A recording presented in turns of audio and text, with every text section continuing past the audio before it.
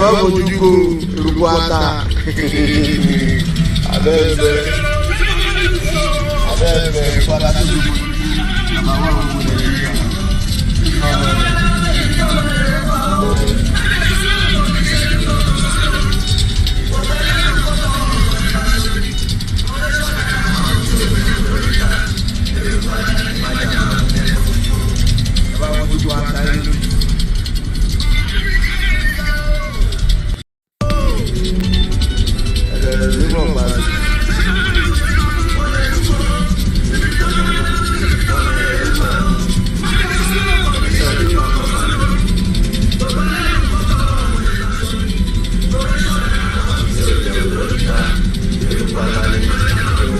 Vamos de Uruguata.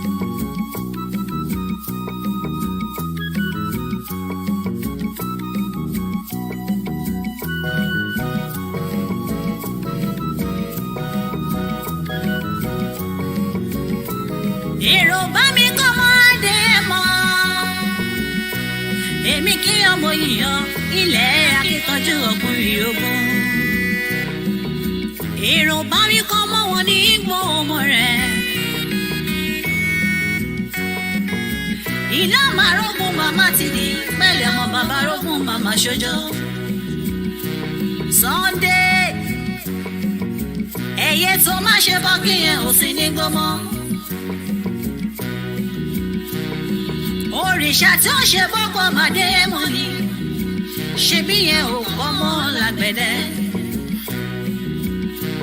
ẹ bá lè jẹ́ ẹ̀bọ̀nà jẹ́ Adéyẹmí yóò máa sọ kankan láì dáa. Kìkì orí tó máa kọ́ ni wípé Yorùbá nation yìí ló going back again. Ẹ dàbí rẹ̀ ṣọ̀wọ́n òye kó máa gbọ́dọ̀ wò kó máa gbọ́dọ̀ wò onílé wò òye. Ọmọ Yorùbá ẹ jẹ́ ká rórí. Ọjọ́ wo ni wọ́n dalẹ̀ Ifẹ̀ tán gangan? Àwọn kan sáré kó lè dára. Èrè bó bàjẹ́ kókò mi làwọn kan sá. Ṣó dára kí dára ṣó ìwà lọ́kù. Yorùbá ìrònú kẹ́lọ́ fi mọ̀ ṣọ̀kan. Ọ̀tá ló pọ̀ tán ìwà ká. Kó máa gbọ́dọ̀ wò. Àwọn ọmọ ní egbodò wọ́n láwùjọ. Yoğun kıvamıyla bir şişede kova kova hijyen, uzun süren ferah kokusu ve %100 temizlik gücüyle yenilenen Domestos yüzey temizleyici. 37 kova ile Domestos durdurulamaz. Are you sick of flipping pages to learn anatomy? Are you bored of uninspiring atlases and flashcards? KenHub, our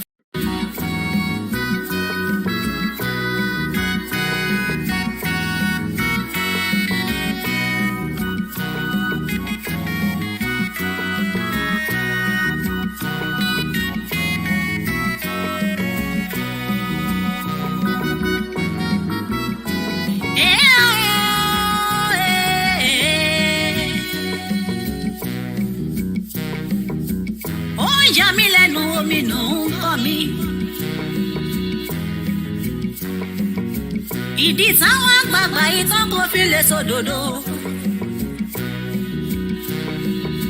Ó ti sọ́wọ́n àjẹkẹ́ wá jọba. Ìran láwọn àgbààgbà ìgbèdánijó kiri. Ó máa ṣe òye, ó máa gbúdọ̀ wò. Àwọn ọmọ ní egbúdọ̀ wọ́n láwùjọ.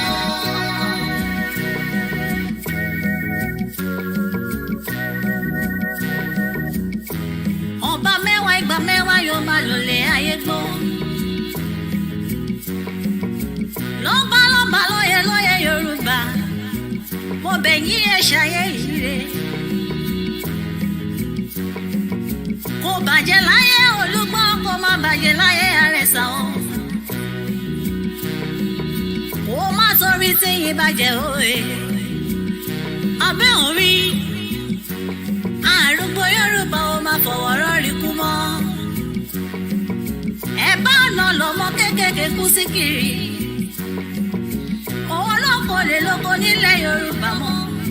Kíjokíjo lọ́dọ̀ ló wọ̀n yìí wá sáré kiri.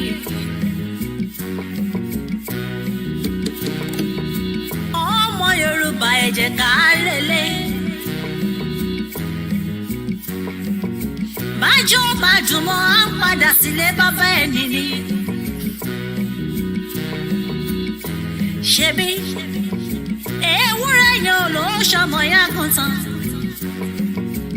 Àgùntàn ló ní màmá mi òbí dúdú òye. Ṣebí látọdún tá ti wà nínú Nàìjíríà yìí. Ìdẹ̀ra ló ń fojoojúmọ́ béèrè lọ́wọ́ wọn. Ṣùgbọ́n òmìnira náà fojoojúmọ́ fún wa mú.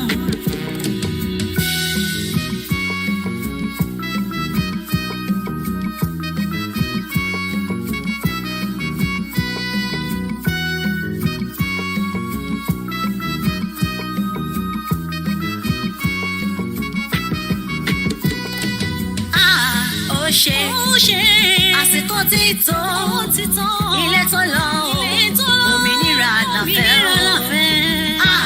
ó ṣe àsìkò tí tó ilé tó lọ òmìnira àlàfẹ́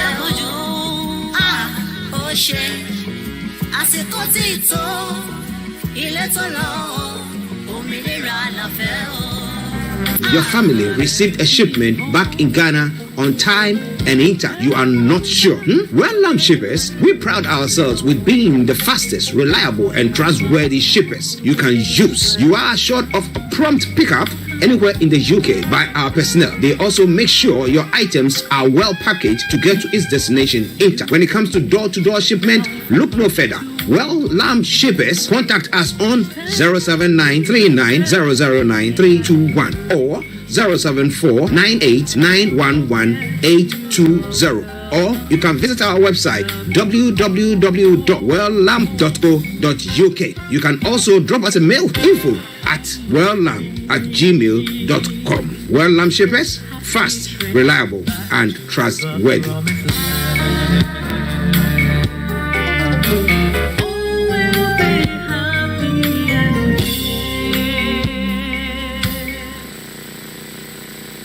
Hi guys, this is your friend Uruj from SendWave. SendWave is a money transfer app that is used by people all over the world to send money to their loved ones in Africa.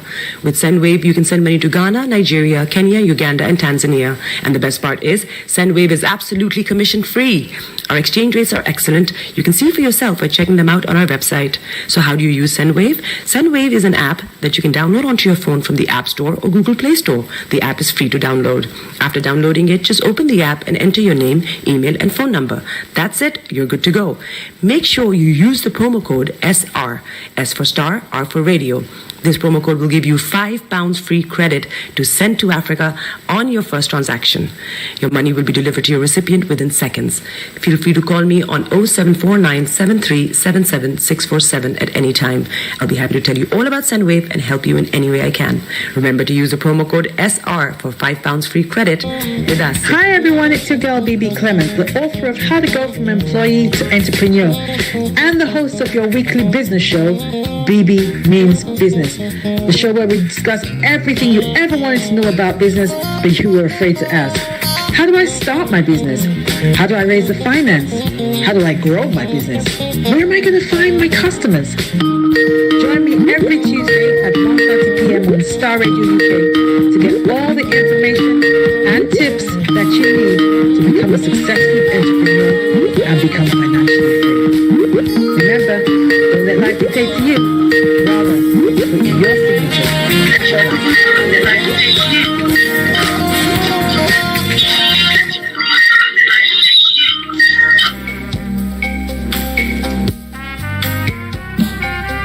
Are you looking for the fastest, reliable, and trustworthy door-to-door shipment company? Well, look no further. When was the last time your family received a shipment back in Ghana on time and in time? You are not sure.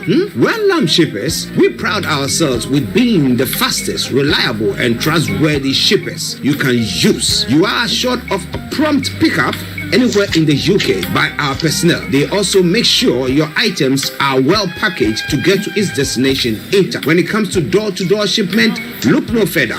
Well, Lamb Shippers, contact us on 07939009321 or 07498911820. Or you can visit our website www.welllamp.co.uk. You can also drop us a mail info@welllamp@gmail.com. Well Lamp Shippers, fast, reliable, and trustworthy.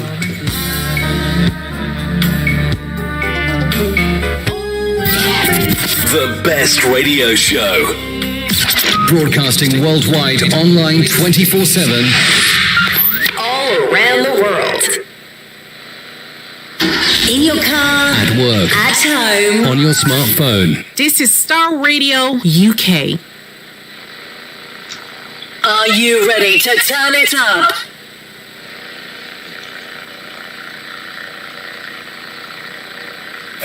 Ten, 9, 8, 7, 6, 5, 4, 3, 2,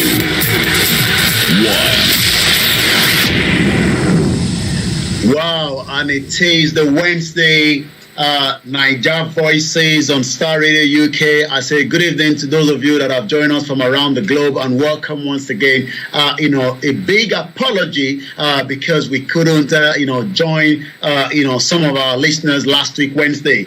We are back again on track as usual. It is just coming up to the 26th day of April. The month of April is currently winding down. Once again, Niger Voices comes on air every Wednesday between 6 p.m. and 8:30 p.m.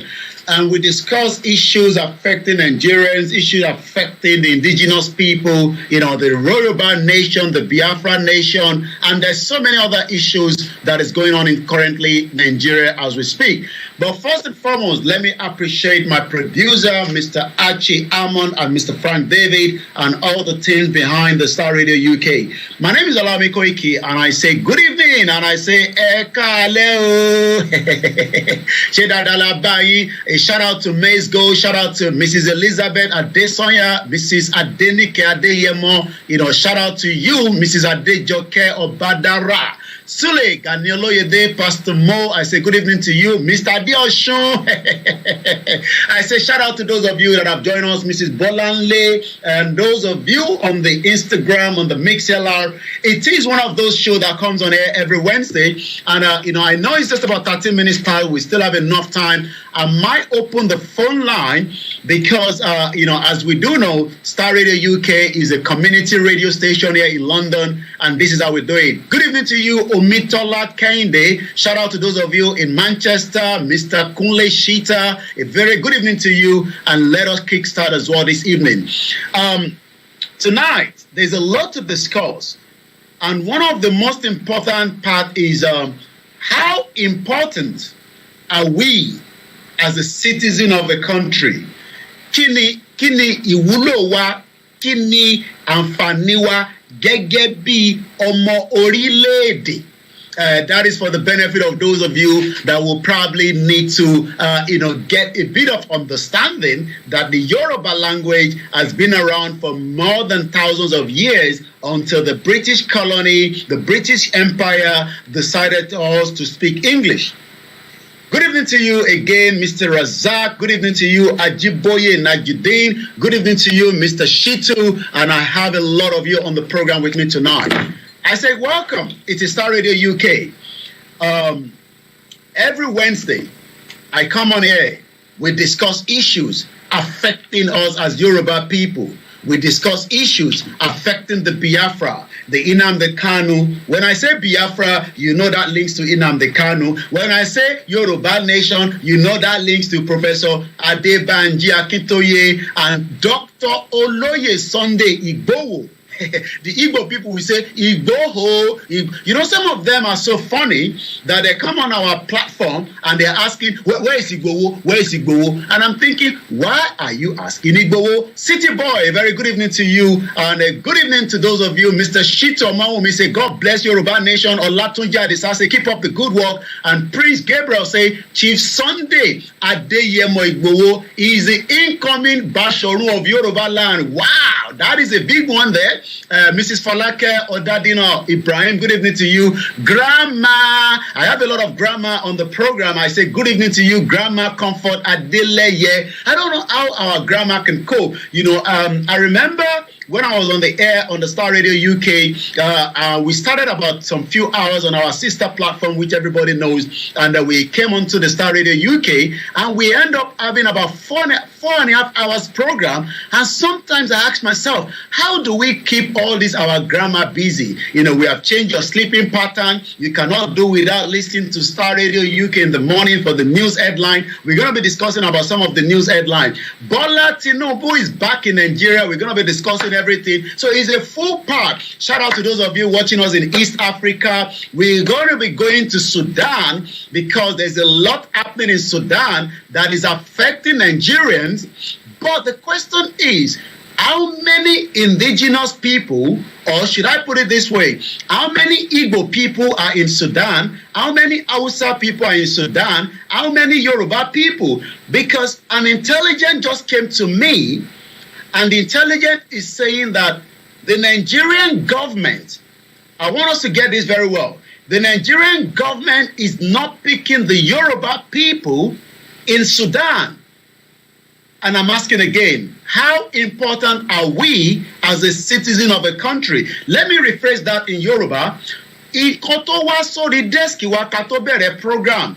Wọ́n jẹ́ ká mọ̀ pé ìjọba Nàìjíríà, ìjọba Federal Government of Nigeria kò gbé àwọn ọmọ Yorùbá tó wà ní Sudan. The question is, why? Good evening to you and welcome to the program. Kingsley, good evening to you. Mrs. Adejoke Olaniyan say, Igboho, Osha. Tamani Igboho, we say Osha. Shout out to those of you that are also watching us on the Starr Radio UK as well. Mrs. Omolara Yabo Jala, I say shout out to you. Yoruba Nation no going back. Prince Adebayo say, Bola Tinubu came back with a belly. It seems that he's pregnant. We're going to be showing you the picture. There's a lot of picture of, the incoming president that is out there, PICC. I'm going to be discussing what does that mean. There's a lot, all the way in Miami, Aziz, I remain Miami. I say shout out to you as well. One thing is, before we go into the program, I'm going to play this. While I'm doing that, can we all go on the Twitter feed of Starr Radio UK and let me see how many of you are already following us on the Starr Radio UK. If you are not following us on the Starr Radio UK on Twitter, can you please do so now? Because that is the only way you will know when I'm live. We have 853 followers. Can we push it to 1,000 tonight? So how many of you are going to go there and do that click? Boom. We're going to be talking about the Simon Ekpa, the Biafra government in exile, what you need to know about them. All the way in Ohio, in the United States of America, is watching me, Mr. Theophilus Akitunde. We have a lot of Yoruba people. And tonight as well, I want us to find out. Some people have been asking, do we have Nigerians in Sudan? I say, yes, we have Nigerians in Sudan now. Sudan is in East Africa, and we have them all over. But the question is, who are those in Sudan? Because we have a lot of people from the northern part of Nigeria studying in Sudan, just as we have a lot of Yoruba people in America, in Canada.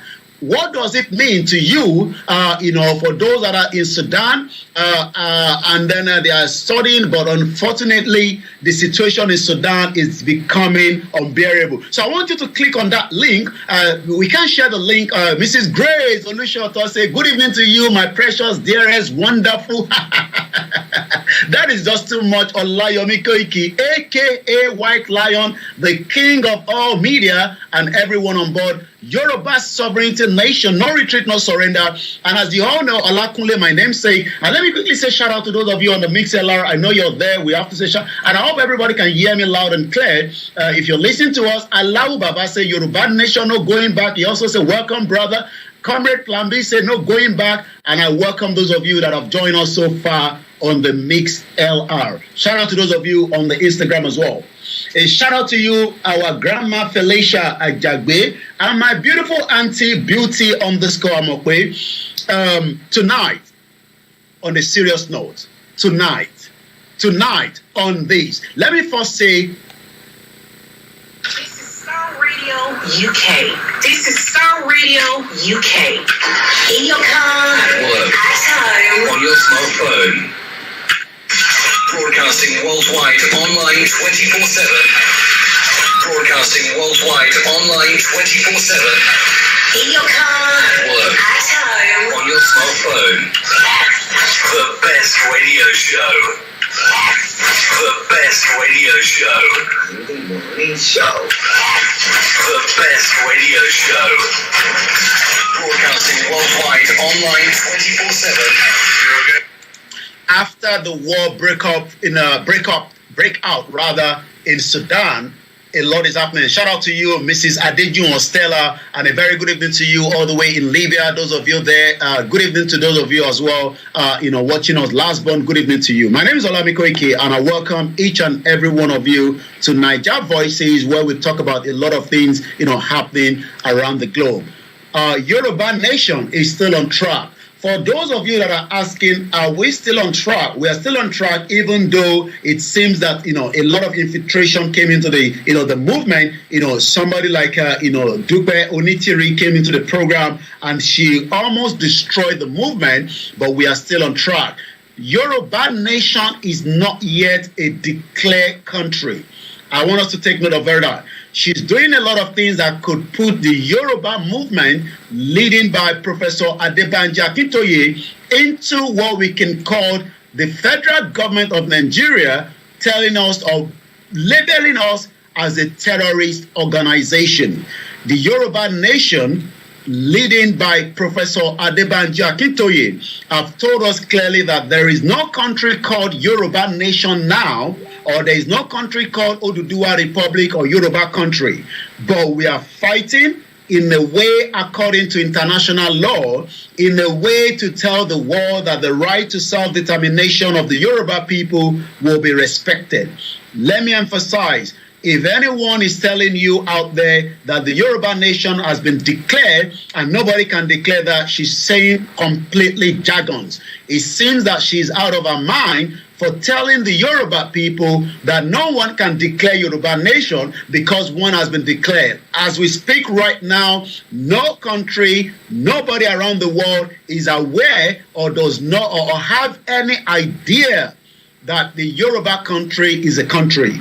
Professor Banji Akintoye have told us clearly to be very, very careful of some of what she's saying, because that could lead so many people into a problem. And we need to emphasize this continuously for the benefit of those that are not aware. We're going to be discussing Tinubu, Peter Obi, and Atiku. Is there going to be a change of power from President Muhammadu Buhari to Tinubu on the May 29, or are we going to see the election tribunal, upholding and declaring any other two of the candidates, or will there be a rerun? We are now less than 30-something days before May 29. The question is, Buhari have said he has done his best and Nigerians should forgive him. But tonight, as I'm going to be taking us to Sudan, the question then is President Muhammadu Buhari giving instruction to remove those from the northern part of Nigeria and leave those from other regions, or is it just something that maybe is something we shouldn't be considerable or we shouldn't consider? Because information coming to my desk is saying that the Yoruba in Sudan have not or are not going to be part of those to be evacuated. I don't know why. We're going to be discussing Nnamdi Kanu. Nnamdi Kanu is still in the custody of the DSS as I speak to you tonight. And the question is President Muhammadu Buhari, before he vacates on May 29, allow Nnamdi Kanu to be released, whether on state pardon, even though he has been acquitted and all charges against him have been dropped. But it seems that the federal government is still adamant for Nnamdi Kanu to be there as well. I'm going to touch again about Pa Ayo Adebanjo, the leader of the Yoruba social cultural group known as Afenifere. Where are they going to take the Yoruba people to? Now that Peter Obi is still hanging, their support was for Peter Obi. Are we going to see a change from their, from their conversation, or are they just going to accept that whatever happened from the outcome of the tribunal, then the fight continue in terms of Nigerians, the Yoruba, the Hausa living together? So there's a lot to discuss as well. And as we always say, these two individuals will become an hero, as we do know that they are heroes already. We are talking about Dr. Chief Sunday IGBOHO and Nnamdi Kanu. These are not criminals. They are fighting a cause, and that cause is they are fighting for the right to self-determination. What do we understand by government in exile? I've been listening to the new Prime Minister of the Biafra government in exile, Simon Ekpa, and he has already said that should the federal government not do anything in terms of Nnamdi Kanu, then we should be expecting a total 2 weeks lockdown of this Biafra land, or what we can call the southeast of Nigeria. As Bola Tinubu is preparing to become the next president-elect in the next 30-something days, the question then is Bola Tinubu going to allow the Yoruba nation movement to have a dialogue with him? Is he going to allow the Biafra to have a dialogue with him and decide whether they still want to be part of the country? There is insecurity, the economy, the inflation, there are so many things. But the question on the table is, Bola Tinubu is back into the country after 35 days away in Paris, but coming back into the country has already generated a lot of different conversations. One of those conversations is, who becomes the next Senate President of the Federal Republic of Nigeria? We do know that Bola Tinubu and Shetima have already splitted, the two regions, which is the northern part of Nigeria and likewise the southwest part of Nigeria. Are they going to allow the southeast to become the next senator, or are they going to keep Ahmed Lawan, even though Ahmed Lawan has made a lot in terms of not even to be on the ballot? Because remember that Ahmed Lawan contested against Bola Tinubu during the primary of the APC, and he shouldn't be even on the ballot again as a senator representing Yobe. It seems that election in Nigeria, and most especially in different African countries, has a lot of intake. This is all we're going to be discussing. Good evening to you, Mrs. Esther. Esther, good evening once again as we all settle into the conversation. My question to start with is the Sudanese issue. There's a lot happening in Sudan. If you are not aware by now, then you are probably not in the world, because what we can call fraction of two rebels, one the government and the other one a fraction, are fighting it out, and it seems so many countries have got caught up as well. We know that the diplomats have been removed, and then the American government have already also told us that one of their citizens have died in Sudan. I do not have any information whether any Nigerian have died, but the information reaching me on my desk says that it seems that some Yorubas that are in Sudan are now being neglected by the federal government. We would like to know the reason for that. So there's a lot to discuss. I say it is King AY. Good evening to you. Good evening to you, Mr. Dennis Dayo, and a very good evening to everyone that have joined us so far on what we can call Starr Radio UK, the finest African and Caribbean radio station in London. And we take one more, and when we come back, we start discussing what are the things we need to know when it comes to the current situation in Sudan. Starr Radio UK. This is Starr Radio UK. This is Starr Radio UK. We have about 5,500 Nigerians that are currently in Sudan. And the question is, as every country is scrambling, to get their citizen out before it becomes no-go area. Because right now, these two individuals that are fighting, the Rapid Support Force and the government of Sudan, have decided to battle it together, and this is now creating humanitarian crisis. I'm going to be giving you some of the background of what we know so far when it comes to the current situation in Sudan. But what I can tell everyone listening to us on Starr Radio UK is that the situation is getting worse. It's not getting better, even though there's been ceasefire. None of them is listening, and the United Nations have decided to move some of their staff away from Sudan. And when we start getting this kind of information, then you know that the window for diplomacy is closing.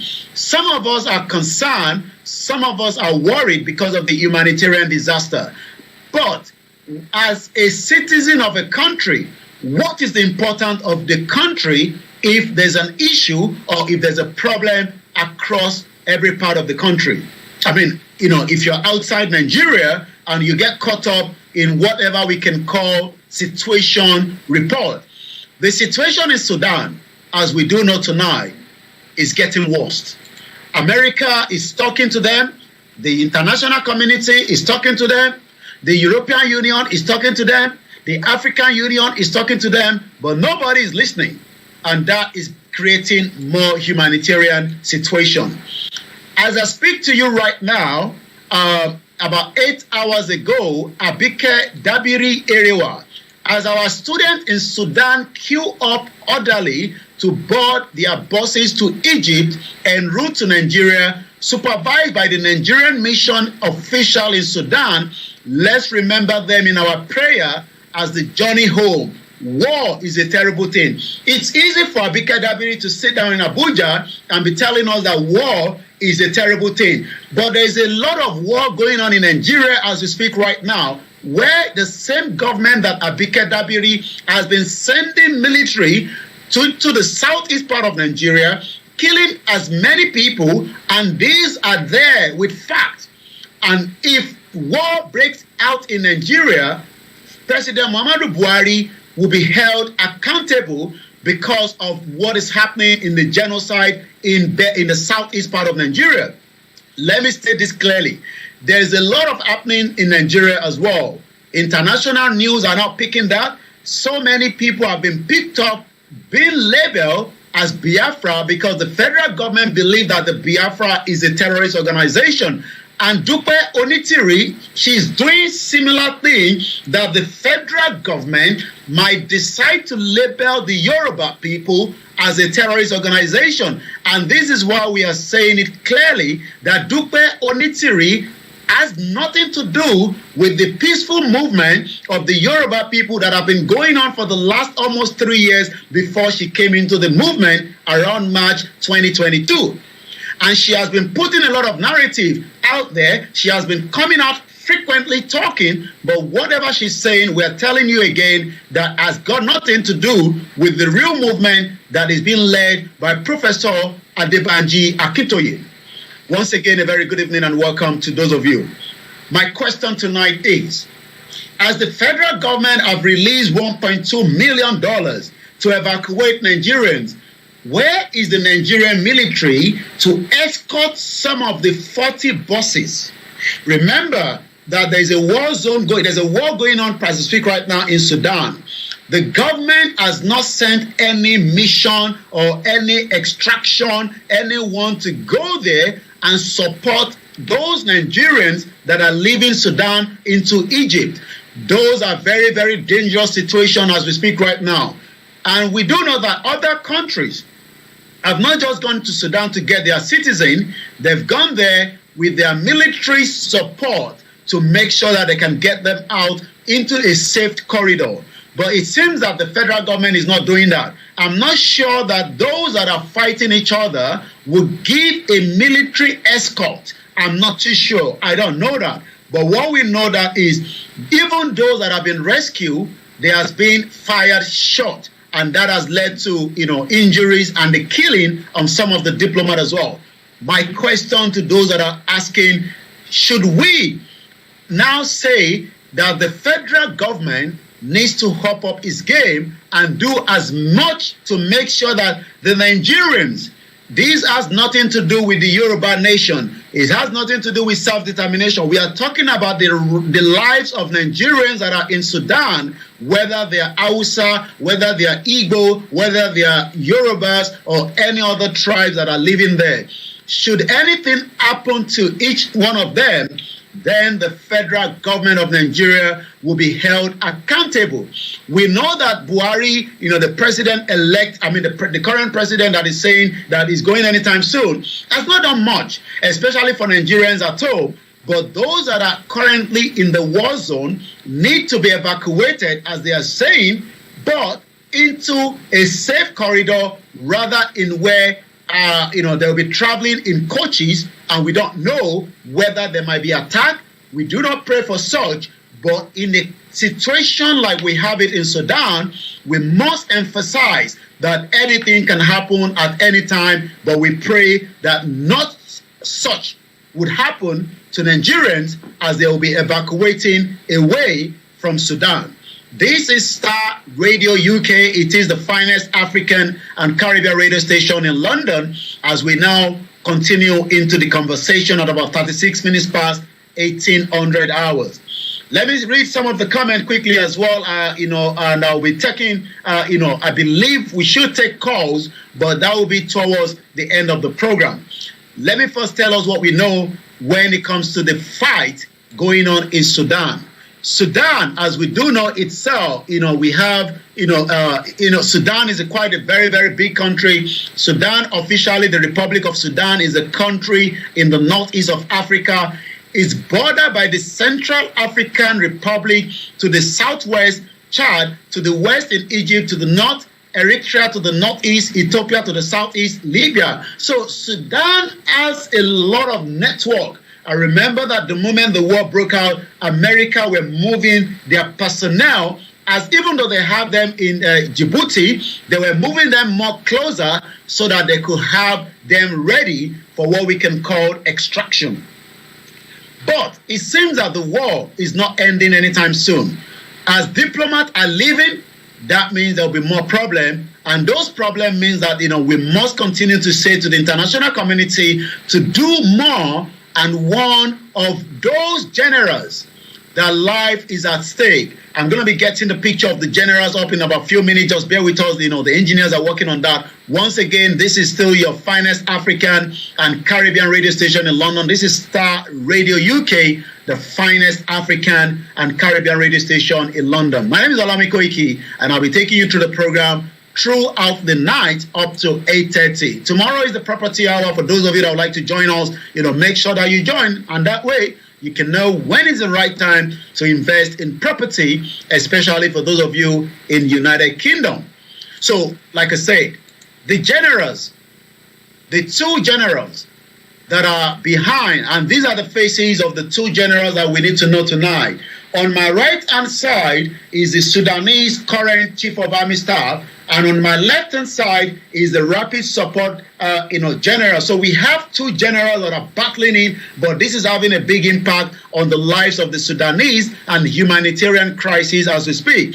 Electricity is being cut out, water shortage, food, medicine, and all this is some of the reason that some people are saying that we do not want another civil war in Nigeria. But that will be subject to if the government listen to those that are agitating and some of the internal crises in Nigeria. Because if we do not listen to each other, we might end up like what is happening in Sudan. Nobody pray for war, but one thing we got to emphasize is if the federal government, whether the current one or the incoming, do not sit on a round table with those that are asking for the right to self-determination and decide how we're going to continue to live together or not live together, but disunity does not mean that we cannot manage each other. Soviet Union break away in the 80s and the world did not come down.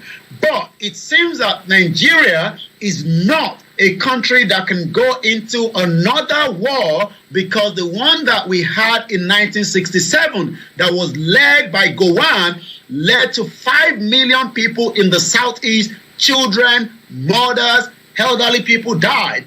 But if we are not taking care of the current situation, Nigeria could explode as well. We do not pray for such. But right now, as we know, the Biafra are still saying that they want to be out of the country. Nnamdi Kanu is being held there. There's a Biafra exile in government. The Yoruba people are saying that we don't want to fight each other with the government, but we want to leave Nigeria and we do not want to have anything to do with Nigeria. Some Yoruba disagree with that. Some Igbo disagree with the Biafra. Some Middle Belt says they want to be out.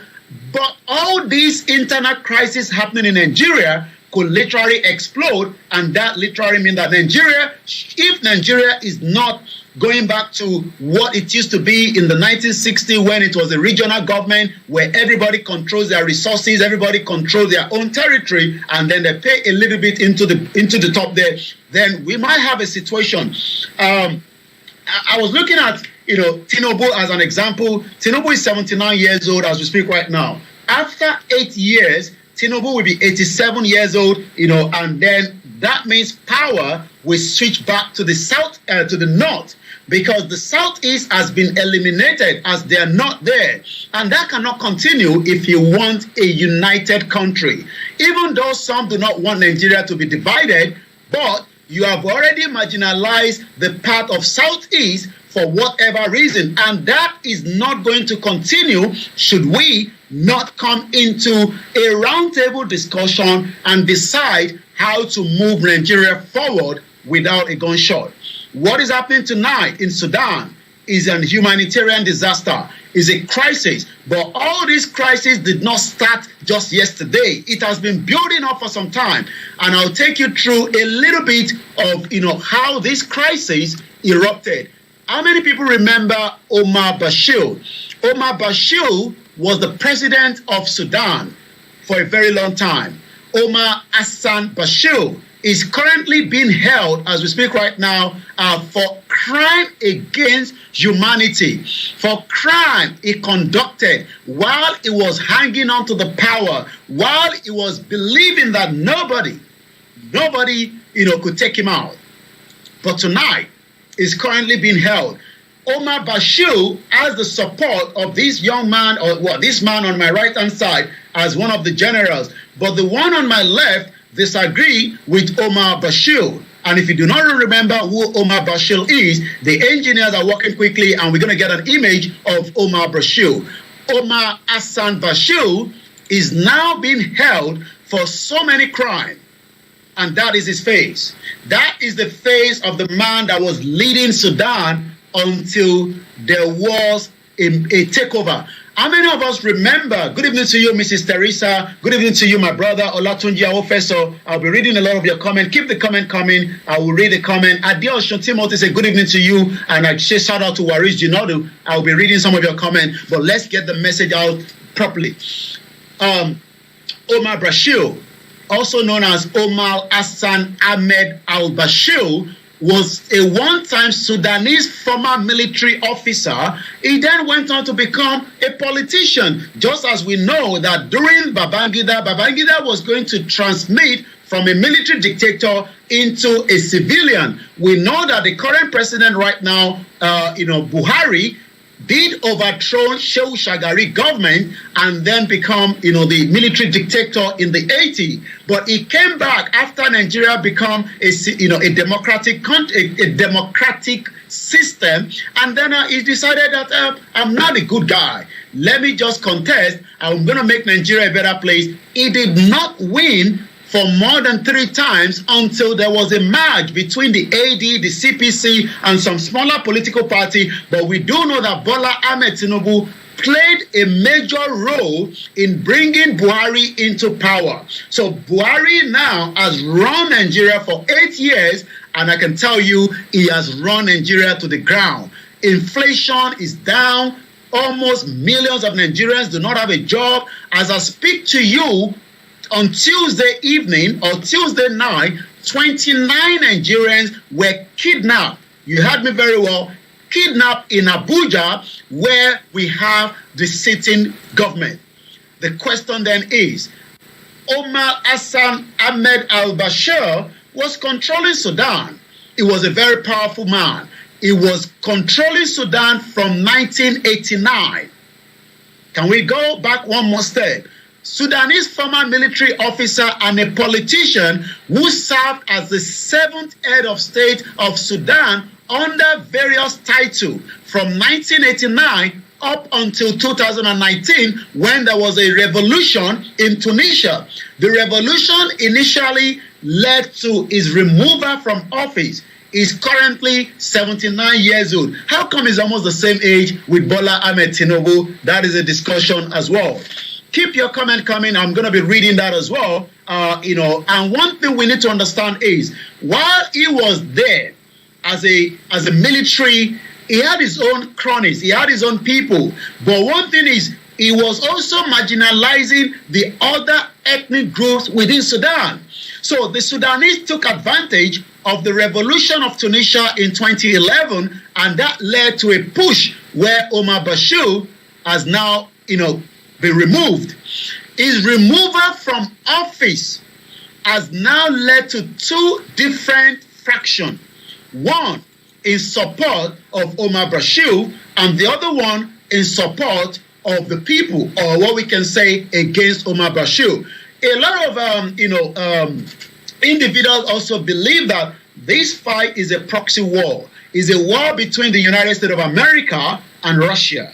And we do know that as we speak right now, there's a lot of issue going on between the U.S. and likewise, the American. If you listen to the United Nations Assembly, conversation in the last couple of days, when Lavrov was speaking, under the United Nations, you will see a lot was discussed there. I'm going to be telling you a little bit more about that. But tonight, we are talking about the Nigerian in Sudan. And how important are we as a citizen of a country? Good evening to you, Omobalaji Ayomide. Good evening to you, Mrs. Moron Mubo. Divide Nigeria now and Yoruba Nation now. Let's take some of your comment quickly because it seems that the comment is coming very, very fast and I need to catch up with them because this is also an interactive platform. You get your question in or your comment, we're going to read it out. Olatunji Professor says, we pray to God that there will be no war. I saw the 1967 war in Nigeria. It was a very sad one. When it gets to war, it doesn't know whether you are young, whether you are old, whether you are pregnant, whether you are giving birth. War is a very, very, sad situation. And that is why we are concerned about the Nigerians that are caught up in the war. Remember that we had Nigerians caught up in the war in Ukraine. And then we saw the racism that happened during that period of time. As we speak right now, I've not heard about racism within Sudan, but it seems that the Ethiopian government is finding it difficult to allow Nigerians to get into the country without a visa. Do we need to have a visa when there's a war going on in a country and you are trying to run away? I have the video. I'm going to be playing some of what the Nigerian students are saying. But one thing is, war is a very, very sad situation. And that is why we are saying that nobody wants another civil war in Nigeria. But we must find a solution to the ongoing tension in Nigeria, especially with the internal conflict between, the three most important, ethnic groups. We're talking about the North, we're talking about the Hausa rather, and we're talking about should we talk about the Fulani? The Fulani are not part of Nigeria, but we know that they've been able to dominate. But now that Tinubu is coming, maybe Tinubu is going to cut the wings of the Fulani in the government sector, especially in the military, and that will change something, but it will only be there for 8 years, and then the power goes back to the Southeast. Do you think that power will go back to the Southeast after Tinubu has completed his 8 years in 2031? It might be a long time, but Buhari started in 2015, and 8 years down the line, Buhari, the president currently, is apologizing to Nigerians for not fulfilling as many of his promises. So we are, as much as I have said that we are not against Tinubu, for those of us that believe in Yoruba nation, but the question I've asked continuously is, even if Tinubu is trying to bring back a bit of, federalism into the country, then he must also take down the 1999 Constitution, because the Constitution is what is currently used to govern the Federal Republic of Nigeria. Obanla Olaleye Paul, good evening to you. And as I say, good evening to those of you that have joined us. So keep the question coming, keep the current coming as well. Waris Jinadu also say most Nigeria diplomats have dual citizenship and the foreign status passport. British passport, US passport to escape Nigeria, future civil unrest, and for vacation and medical treatment. Do anybody believe that there will be civil unrest in Nigeria? Let me hear your view on that. Good evening to you and shout out to Babawa John Ogundele and welcome to the program. This is still Starr Radio UK. It's about 10 minutes before 7 p.m.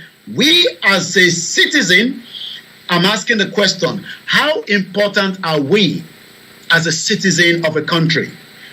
How important are we? Are we important?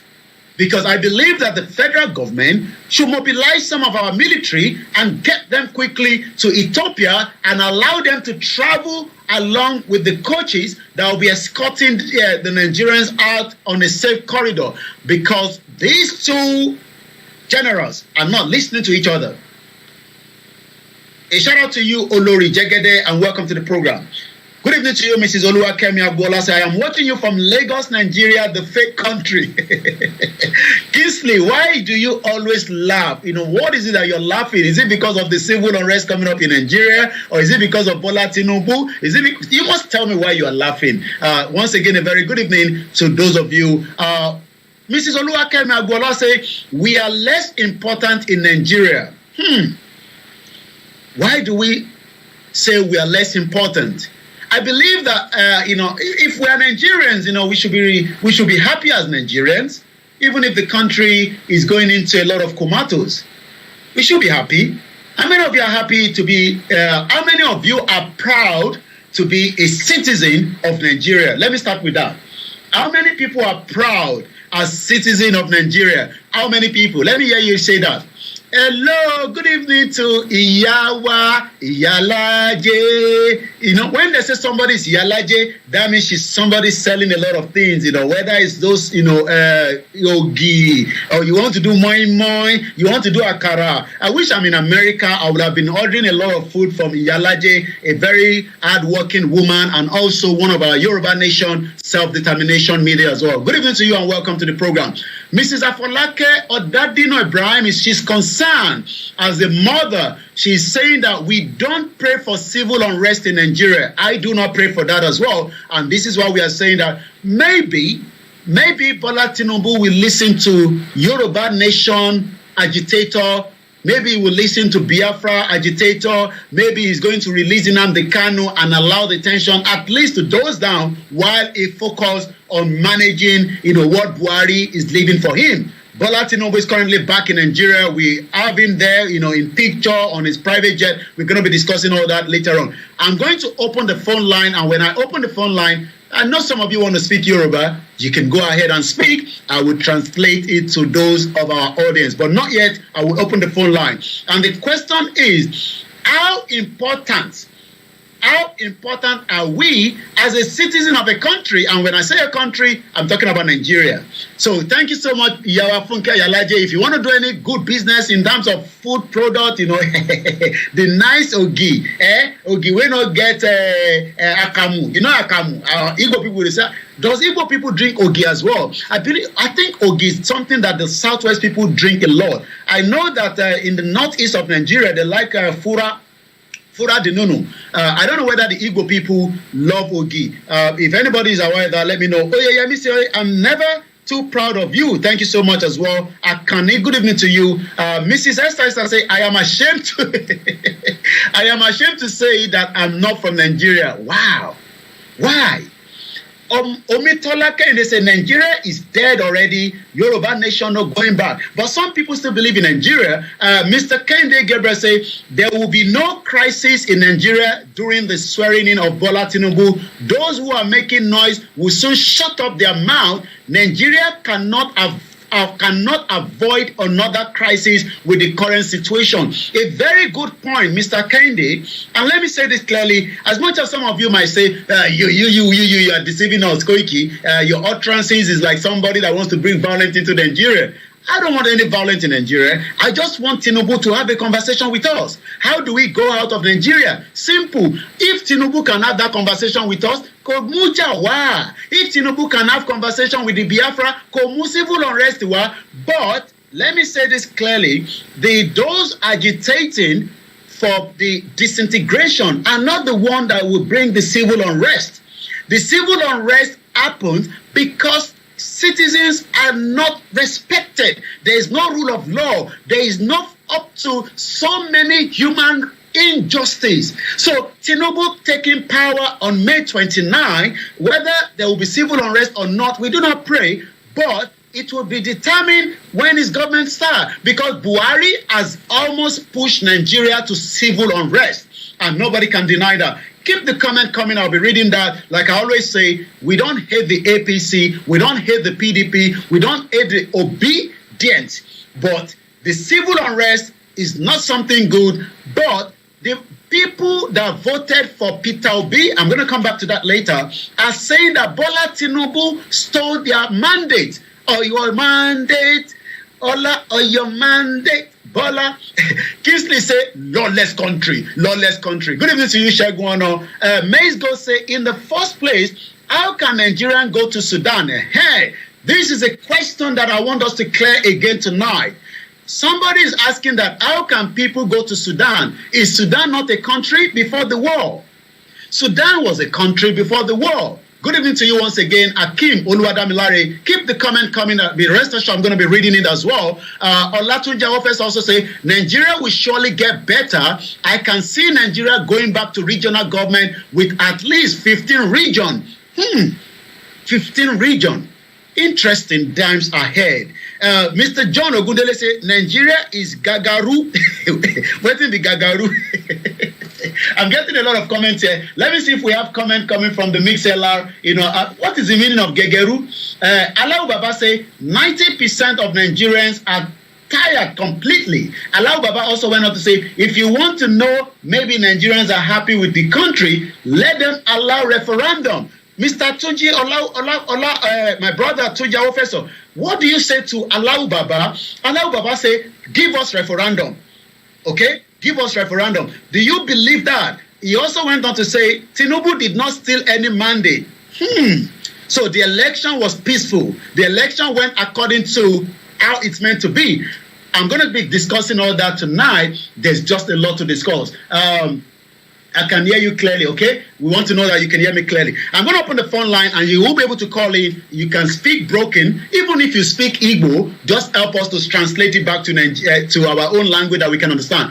My question tonight is, the Sudan problem, it's a serious situation. But somebody just asked that, what are Nigerians doing in Sudan? What are Nigerians doing in UK? What are Nigerians doing in America? What are Nigerians doing in Libya? What are Nigerians doing in Italy? What are Nigerians doing in Turkey? What are Nigerians doing in any part of the world? Why then are we questioning those in Sudan?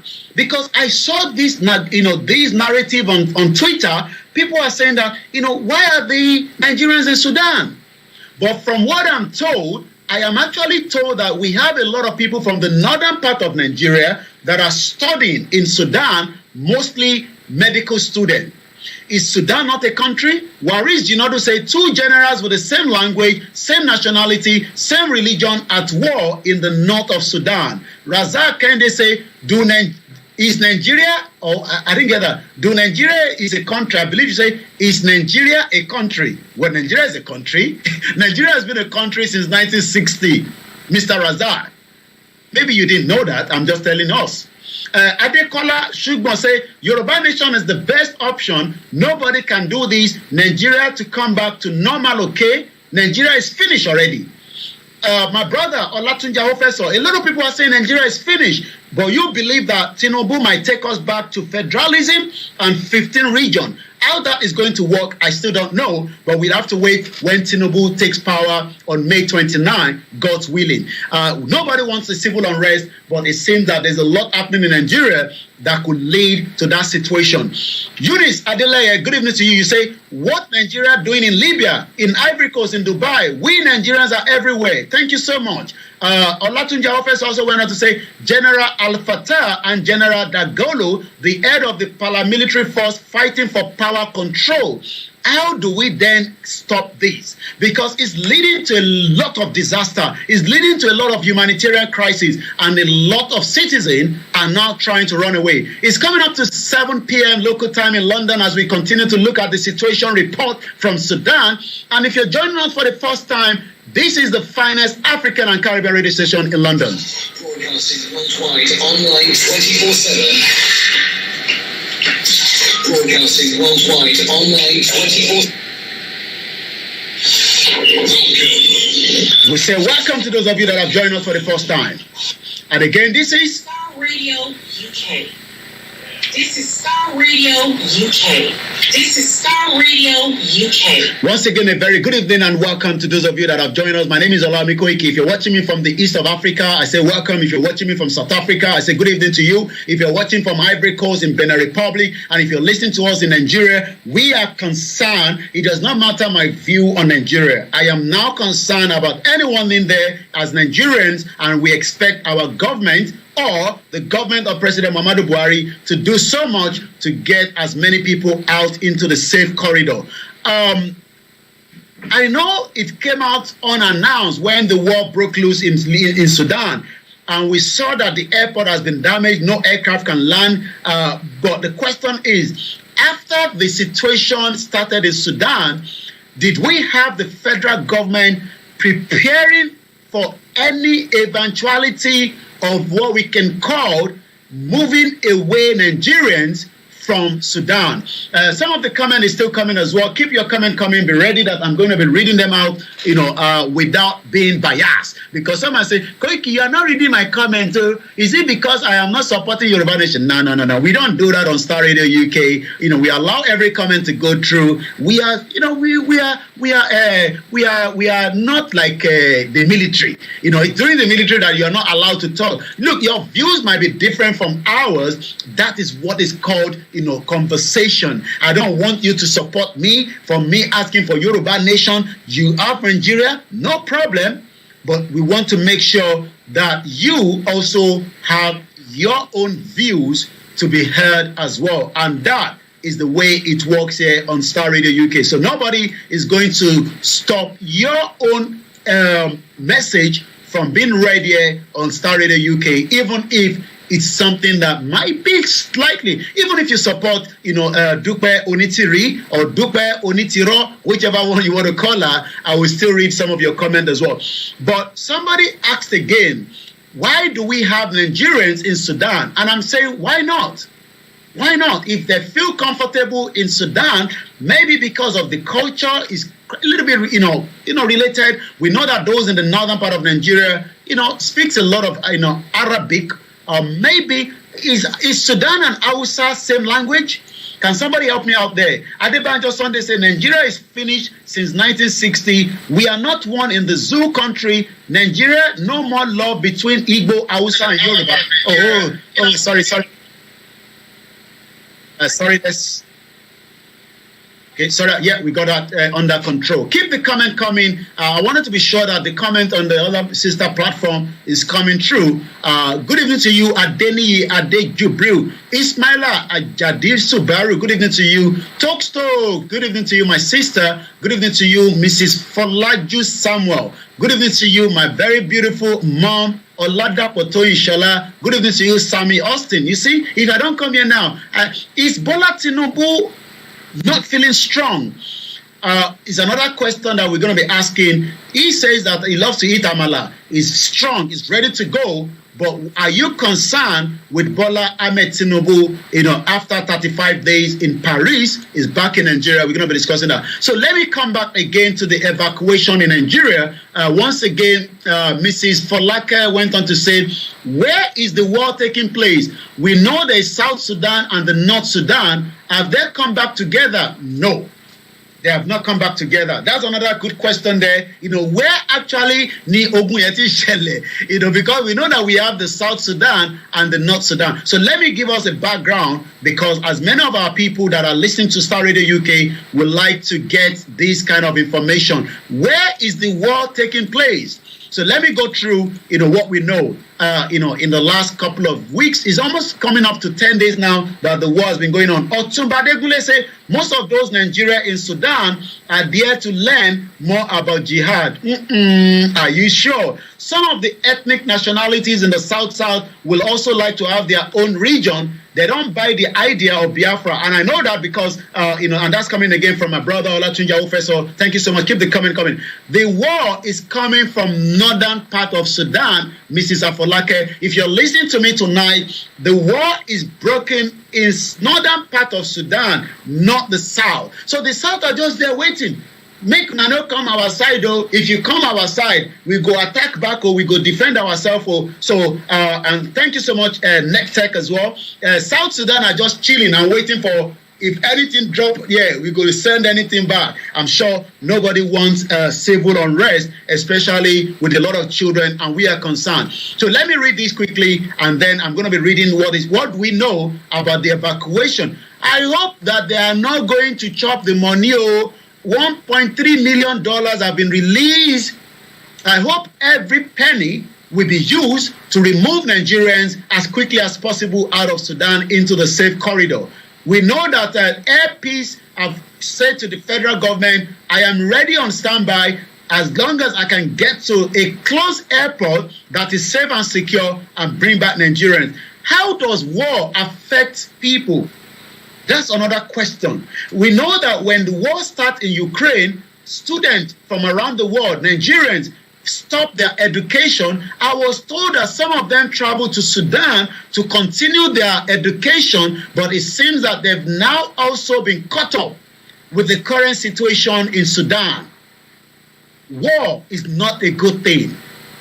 And that is why we are saying to the military generals tonight, please come on a round table and have discussion and put an end to the humanitarian disaster that is going on. Prince Adebanjo Israel, good evening to you. Olajide Kolinton. Are you the son of Kolinton? Alayide Kolinton. I remember Kolinton. Good evening to you once again. Our mother, Eunice Adele, say, that is too much. Are they evacuating the whole Sudan? No, they are evacuating. Well, you are talking about the money. I don't think $1.3 million is a lot, especially in a country that is already in a war zone. They might have to pay some people along the road, and I'm told that there will be 40 coaches that will be moving Nigerians. And let me read that now. According to the Voice of Africa, Abuja, Nigeria, Nigerian authorities are there working to evacuate some of the 5,000 Nigerians stranded in Sudan amid fighting there. According to the National Emergency Management Agency, I take that again. According to the National Emergency Management Agency, known as NEMA, on Monday, about almost 48 hours ago, said that authorities have now concluded plans to begin evacuating the first group of the 3,500 Nigerian students in Sudan beginning yesterday morning. The director of the special duties of NEMA, Onimode Bandele, told Voice of Africa on the telephone that the plan is for the students to be taken by bus to Cairo and then flown to Nigeria. So I believe the 1.3 million include maybe the flight as well and the coaches. Bandele did not say when the remaining nationals will be evacuated. And that for me is a flag because, like I said, just about 3 minutes before I came on air, I received a phone call where the mother was saying to me that they are not taking the Yorubas that are in Sudan. And I did ask why. He said, I am not sure. My son is in Sudan, he's a Yoruba man, but is not part of those to be evacuated. Maybe they are going to evacuate them in batches. We will have to wait. I don't think that the federal government will leave anyone behind, but I just have to bring this out to the public notice that some Yorubas are already complaining that they are not on the list. We do know that the NEMA is saying that there's about 3,500 Nigerians that will be removed. Whether the Yoruba will be the remaining 1,500, I do not have that information. But like I said, 3 minutes before we came on air, I received a call from Nigeria, and the mother said to me that they are not evacuating the Yorubas in Sudan. If you are also experiencing such, if you are in Sudan, please send me an email at musakalam@gmail.com, or you can send us a WhatsApp message with a voice note or with a date and time, and give us a clear understanding. Maybe you just have to be on the second batch. You just have to be a little bit more patient. In situations like this, there's a lot of pressure. There's a lot of logistics that needs to go into it. And we pray that each and every one of you in Sudan tonight will be moved swiftly to Cairo, and then you can return back to Nigeria and probably wait until the situation gets calm, whether to return back to Sudan. As we do know right now, no student can return back to Ukraine because the war in Ukraine is still ongoing. We do not want war. We do not want uncivil rest.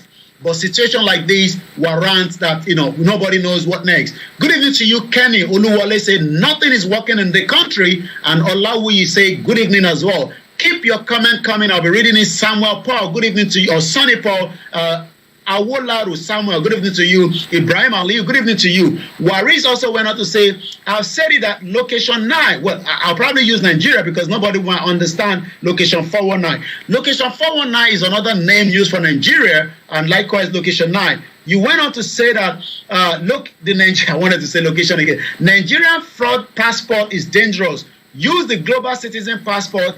Claim Yoruba nationality ASAP to all Yoruba expatriates stranded overseas. But how are they going to get into, Cairo if they are saying that we are Yoruba citizen and there is no, passport to back them as well?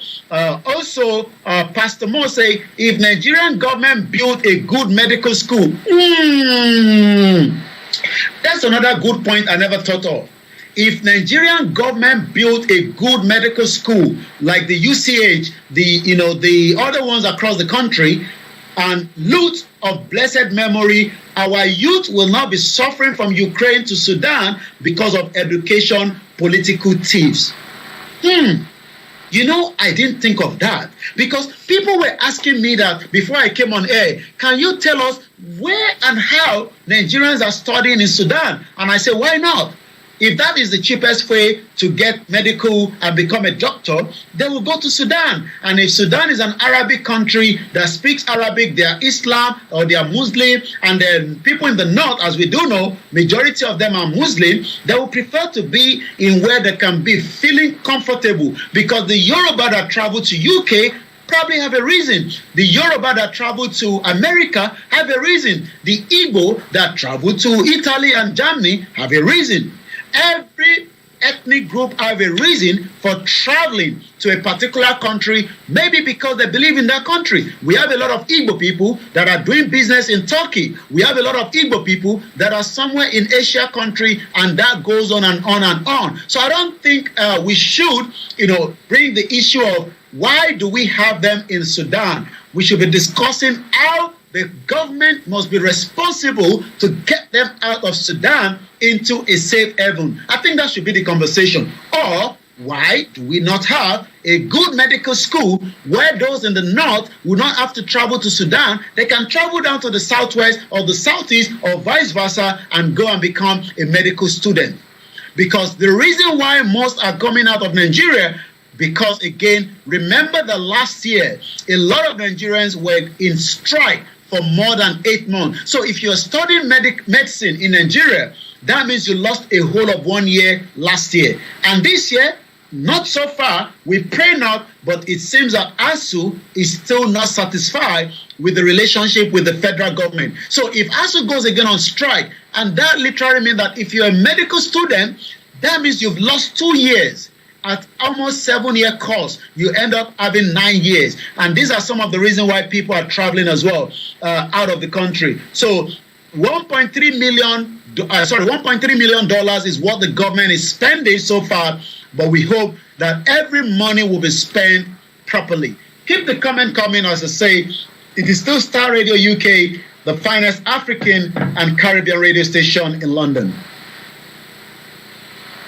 Let's talk about the more issue. The Nigerian Foreign Ministry says Sudan government has yet to give final approval for the evacuation. Thank you so much, Babawa. John says, Okpolo Nigeria, Lonko, Okpolo Nigeria, Lonko, Eko, Jagidi Jagon, Ni Orile-ede Sudan.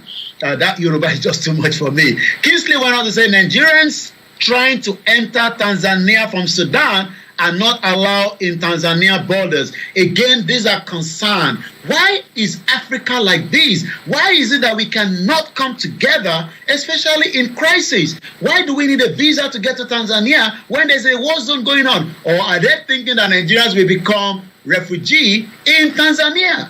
What is your take on that? So in about half an hour, which is about, in 15 minutes, I'm going to open the phone line and you will be able to call in, the studio number as usual, but give us about another more 15 minutes. The power tussle between the Sudan military, the 2-man there, and the strong paramilitary group, the Rapid Support Force, led to fighting on April 15. Now, let's calculate it. We are now on the 26th day of April.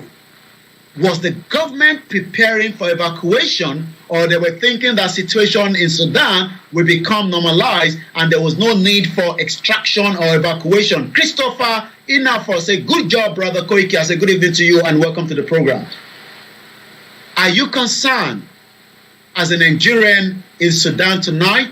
You can reach out to us on our live transmission as we are still live, and then I will allow you to get through and let us hear from you. Are you already out of Sudan and you would like to share your experience with us? Please call into the program as well, and we will be able to bring you into the conversation tonight.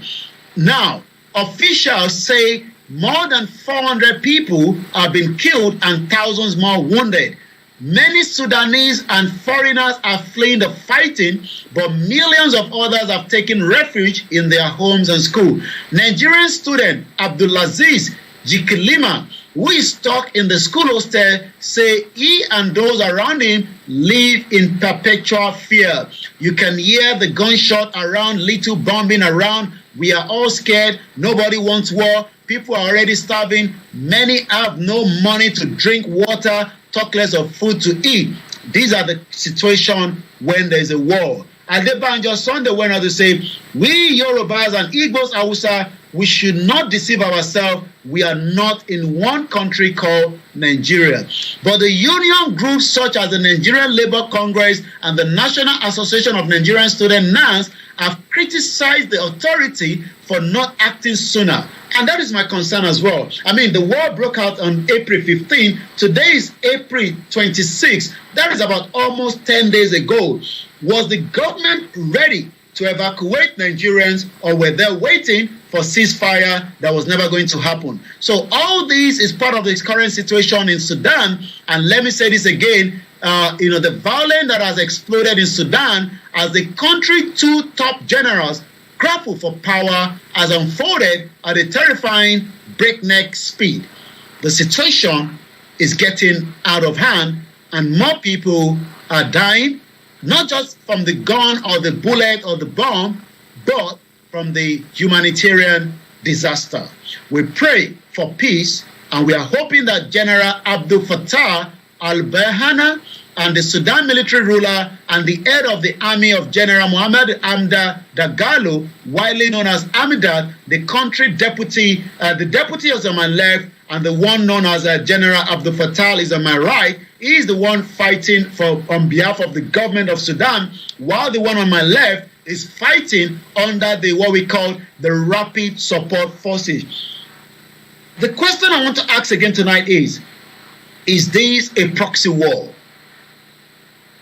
Do you believe that this is a proxy war between the Russia and the West?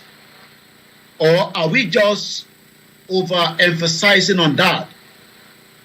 The current situation in Sudan, is it a proxy war? 19 minutes past 7 p.m. local time in London, at 26th day of April 2023, as we are concerned of Nigerians stuck in Sudan with the current crisis going on there. They are planning to have power share since 2021, but that is not happening. When they push civilians from transitional government, that alliance forged on a mutual disdain for the Sudanese people who suffer. Waris Jinadu say yes, it's a proxy war over Sudan resources. Remember that Sudan have these what they called gum. How many people know about gum? There's something called gum Arabic, and Sudan have a lot of it. And I'm going to be showing you what it looks like. How many people have heard about that? Roland Afolabi also says that, yes, this is a proxy war. Sudan has what they called gum Arabic. How many people have heard about that before? This is Starr Radio UK, the engineer bringing that image up quickly. Gum Arabia have about a lot in Sudan, and I'm told is used for so many things.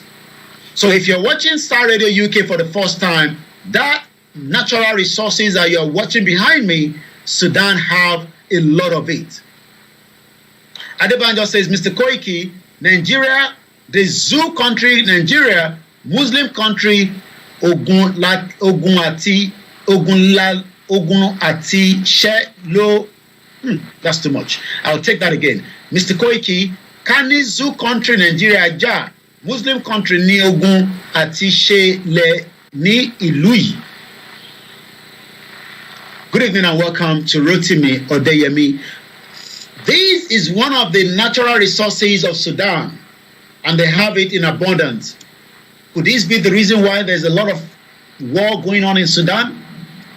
What do we know about the gum arabic? Is one of Sudan's primary export commodity, linking the country to international markets in Europe, Asia, and North America. Gum arabic accounts for an estimate 15% of Sudan export. Sudan is the world's largest producer of gum arabic.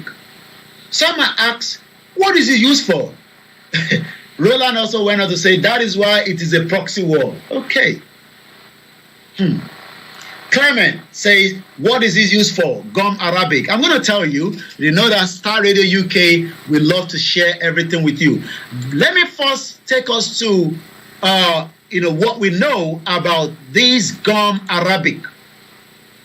Is one of Sudan's biggest export to Europe. And according to information that I have here, this was put together July 2017 by an author called Yassil Hassan. So I might not read everything, but we're going to read a little bit of it. So take note of that. Gum arabic is a natural gum that extruded from the acacia tree found across the gum arabic belt stretching through African savanna from the west to the east of the continent. Sudan has been one of the world's leading producer and exporter of gum arabic, not gono, make una know say na gun at the talk. It is called gum arabic. Some is already telling us that it is used in the pharmaceutical product. But let's take what this author told us in 2017. I'll take that again. Gum arabic, not gono. As you can see there, it looks like a chewing gum, but it's not chewing gum. Once again, gum arabic is a natural gum that extruded from the acacia tree found across the gum arabic belt stretching through the African savanna from the west to the east of the continent. Sudan. Thank you so much, Mr. Roland, for the stars. I don't know how this works, but I know that, I've been saying stars on the Facebook in the last couple of days. We really appreciate for the stars sent to us. Sudan has been one of the world's leading producer and exporter of gum arabic for decades. This research has focused on identifying the main actors and the key players involved in Sudan gum arabic value chain. The study also sought to describe the process, activities, and functions that are integrated to value addition by tracing related stages from the production through export, processing outside of Sudan, just as we know that Nigeria is not refining the crude oil as well. The study also aimed at identifying impediment to the market viability of smallholder producers while attempting to understand the role of the private sector in the value chain. The dismantle of the export monopoly. Again, anything that is monopoly means that somebody, certain group of people, certain country want to monopolize it. By the state-sponsored Gum Arabic Company in 2009 and the liberation of the gum Arabic trade have encouraged many private sector players to enter the market for gum Arabic. Keep your comment coming. I'll be reading that as well. Direct linkage between smallholder farmers and exporters and the process are rare. The value chain is dominated by a host of intermediaries almost at every international process, making up the key trading actors involved commercially in the value chain. Other actors involved non-commercially and working to create an enabling environment, include the Gum Arabic Board, Forestry National Corporation, Terminal Market Administration, and some other producer association. The research identified several challenges that need to be overcome in order to upgrade the value chain in a manner that improves the smallholder and producer. These challenges include, but not limited to, lack of negotiation power by the smallholder producer, difficult in accessing agricultural input, safe protective gear needed for tapping an essential part of harvest, environmental factors such as the desertification, pressure related to urbanization, such as intensive logging of gum Arabic tree to produce charcoal, present strategy risks to value chain, banking and financial restriction imposed on Sudan due to U.S. financial sanctions have embedded the competitive of Sudanese exporters. So you can get the clear understanding of what we call gum Arabic. Let me read again. Gum Arabic, as we have it here, gum Arabic is a natural gum. We've read that already. Okay, I think I can read this because it gives exactly what Waris, are you a medical doctor? You seem to know a lot on this program, especially on our sister broadcast as well. Olatunji offers a Wednesday to say the two General Al-Fatah, I think I read that already, are over ambition and greedy. Okay, thank you so much. Waris Jinadu said the same gold, the chain digging of Yoruba land in the presence of Obas. So let me read it because even though one of our listeners gave us an idea of what it's used for. Gum Arabic, and after this, we're going to talk about quickly about the situation in Nigeria with the election, the incoming president and so many other things, but the phone line will be open as well if you want to contribute. Gum Arabic, which is what you're looking right there, is a natural gum which exudated from the species of the acacia, notably Acacia seneca, Acacia saya, stretching across the so-called gum Arabic belt in the African continent. Gum Arabic now is used in many industries, including pharmaceuticals, food,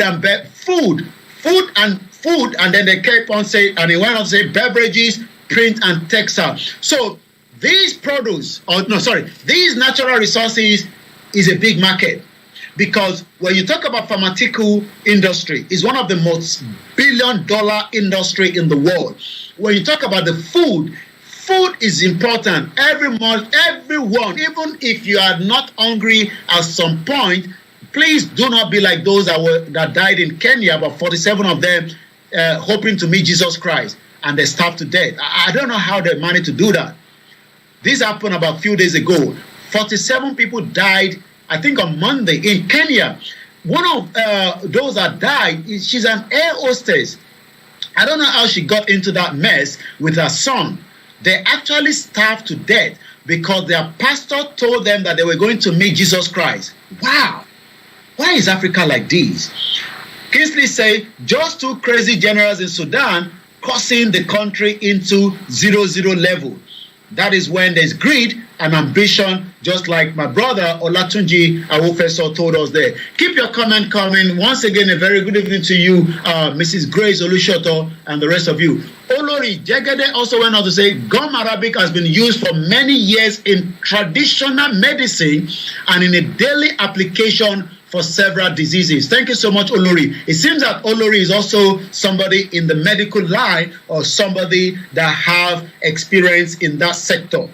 Waris went on to say the big market, Sudan, the breadbasket of the all Arabia Peninsula, enough to feed the whole of Europe. So if these particular, natural resources is needed in the pharmaceutical industry, the food industry, the beverages industry, even in the print and textile, to mention a few, it is emulsifying and binding property, make it an ideal choice for a wide range of application.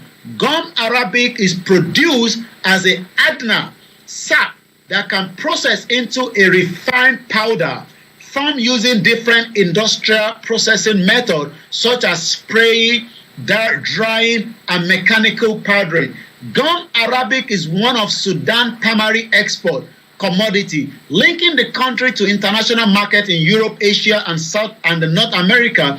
Gum Arabic account for an estimated 15% of the Sudan export. Sudan is the world's largest producer of gum Arabic, even though it's the poorest country, just like Nigeria. However, the country continues to export mostly crude gum, while processing, manufacturing, and value addition like place outside of the country, enabling Sudan to keep the value and inside the country has been a desired goal, which will generate multiple development benefits ranging from enhanced rural livelihood to creating a robust private sector and improve gross domestic product.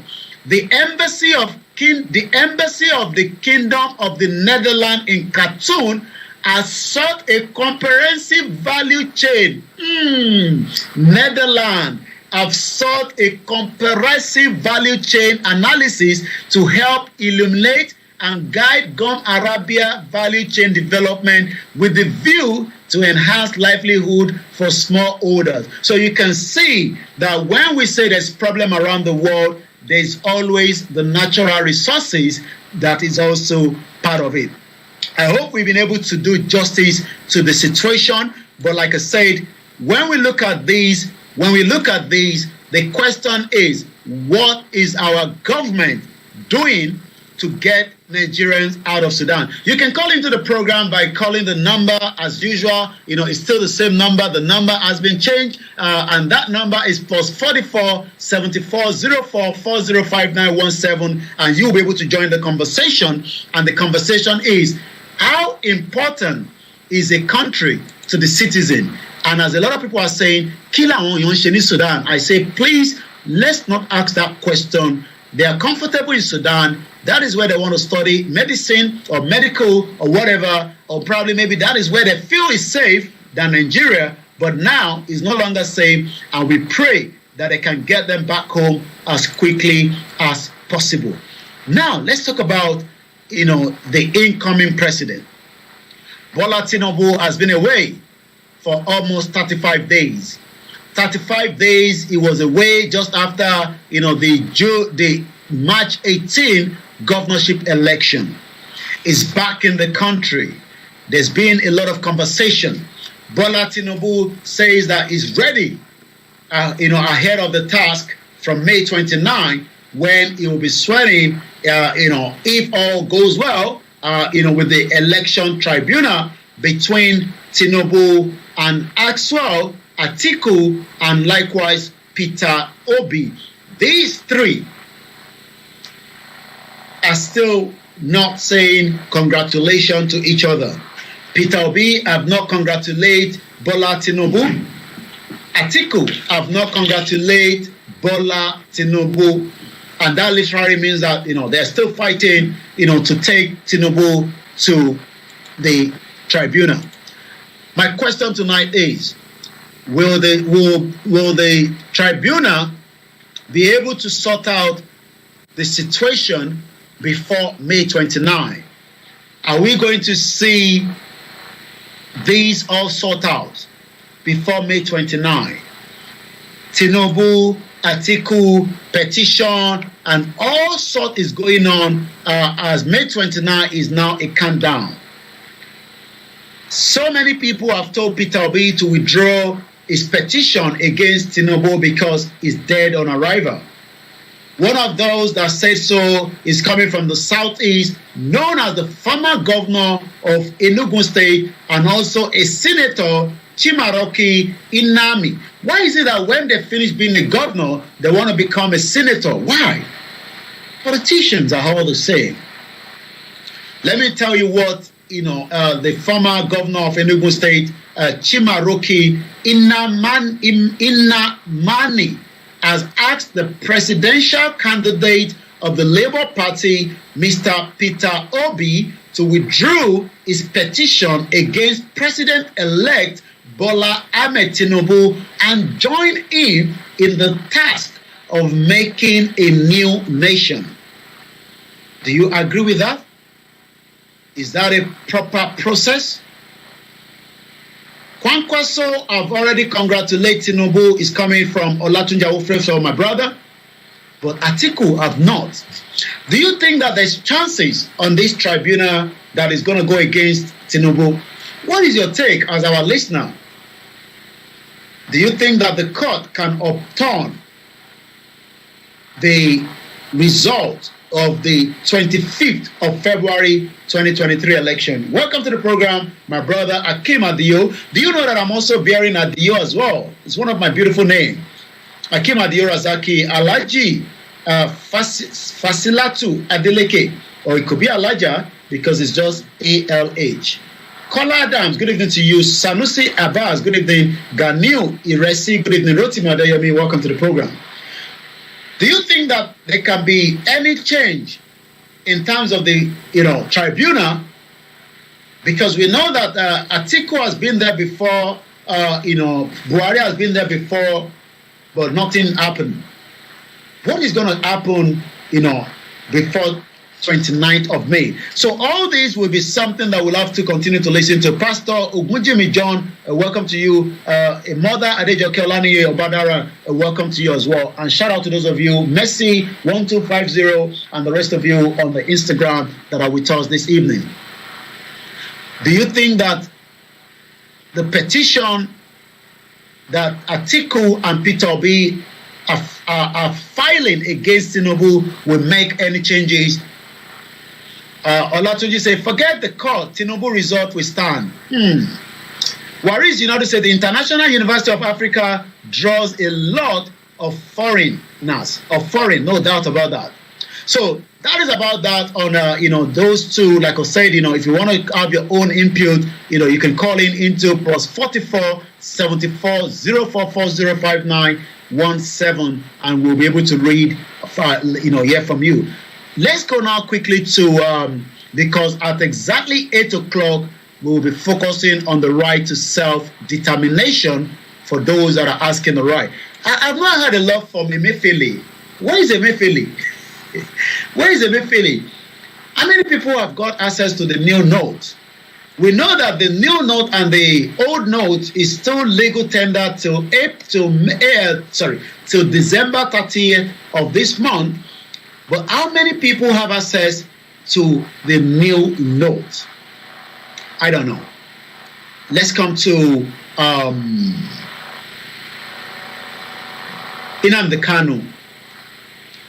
Do you think that Buhari would do anything and allow Nnamdi Kanu to be released? That's number one. If Nnamdi Kanu is not released before Buhari handover, what is going to be Tinubu on Nnamdi Kanu? I know that he's a president, is not meant to interfere with the judicial system. In as much as Buhari is not as well doing the same thing, but we know that the federal government still believe that Nnamdi Kanu has committed an offense against the constitution and the sovereignty of Nigeria. Do you think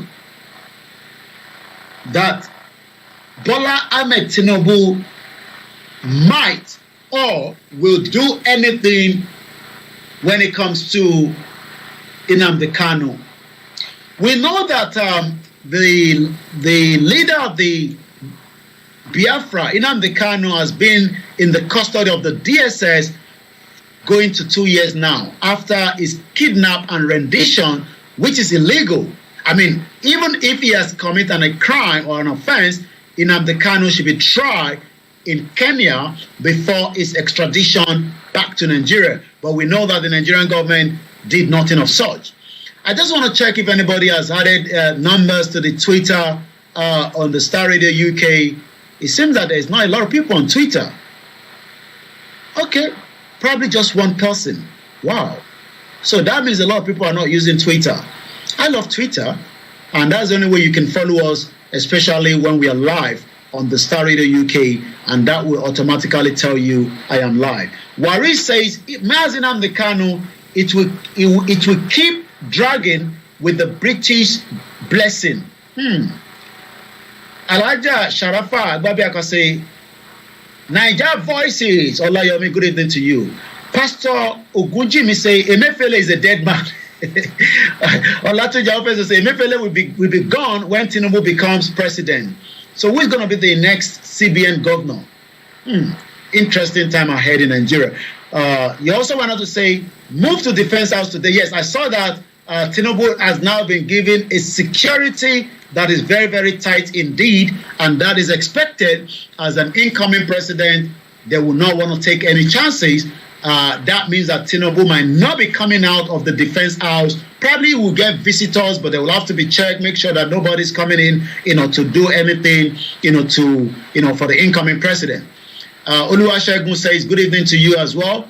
Shoaib Mimo Samuel say good evening to you. At 8 o'clock in about 19 minutes, we'll have discussion on this right to self-determination. Mr. Dennis Dayo Omitogun say Nigeria is already a scattered geographical location. Let every nationality go our own way. If not now, it will occur sometimes. What will you say to my brother here on the YouTube? Our professor says Nigeria will go back to what we call, is it region, 15 region? I don't know how that is going to work. Maybe our brother, our professor can, give us more understanding to how Nigeria will become 15 region, and that will stabilize, some of the issues that we are facing currently in Nigeria. Because my brother, professor, believe that Nigeria will surely get better. I can see Nigeria going back to regional government with at least 15, regional government. So regional government, I understand, is what we got when we had the independent. Mr. Dennis, do you agree with, Mr. Awofeso, that Nigeria will go into regional government? Welcome to you, a mother, Iyadola. The only problem is I don't see this dollar, but I love the name, and welcome to the program, James Peter. I'm still talking about Mazi Nnamdi Kanu. Buhari has about less than 30-something days to hand over to Tinubu. Is Buhari trying to play the devil advocate? I'm just going to manage the issue of Nnamdi Kanu and just let Tinubu deal with it. Is that the game plan? Oluwatobi Olushesi say, I don't know why Nigerian government don't listen to indigenous people. Arresting Nnamdi Kanu is indirectly meaning the indigenous people to shut up. But Nigerian government says that Nnamdi Kanu has committed an offense, even though the court disagree. That also say that Nnamdi Kanu has been kidnapped, rendition back to Nigeria. Good evening to you, a mother and a very, very good mother, Folashade Ojo. Keep the comment coming, even if your comment might not be what you think I'm going to read. Be honest with you, we don't do that on this platform. Even if you are against what we are doing, it is our right to say as it is. Our mother, Grandma Adebimpe Awoni says, Olayomi Koiki, our man standing one. Waris Jinadu say, citizenship is a paper contract that can revoke and terminated. E.g., United Kingdom undermined Mazi Nnamdi Kanu citizenship status during his extradition from Kenya to Abuja. Command pretty scary. Nnamdi Kanu kidnapped from Kenya. Do you think the Nigerian government bribed the Kenya authority?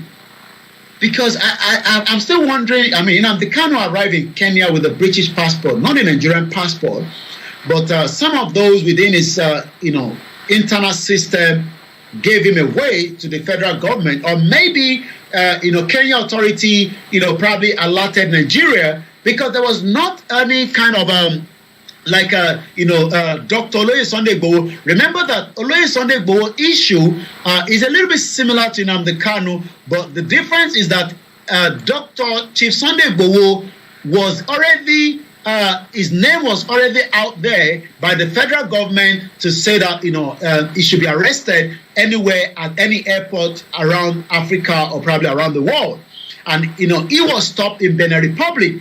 But I'm not sure whether the government had similar maybe I don't know. If anybody's aware of that, please let me know. Mr. Dennis has responded back to me. He says, no way, Mr. Professor, I'm not believing you. This is Mr. Dennis saying, Yoruba nation is a reality and that is the only solution. But Olatunji says, the Nigerian government sees Nnamdi Kanu as another Shekau and a leader of an outlaw IPOB. So which is the reason why they are keeping him? Because remember that the federal government has labeled IPOB as a terrorist organization, I believe in 2017, I'm not too sure. So does that literally mean that because of that, even though the court is already acquitting Nnamdi Kanu, but the Attorney General of the Federation, Malami, still doesn't want Nnamdi Kanu to be released? Idowu Michael say arresting Nnamdi Kanu will create more problem into Nigeria government. Good evening to you, Mas B, and welcome to the program. And I say shout out to everyone that are watching us from around the world. This is still Starr Radio UK. It is what it is. It is at 8 o'clock. We'll be discussing about Onitiri, Dupe Onitiri, and some of our utterances in terms of saying that she's going to be bringing a police uniform into Yoruba country that she created on the online on YouTube 2022 in November. She's also still collecting money as she continued to ask people to donate into some of the account that they're putting out. That has got nothing to do with us. But a lot of our listeners are saying that they would like to retract and take back the petition signed to Dupe Onitiri. And that literally means that about 1 million people that signed the petition from some of our platform are now demanding their petition name to be removed as quickly as possible. So Dupe Onitiri is still in a suit because she has literally taken names. And those that have submitted the names are now saying that they do not want their names anymore with Dupe Onitiri. All this will be discussed, so that don't go anywhere, and that is exactly 12 minutes from now. But for now, you are still listening to Radio UK.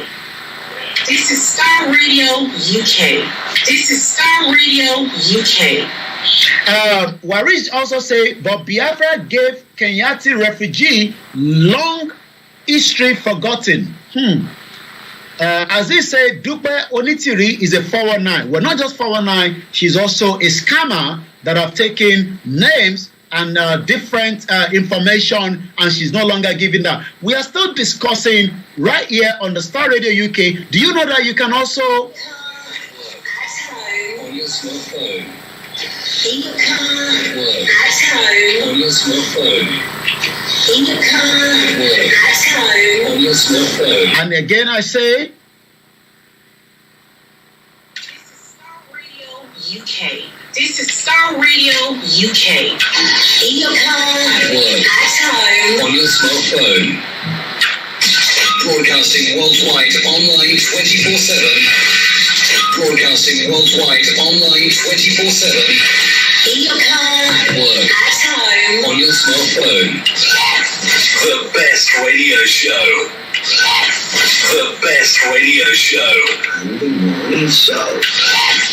The best radio show. Broadcasting worldwide online 24/7.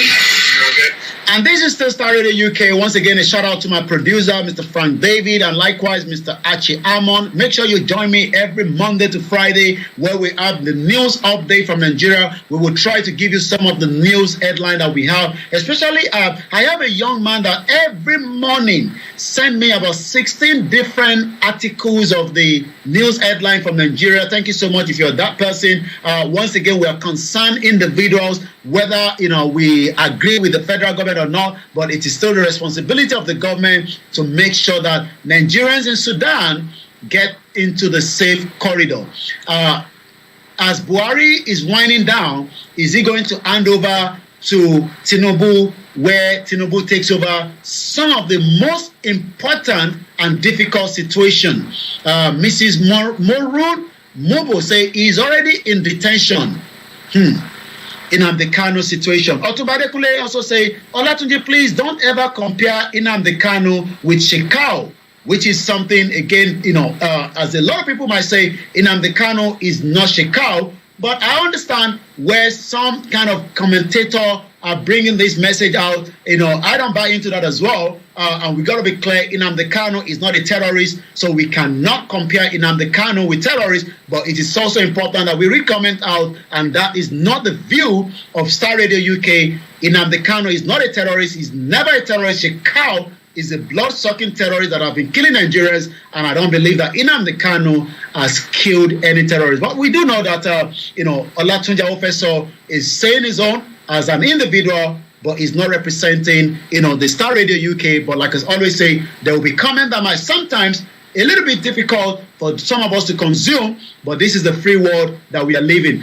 Nnamdi Kanu is not a terrorist. We do know that the Nigerian government from 1967 to 1970 killed about 5 million people from the southeast. That is genocide on its own, and that is why Gowon could not travel to Abia State for a prayer section, because Gowon was a military administration during the period of the war. Now, let's talk about what the new government in exile is talking about when it comes to Simon Ekpa. Mr. Dennis also said, let's not make the woman relevant anymore, but focus on our mission. Yes, we don't want to make her relevant, but like I said, it is still important that we talk about her, because a virus infecting anybody, if you do not have the antidote, if you have virus on your laptop, that laptop will be gone if you do not apply antivirus. Onitiri is not important anymore in the movement. Onitiri is not any leader of the movement. Onitiri came in, even though, as many people thought, she was not going to be what she is, but she ended up being what she is, just as a late husband have done as well, and I'm talking about MQ Abiola. Idowu Michael also went on to say, keeping Nnamdi Kanu into the DSS custody will always bring more fire into Nigerian government. Whether Nigeria like it or not, Nigeria is at the edge of breakup. Olatunji went on to say, regarding Yoruba Nation, they should roll out their manifesto and programs and start their campaign in Yoruba land. They should take the fight to the APC ruling party in Yoruba land. Waris Jinadu says, Biafra and Yoruba nationalism are not terrorists. City Boy says, well done with the good work. I and my family cannot love you less. So keep the comment coming. Adebanjo went on to say, Nigeria is gone forever. Is the blood of innocent is the one that will scatter, asking Nigeria. Once again, keep the comment. Razak said the best solution is the country to fall apart. Even if Nigeria is going to fall apart, how do we expect it to fall apart? I will first believe that we can go back into the regional government, take control back of our own military, our own police, our own security operatives, and that way we can pull out of Nigeria. Some say no, let's have referendum. Some say no. Some say let's push the movement into the Yoruba land through the protests and all that. Okiki Jesu. David, welcome to the program as well. Akiri Michael, good evening to you. Shout out to you, a mother, Morenike Abeke Rahim. And I say good evening once again to Princess Adepimpe Grandma. Now, let's talk about, we know that the Biafra have got their own government in exile set up. And, they have a lot of, people that are in their cabinet. Like I said, time will permit us, we're going to bring them in. I don't know what is government in exile. They're going to have to come and explain to our listeners, so that we can have a clear understanding how they plan, to operate, because government in exile means that something that is operating outside the territory that they're trying to get. Nobody wants civil unrest. Nobody wants civil war. But how are we going to manage the situation where we are now going into the indigenous people conversation for the last half an hour of this program? This program comes to an end at exactly 8:30 on the Starr Radio UK. And as we say, this is the finest African and Caribbean radio station in London. Otumba also went on to say self-determination is not a crime. Now, we will shut down Southeast if governors refuse to release Nnamdi Kanu, Simon Ekpa warns. Let's take that. Simon Ekpa, the minister the Prime Minister of the government in exile of the Biafra, said the Southeast might be shut down for 2 weeks if governors from the region refuse to secure the release of Nnamdi Kanu, who is the leader of the indigenous people of Biafra. According to Simon Ekpa, the warning comes on the heels of President Muhammadu Buhari's refusal to obey court orders requesting the release of Nnamdi Kanu. Ekpa disclosed this on Tuesday, yesterday, in a statement that's read. He said that Kanu's whereabouts have remained unclear, raising serious concern. Let's clear this first. If Nnamdi Kanu is no longer where we were told he is, we know that he has been getting visitation from his legal team. But what Simon Ekpa is saying now is a little bit concerned. Does that mean that Nnamdi Kanu has been moved from the DSS custody? Mr. Dennis went on to say quickly, the virus has already been removed. It's only remained the scar to heal and is healing fastly. Thank you so much. And I believe you are referencing to, Dupe Onitiri. Like I say, we're still going to have a conversation around her, at about 8 o'clock. So let me say this again. If Simon Ekpa is saying that Nnamdi Kanu has been moved, or there is not a concrete evidence to his whereabouts, should that also be raising concern? Are they going to have a shutdown that will have a lot of impact in the Southeast? What is going to be the way forward between the incoming president Bola Ahmed Tinubu and the Biafra? I don't think the Biafra is going to say, okay, he's a Yoruba man there, we're just going to sit back and allow Tinubu to complete his 8 years and we come back when he goes to the north. I believe that they will continue their agitation just as the Yoruba will continue their agitation as well. I believe that if all goes clear, the Yoruba are having what I call another outing of protest next week, Saturday. I say, if all goes as planned. This is going to happen in Ibadan. The information is already out there, but like I said, we will continue to monitor and tell everyone if that protest is going to go ahead next week, Saturday, in Ibadan. I was aware that there was a meeting in Agege of the Yoruba nation, in Agege as well this afternoon. There was a meeting in Okun in Kogi State last week as well. So the Yoruba nation is still a continuity, and we're going to hear a little bit before the end of the program from Professor Adebanji Akintoye with what he said over the weekend, especially when he was asked regarding the interim government that Dupe Onitiri is putting out. Or she also said it's no longer interim government, it's going to be a provisional government, because I did listen to a little bit of what she said yesterday. She said that it's going to be a provisional government. So my question is, the issue of Nnamdi Kanu whereabouts is raising serious concern, according to the Prime Minister in government, the Prime Minister government in exile of the Biafra. Biafran territory may go on a 2 weeks lockdown. Nobody knows when.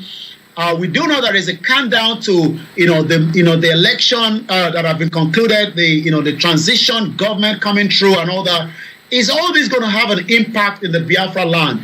There's just a lot of happenings in Nigeria, and all this is not something that we should shy away from. We should discuss it, as a people that doesn't have to fight each other. But that is subject to Buhari did not listen. Is Bola Tinubu going to have a listening ears? Because we know that the reason why Buhari did not listen is when Raleigh was taken to Lagos State, there was a big confrontation, even in the one that ended in Ojota, where individual was killed. Like I said, Nigeria, there's a lot going on. Let me read some of the comment quickly again. Our professor says, is EPA speaking on behalf of the elected politician in the Southeast regarding shutting down the region? Olakunle says, Nnamdi Kanu continued detention will break Nigeria quickly if care is not taken. Adebanjo said, Dupe Omo Onitiri, shot devil woman, the biggest scammer, shot woman. Matthew Adebambo say, Mo, a woman of substance, God bless you. Amen. Those are the people that still believe that Dupe Onitiri, she's doing exactly what God has sent her to do. And we cannot disagree with their view. As long as they are not abusing the Professor Banji Akintoye on our platform and IGBOHO, no problem. They can, put out their message out there and we will read it because that is what they believe in as well. So I believe that, we are living in a world. Yoruba nation leaders should have done their due diligence before accepting Onitiri. Why all this cry is also coming from Tunji Awo-Feso. Keep your comment coming. Like I said, we'll be reading a lot of that as we are now at exactly 29 minutes before the end of the program. I'm still talking about Nnamdi Kanu. Biafra territory will be on a total lockdown for 2 weeks. Nobody knows when that is going to happen. This has become imperative as nobody knows the whereabouts of Nnamdi Kanu after he was discharged. After 2 weeks of lockdown and nothing, we will activate the next strategy that has never been observed in road. We know that Nnamdi Kanu has been kidnapped and renditioned in June 2021 from Kenya after he was handed over or kidnapped back to Nigeria. And his lawyer, Aloy Ejimako, says that Nnamdi Kanu health condition is becoming alarming. Let's move swiftly now to the leader of the social cultural group, Pa Ayo Adebanjo, at 95 years old, believes that Nigeria can still be rescued. Do you agree with him? He endorsed Peter Obi. Peter Obi hasn't been concluded as the president, even though he'll be going for the petition. What is your take with Afenifere? How many people still believe in Afenifere? Prince Ayotunde or Ayotunderi Temi says, I love you, brother. We love you as well. Thank you so much for being part of the program. Let me see if there's any message coming from the Mixer Live tonight as we continue to monitor all your comments. Buhari will not escape the punishment too. But Buhari say if you are disturbing him, he's going to go to Niger Republic. That is coming from Comrade Plan B. Allah Baba say 90% of Nigerians are tired already of Nigeria. Oyeyemi Oladimeji say Yoruba nation not going back, and I believe I've read that already. Once again, keep the comment coming, and like I said, this is the finest African and Caribbean radio station in London. Miss Go say Oloshi Obirin Olakunle say more will die ultimately, and she'll be disgraced out of the Yoruba nation movement. Olori Buruku Obirin, that is coming as well. Once again, Maze Go say Oloshi Obirin, and Olakunle say Olori Buruku Obirin. So let me, come back to Pa Ayo Adebanjo. A lot of us, know him as the leader of Afenifere. My question to every Yoruba is, what is your take with Afenifere? We know that Afenifere have not given their support, not every Afenifere, because Fashoroti gave support to Tinubu, the APC. What is going to be the relationship between Afenifere and Bola Tinubu, the Yoruba man that is elected, quote and unquote, according to INEC, until either upturned by tribunal, but for now he's still the president-elect, and then May 29, if all goes as planned, it will be handed over by President Muhammadu Buhari. So my question to everybody is, Olafeso says, I believe in Afenifere. How many people still believe in Afenifere? Do you believe that they are still on the right track, even though they've never, I don't want to use they've never, they did not endorse Tinubu as the president during the campaign? Do you think so? Omobolaji Abdullahi say, I stand with Professor Banji Akintoye and Chief Sunday IGBOHO. Yoruba nation, no going back. As we are now into the self-determination, the line is still open if you want to call in, and then I'm going to allow that to come through. Olutupo say, Mr. Koiki, well done, sir. Thanks for the good job you're doing. Almighty God will continue, and we bless you in Jesus' name. And I say amen to that as well. Ajayi Patrick Abayomi, good evening to you. Onadiola Fortune, I say good evening to you. Adebanjo has been around.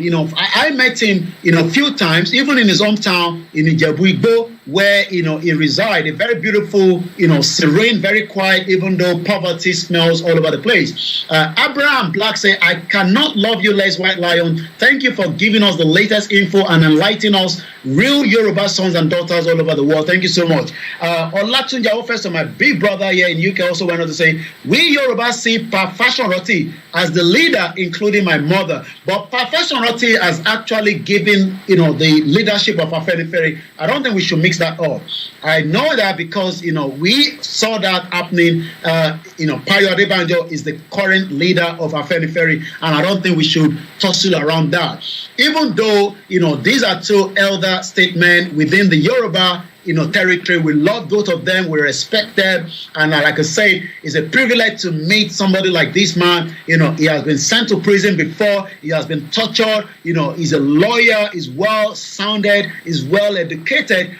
But I'm asking the question, are we going to have a good relationship with the incoming president and Afenifere? Because we know that even though Pa Adebanjo say that he told Tinubu that he's not going to be giving him his support.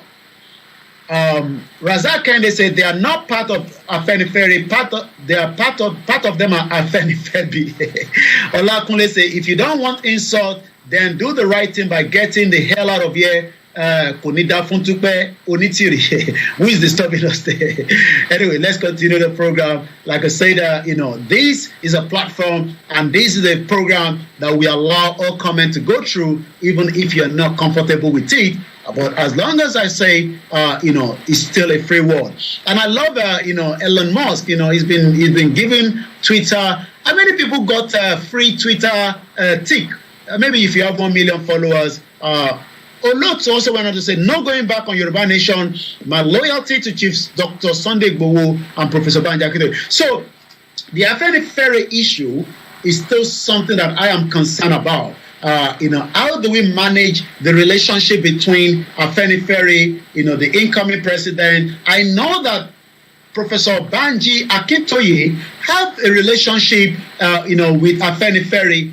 But the question is that how is all this relationship among the Yoruba build a strong Yoruba community, a Yoruba groups, and all sort. I don't know how this is going to happen, but we pray for peace in the Yoruba land as well. Welcome, good evening to you, Mrs. Esther. And as we continue, oh yes, like I said, I'm fully aware that Pa Fashion Roti, you can check that out yourself on Google, because I was aware that, Pa Fashion Roti, gave the mantle to Pa Ayo Adebanjo, and Pa Adebanjo has been the leader of Afenifere. But I know that play politics in between when, Pa Fashion Roti says Afenifere has endorsed Tinubu, and Pa Adebanjo say, no, we have not endorsed Tinubu. That is a politics. Even there was another Afenifere from the north that endorsed, I think, Kwankwaso. So we had 3 Afenifere during the election, and I know all that is just politics as usual, but we believe that, Pa Fashion Roti and Ayo Adebanjo, they're still good Yoruba leaders, and we love every single one of them. Now, let's come back to Professor Banji Akintoye. He spoke on Saturday, and he was very, very clear in the sense that he told the Yoruba people that are campaigning for the right to self-determination that we have nothing to do, with the interim government that is being put together by Dupe Onitiri, and we should try as much as possible, to just, ignore her. And like I said, he is still the leader of the Yoruba self-determination struggle. We're trying to get, the soundtrack of that ready for us.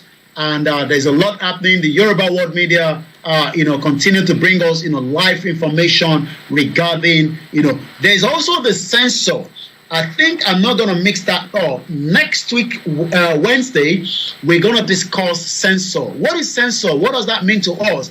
Is it something that Buhari should be doing, or allow Tinubu, the president-elect, to come and deal with it? Why the hurry to put a censor out there is another question that a lot of people are asking. President Muhammadu Buhari wants to bring the censor in before he leaves, power, come May 29. So next week, Wednesday, I'm a sọ̀rọ̀ nípa censor. Fún gbogbo ọmọ Yorùbá, my father there, Dennis Dayo Omitogun, went on to say, Afenifere and others should join hands with Yoruba nation to deliver ourselves from the slavery. Once again, good evening and welcome. So I'm just trying to get the track ready for us, where we're going to listen to Professor Banji Akintoye regarding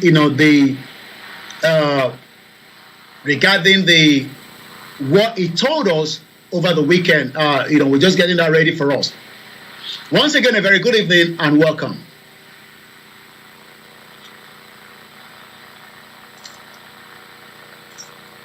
So once again, as we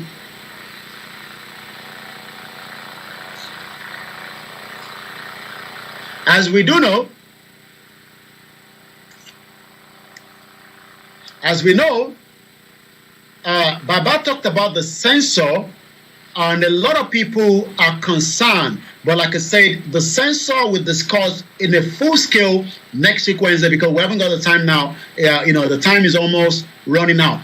But we're going to hear a little bit of what Baba say on the censor, and then we can be able to find out, what we need to know, especially those of us that are agitating for the right to self-determination. So this is coming up in just about a few minutes. Once again, the Professor Banji Akintoye have been telling us about the censor in the last broadcast he had with the Yoruba people next week. And after that, and then when I come back, we'll have time for more headlines. So let's hear from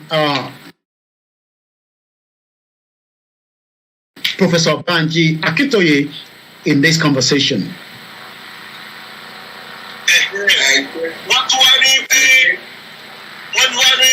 Sensor ni kọ́kọ́ máa ṣe election ni máa ṣáájú sensor ni àbí sensor ni máa ṣáájú election.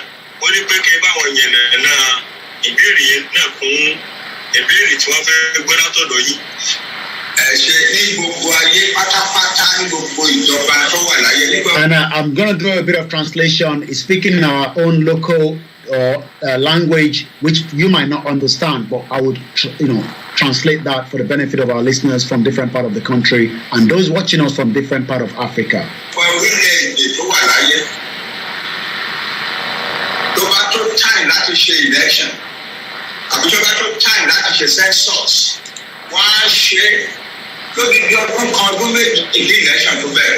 So he's actually saying that for any censor to take place in any part of the world, it would definitely have to be a year before the election. Election has been done in Nigeria, both the presidential election, we now know who the president is, the governorship election, the House of Rep, the senator. But President Muhammadu Buhari wants to put a censor before he hand over on May 29. What is your take on that?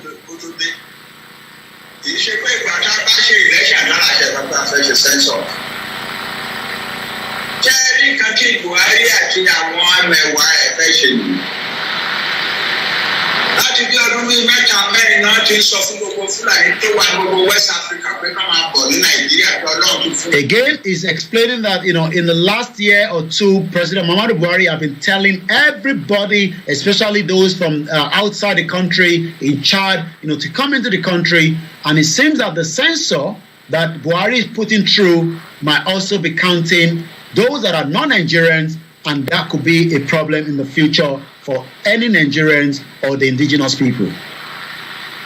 Onílẹ̀ Nàìjíríà kó dìbò wọn kó lórílẹ̀-èdè tí wọ́n nìkan. Wọ́n ní àwọn máa subjugate, àwọn máa kill, maim, destroy, break, and then take over the homelands of the people of Nigeria and turn it into one Fulani homeland. Buhari la inú and a visit to a foreign country, then in Africa, again, he's saying that President Muhammadu Buhari himself said this, in one of his outings in an African country where he said the door is open, for everybody. Is Bola Tinubu going to be able to change these? It might not be, because Buhari would have done the censor. And like I said, I've watched the video where Bola Tinubu, the president-elect, have now been moved to Defense House in Maitama in Abuja for his own security up until May 29.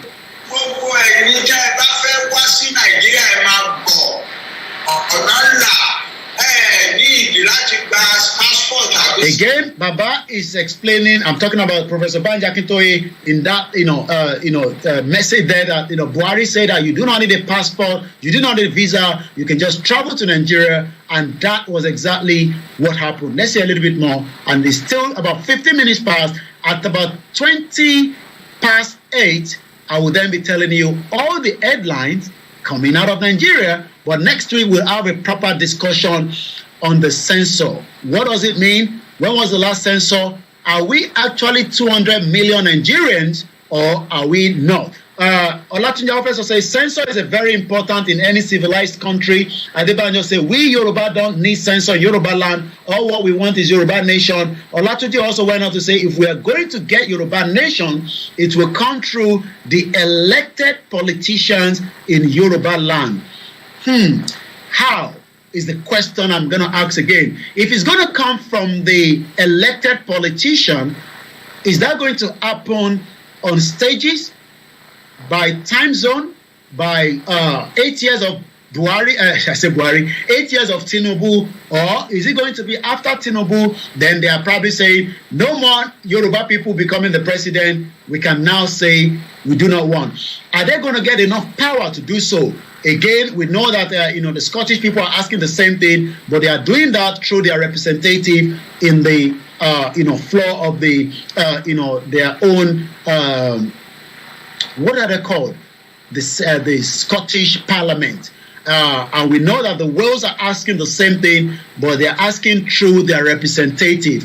I believe what that is our professor is saying. Our professor is saying that if we are going to demand the right to self-determination, it has to come from the Yoruba politicians, and that are those elected. Are they going to do that in the 8 years of Tinubu, or after 8 years of Tinubu in 2031? These are all the questions. Now that Tinubu is going to be the president for 8 years maximum, he cannot come back after 8 years. By 2031, Tinubu will no longer have the opportunity to be the president. Is he going to bring a regional government and expect more region, which is not going to be the southeast, the northeast, and the southeast region? Is it going to be 15 region? All these are still questions that we'll find out when Tinubu settle down, and then this time next year, this question I will be asking somebody like our professor. These are those that believe that Nigeria can still be great again, just as so many people out there as well. Let's hear more from Baba, and then, like I said, in 2 minutes' time, I'll be giving you all the headline before we leave. Just calm, just pack your things and calm. Àwọn Fúlàní dẹ̀jẹ̀ ẹ̀pá àtẹ̀rù wọn ti wá láti gbà yẹn. And they are arriving in their hundreds of thousands. There are more than 30 entry points in northern Nigeria. All are open. And Fulani people are pouring in. Why? Because they don't have to go and apply for a census to any government. They don't have to go and apply for a visa to any embassy. They just pack their things and come. So, should we be concerned that as a citizen of the Federal Republic of Nigeria, if we are traveling to African countries, some of them are very, very strict with their visa. I'm talking about South Africa, Kenya. But Nigeria have just opened the door and allow everyone to come in. Are we going to see the new president coming will restrict that movement so that we can control the economy? Because that also is part of the insecurity. That also is part of the different issues having impact in Nigeria. Is Bola Tinubu going to do all these changes? There's just a lot that Bola Tinubu will have to deal with by the time he gets into the power. That is how far I can take from Baba. And like I said, this is now the time for all the news headline coming out of Nigeria. This is still Starr Radio UK. It is the finest African and Caribbean radio station in London. If you have anything you want us to discuss, you can also send an email to myself at musakalam@gmail.com, or you can send us a WhatsApp at +44 74 0440 5917. We started with the Sudan situation, and like I said, it does not matter whether they are Hausa, whether they are Igbo, whether they are Yoruba. It doesn't matter. Human lives is important, and we expect a safe evacuation of every Nigerian out of Sudan. And then now is the time for me to look at some of those headlines coming out of Nigeria, being the 26th day of April 2023. I'm just about 10 minutes before handing over to my producer back in the studio. But once again, if you've joined us for the very first time, I say welcome to Starr Radio UK. And once again, the best radio show. The best radio show. The morning show. The best radio show.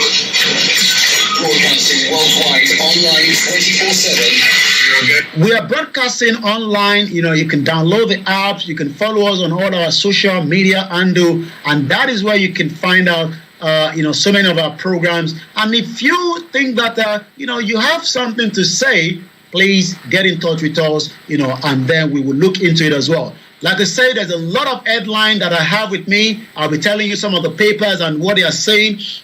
It seems that I didn't know that they were going to talk about Afenifere, but the first paper that I have with me tonight, is the Daily Independent.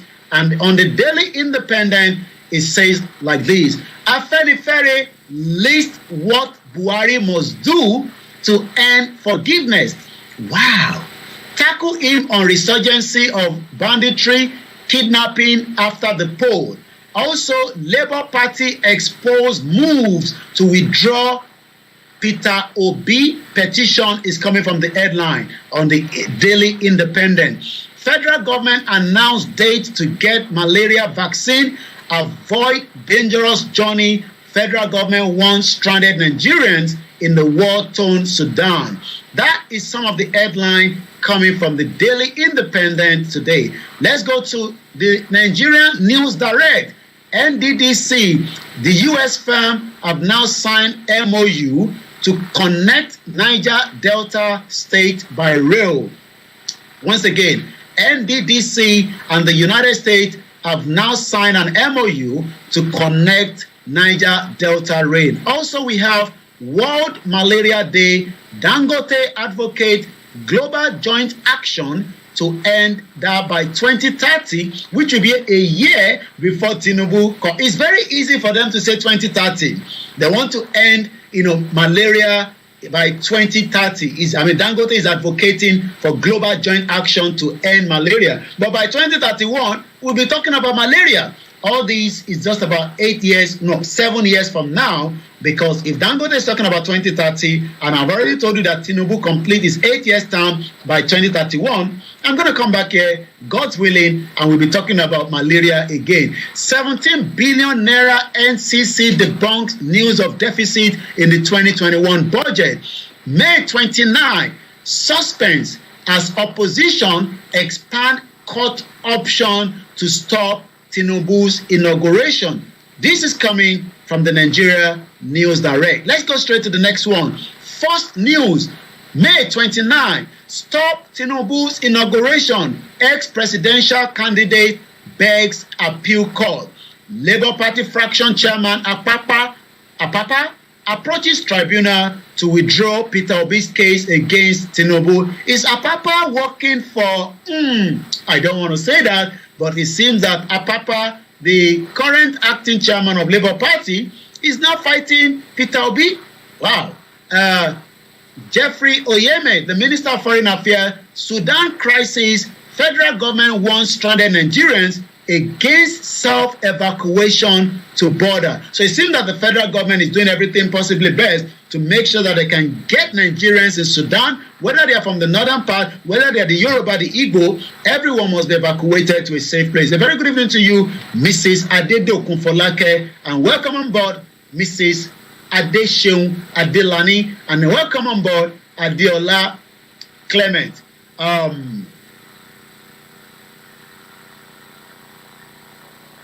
Well, I don't understand what you're saying. Ajayi Patrick, you say you people did not have any business again just because other people. Why you can never pick your business? I don't know what business you're talking about because I don't have any business with you. So I'm not sure what business you're talking about. Good evening to you watching us all the way in Paris. And also I hope Alaji is doing very well. So sometimes your comment needs to be expatiated so that we can know what business. I mean, are you talking about the business in Nigeria? The business of what? I do not understand what you're saying. Right now, there is no referendum in our constitution. Our professor is saying once we have a referendum in Nigeria constitution, it is possible. We won't be able to take any more calls. It's too late now. But the studio number has always been +44 74 044 059 Waris, the one also say from weaponized naira note change to weaponized censor count towards an exiting government in election transition. Well, Buhari wants to do censor. Why appointment of Alaafin son is delayed? We know that Ikuba Bayeye Wawaja, but there have not been any new Alaafin, according to Seyi Makinde, is giving the reason. This is coming from Nigerian Tribune. Disregard Apapa letter seeking withdrawal of Obi's petition against Tinubu, Labour Party tells Tribunal. Joe Biden announced to run a second term at 80 years old. What is your take on that? Wow, interesting time ahead. Veteran journalist Peter Enahoro dies at 88 years old. We pray for his soul to rest in peace. Policeman killed in a clash with the suspected criminals in Ibadan. Ibadan, Imonia, was extremely hot yesterday. We hope situation is now under control. EFCC have arraigned Ondo Speaker and others over allegation of fraud. NAS presiding officer, APC National Working Committee are met to meet today. More trials needed for NAFDAC approved malaria vaccine. All this is coming from the Nigerian Tribune. I have just 3 minutes. I'm going to take one more newspaper, then I'm going to start handing over to my producer, Mr. Frank and Mr. Archie Hammond. Thank you so much to everyone that have contributed, all your comment. If we have missed any of your comment, apology for that. And we hope that you'll be able to join us again same time next week when we are back. The last newspaper says, New Telegraph. CPS investment banks dropped by 21.1%, which is about 429.9 billion naira. Global economic uncertainty pushes oil price below $82 per barrel. The PDP wasted a lot of money during that time. The crude oil was going up to 160, 140, 150, and it seems that money was just wasted. John Ogudele said Yoruba nation, no going back. So May 29 is still part of the main headline. May 29, 2019 presidential candidate files suit to stop Bola Tinubu. Dual citizenship doesn't disqualify anyone born in Nigeria from contesting, and not DOCA. I believe, is saying that to those that are believing that Tinubu has a dual citizenship. Benue IDP won't be counted if censor hold autumn. Wow, why? Sudan crisis, federal government publishes emergency number for trapped Nigerians. Sorry we couldn't get that number ahead of time, but I hope we'll be able to do so in some of our posting, especially for Nigerians that are currently stuck in Sudan. And on that note, I will hand over now back to the studio. Like I say, this is your finest African and Caribbean radio station in London. I'll be back same time next week for where we discuss censor. Censor. Is Buhari right to put the censor just about 30 more days or 30 something days before is changing the government to Tinubu? And are you going to be allowed to be counted? Is the question. All that is coming next week, Wednesday, on the Starr Radio UK, the finest African and Caribbean radio station. As we check out, I say, thank you so much, everyone. Make sure you tune in again. Like I said, I will be back, as we say, next week, Wednesday. But for now, have a very good evening and enjoy the rest of the evening. Starr Radio UK, the finest African and Caribbean radio station in London. And tomorrow at exactly 11 o'clock, I'll be back with the team on the morning show where we'll be discussing headlines and news coming out of Nigeria. This is Starr Radio UK. This is Starr Radio UK. In your car, At work. at home, On your smartphone. Broadcasting worldwide online 24/7. Broadcasting worldwide online 24/7. in your car, At work. at home. On your smartphone. The best radio show. The best radio show. And the morning show. The best radio show. Broadcasting worldwide online 24/7.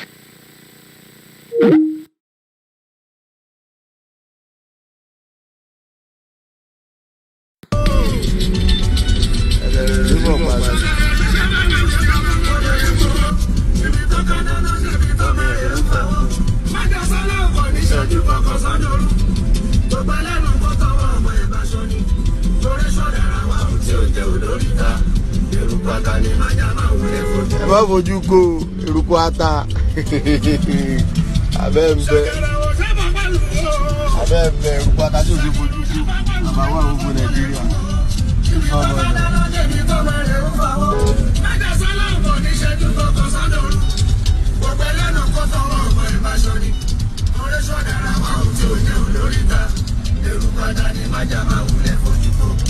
ẹ má fojú ko ata ẹ lójú.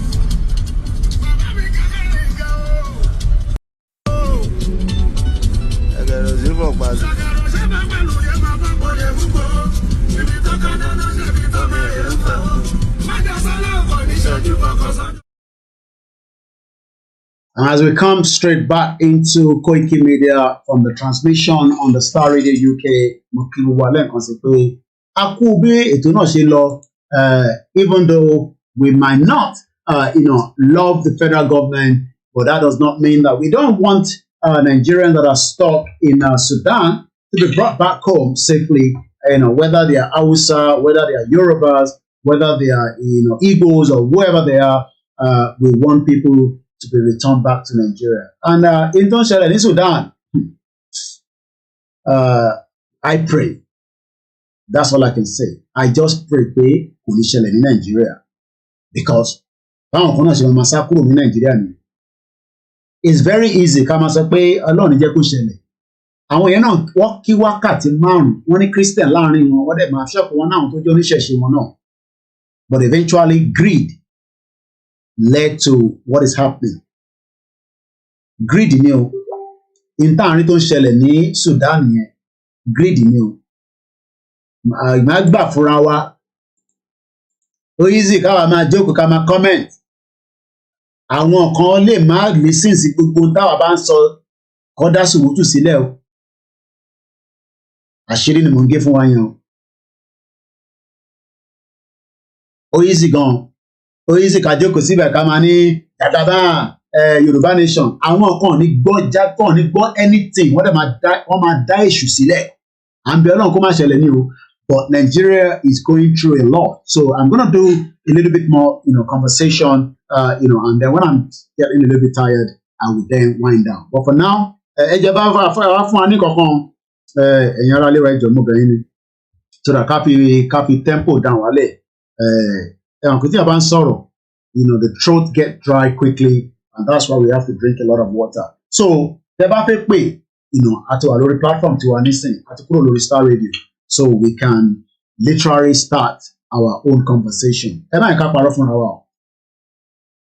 Nigeria tí à ń wò pressure wà nínú ẹ̀ gan. Apart from pé à ń pariwo pa fẹ́ Yorùbá nation. Lọ́dọ̀ àwọn kan ariwo là ń pa. tó bá sún yẹn dákẹ́ okay no problem lójú àwọn kan ariwo là ń pa wọ́n dẹ̀ ní right láti sọ bẹ́ẹ̀ pariwo là ń pa ó dìgbà tí gbogbo ẹ̀ bá di gbàsgbòs tó di gbòsgbàs not literally pé àwọn Yorùbá people àbí Biafra táwọn bá tẹ̀ ń sọ pé a fẹ́ tempo táwọn Biafra bá náà ń fẹ́ tempo kí la máa ṣe sí àwọn ti jagun rí so kò ẹ̀gbọ́n mi àwọn fẹsẹ̀ sọ lẹ́ẹ̀kan pé àwọn witness ogun Biafra àwọn kan náà witness ẹ̀ ogun ọ̀hún bímọ rí wàláì so ẹ pè wọlé tó mọ̀ pa ó dáa páyà àwọn kan máa ń já tábà tí ń ṣe Star Radio èmi náà mo wà níbẹ̀ náà mo yá ń ṣe lòmí níbẹ̀ ẹgbẹ́ òsókè ẹ̀gbọ́n ẹgbẹ́ òsókè ẹ̀gbọ́n ẹ kálẹ̀ ẹ̀yìn Amẹ́ríkà ẹ kálẹ̀ ẹ káàbọ̀ sórí ètò ìdarí ẹ kálẹ̀ ẹ káàbọ̀ sórí ètò. òótọ́ ni ọ̀rọ̀ tẹ̀ sọ yẹn o. oríṣi o àwọn sọ tiwa ni àwọn kan wà tí wọn ní gbọ́n kankan tá à ń sọ. Yorùbá nation Biafra kò dáa kan pín Nàìjíríà ẹ mọ̀ tí ẹ bá rántí pé mo ti sọ lórí ètò rí ìgbà kan pé tí kìíní yẹn bá máa tẹ̀lé àwọn ìyẹn wọn ò tẹ wọ́n lè má jí sọ̀rọ̀ gbogbo àwọn pásítọ̀ táwọn bá kiri. bẹ́ẹ̀ni. àátọ̀ làwọn akàndájọ́ akànbẹ̀ wọn akàn tẹ bá rí ìgbà tí ẹ tẹ̀lé ní Sudan ní 3 weeks ago àbí 2 weeks ago. bẹ́ẹ̀ni. ẹ rí i pé fighter jet kan lana bíi Christmas lókè. kábíyèsí Elédùmarè. wọ́n kàn bẹ̀rẹ̀ sí pọ́ǹpù àwọn commercial airline ní airport. ẹ jẹ́ bí ní kankan kí ló dé tó kọ́kọ́ sáré ṣe yẹn. kí lẹ ń sọ yìí power tọ́sùn ni ẹ mọ̀ pé Russia ti kó sábẹ́ army commander wọn. Amẹ́ríkà ti kó sábẹ́ vice president wọn vice kínní ẹ tó jẹ́ paramilitary. àwọn rapid support force yẹn. so ẹ jẹ́ ń jẹ́ ti dáadáa. ẹ sọ pé àwọn sophisticated gun tí wọ́n lò yẹn ibo ni wọ́n ti rí. wọ́n lè mí sọ mo dáwọn western world yẹn ìyá mi gbé mi lékè àwọn ẹgbẹ́ bá máa tó gbogbo ẹ̀ lójúkọ̀ Nàìjíríà yìí ibi tí trend wọn bá ti lè jẹ lọ ibi tí wọn bá ti trend wọn bá ti lè jẹ lọ tán ti lè rí nǹkan jẹ wọn because reason ni pé Amẹ́ríkà ò fẹ́ káwọn Russia kí wọ́n ní base níbẹ̀ wọ́n náà fẹ́ ká military base níbẹ̀ náà. èmi náà gbọ́ bẹ́ẹ̀. so Amẹ́ríkà tó wá respond ó pẹ́ àwọn Russia wọ́n ti get army commander wọn yẹn. so they only also left fún Amẹ́ríkà ni wọ́n ti grab ọ̀bọ̀ rapid kidnapping pé tó head paramilitary kìíní ẹni ẹ. ẹ̀dẹ̀ wá rí i pé wọ́n in fact wọ́n supply bọ̀bọ̀ ẹ̀ ní enough ammunition láti match up pẹ̀lú báwa army commander yẹn. because bí àǹfọ̀dì ní Sudan bí wọ́n ti ń jà ìbọn bolẹ̀ sọ́dẹ̀ wẹ̀. àwọn pípọ̀ yẹn náà ń jà ìbọn bolẹ̀ at the same time. Data price is one of fly. Everywhere. So we pray Ọlọ́run ní jẹ́ kó rí bẹ́ẹ̀ ní Nàìjíríà. àmì ó àfẹ́gun but ẹ ṣe gan ni. Ọlọ́run ní jẹ́ orí bẹ́ẹ̀ gbogbo ilé gbogbo àìsàn ń gbẹ́nu tó àwọn gbogbo ẹ̀rọ pọ́lítíṣà mi àṣà eré ìdí àjí. àṣà eré ìdí àjí. onírántí wọ́n ṣe kòtò gan pẹ̀lú ọmọ jáde nílé aláì onírántí wọ́n ṣe kòtò ó dáa. Onírántí ẹlòmíì ò ní wọ́n rántí wọn sòkòtò gbogbo àwọn jagaba ẹlòmíì tó bá yìnbọn fún orí ẹlòmíì orí àpọ́ká ọ̀tọ̀ náà mọ̀ jà ríru ẹ̀ṣà. àmì Ọlọ́run àdúrà ló gbà ẹ ṣé gan ni. mo kí gbogbo ẹ̀yin ẹ̀gbọ́n wa káàkiri gbogbo àgbáyé mo kí ẹ̀yin ọ̀jọ̀gbọ́n ẹ̀yin tí ẹni làákàyè àjọ máa ń ṣètò n tó ń lọ lọ́wọ́lọ́wọ́ ní Sudan kò ń ṣe múvì. China, Russia, major Sudan arms race supplier. Let me just say that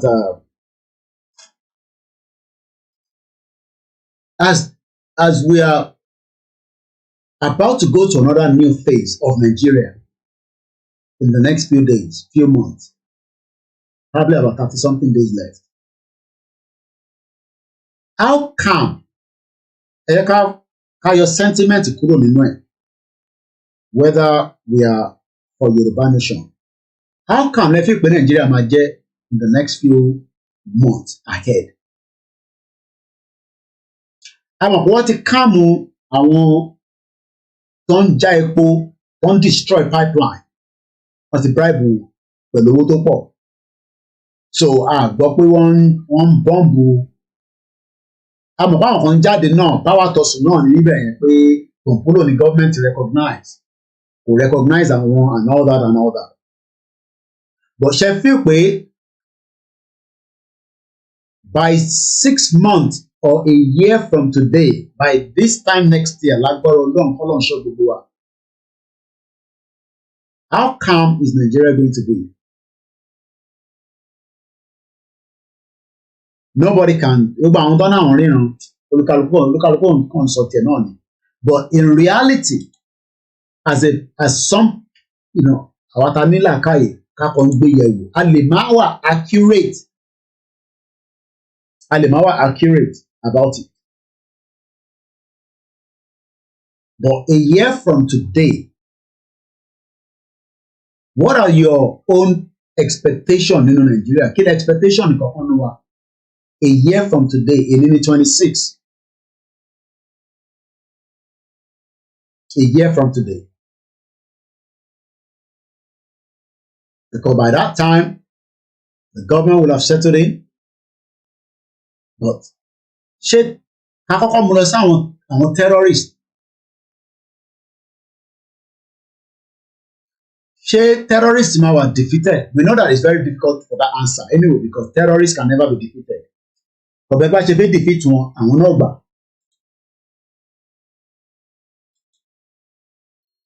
àrólé Odùduwà mo kí only the solution is to break up. Okay.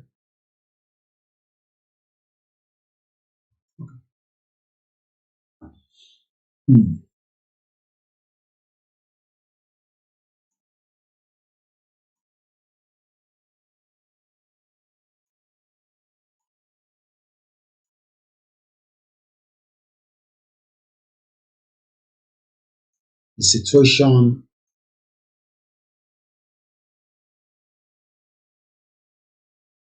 as this side kid was up, nothing is going to happen.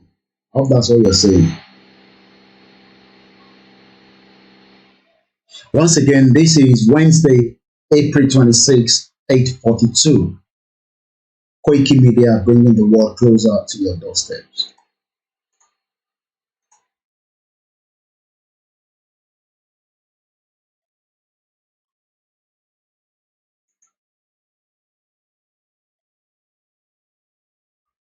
There's a lot of warlord in Nigeria within the military caucus. We know that already. And whether we like it or not, military should need power gone in Nigeria.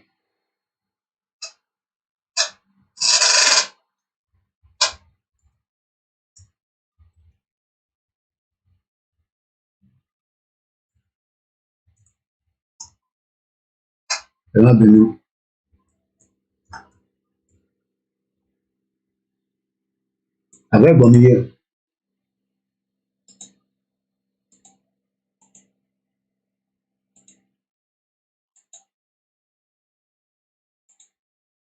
Mo kí gbogbo alẹ́ kan sí. The situation on the ground.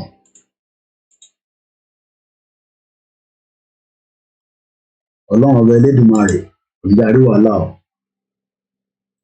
Break up in a peaceful way. I'm okay with Yoruba nation. I'm expecting M1 to happen soon in location 9.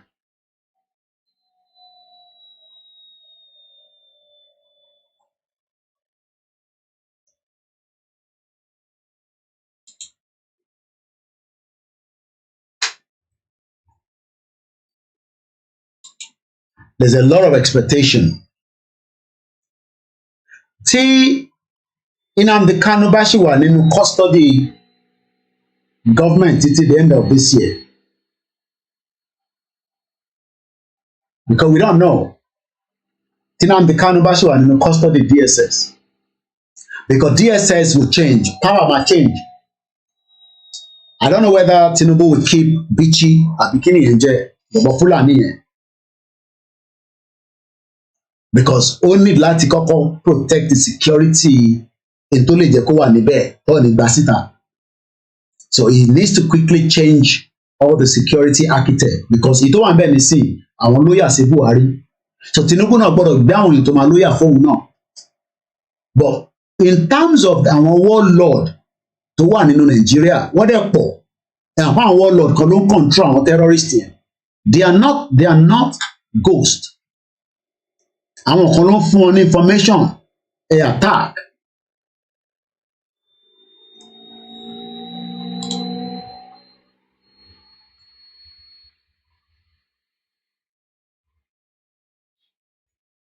There are so many different factions of people operating in Nigeria.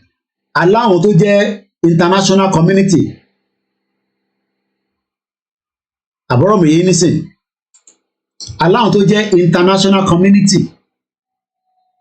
tí wọ́n prefer pé kógun ṣẹlẹ̀ nínú Nigeria kó lè control wa.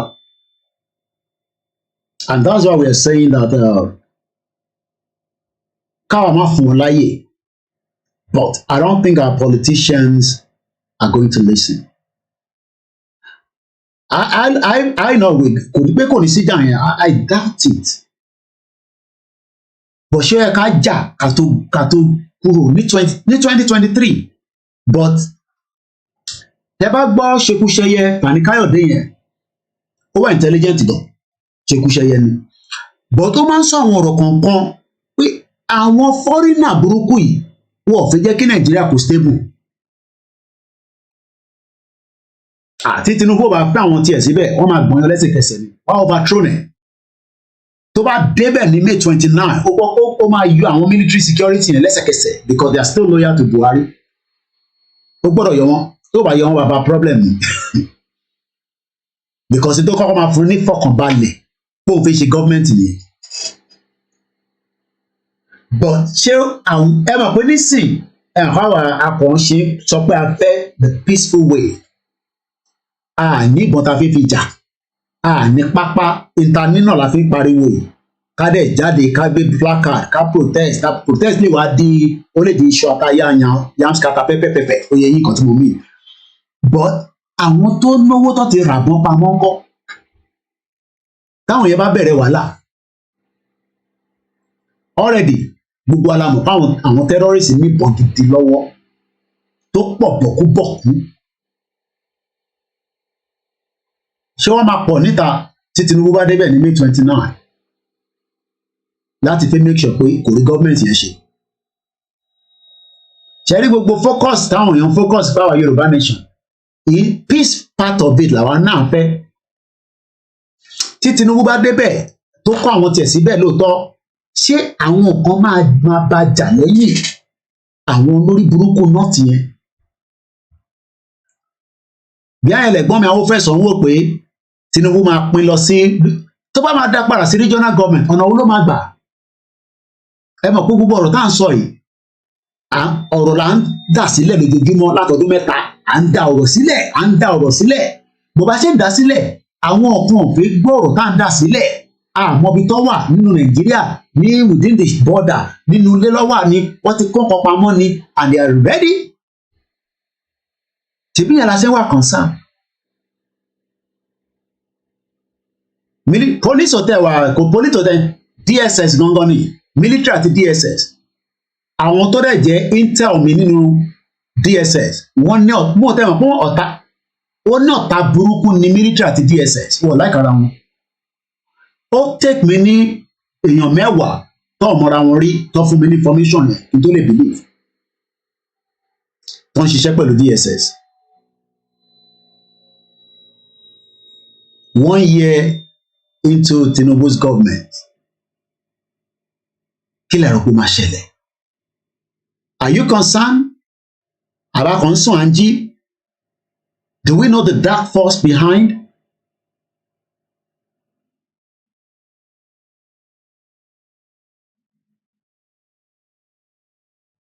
Ìjà mọ àwọn dark force tó wà lẹ́yìn. Ṣé British wà happy bí Tinubu ṣe débẹ̀ yìí?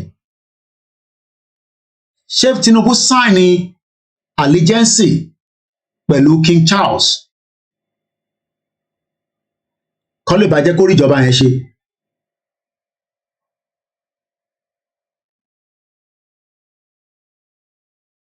Kí la Amẹ́ríkà ń rò lórí ọ̀rọ̀ Nàìjíríà? Kí ni Russia ń rò lórí ọ̀rọ̀ Nàìjíríà? Kí ni China ń rò lórí ọ̀rọ̀ Nàìjíríà? Àwọn tó ń bá wa ro Nàìjíríà kí làwa fúnra wa ta náà ń sọ bá pé lọ yìí tí àwọn kan sọ pé bí eré la gbé dání níta gbé dání yóò ṣeré. Ètò ó le bí ojú ẹja.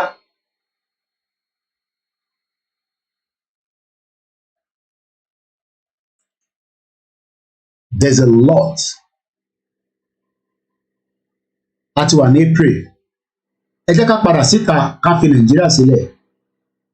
The world tá wà nínú ẹ̀ lénìí, àgbáyé tá wà nínú ẹ̀. Kí lẹ̀yin rò kó fi ṣẹlẹ̀? Ukraine ìjà Ukraine ò mà ti wálẹ̀. Ṣé mọ̀ pé ní last week, I don't know whether that was the bill to reduce pressure. Russia ò jẹ́ kí Ukraine gbé wheat kọjá ní Black Sea. 50 ship wọ́n náà ní gbé kọjá.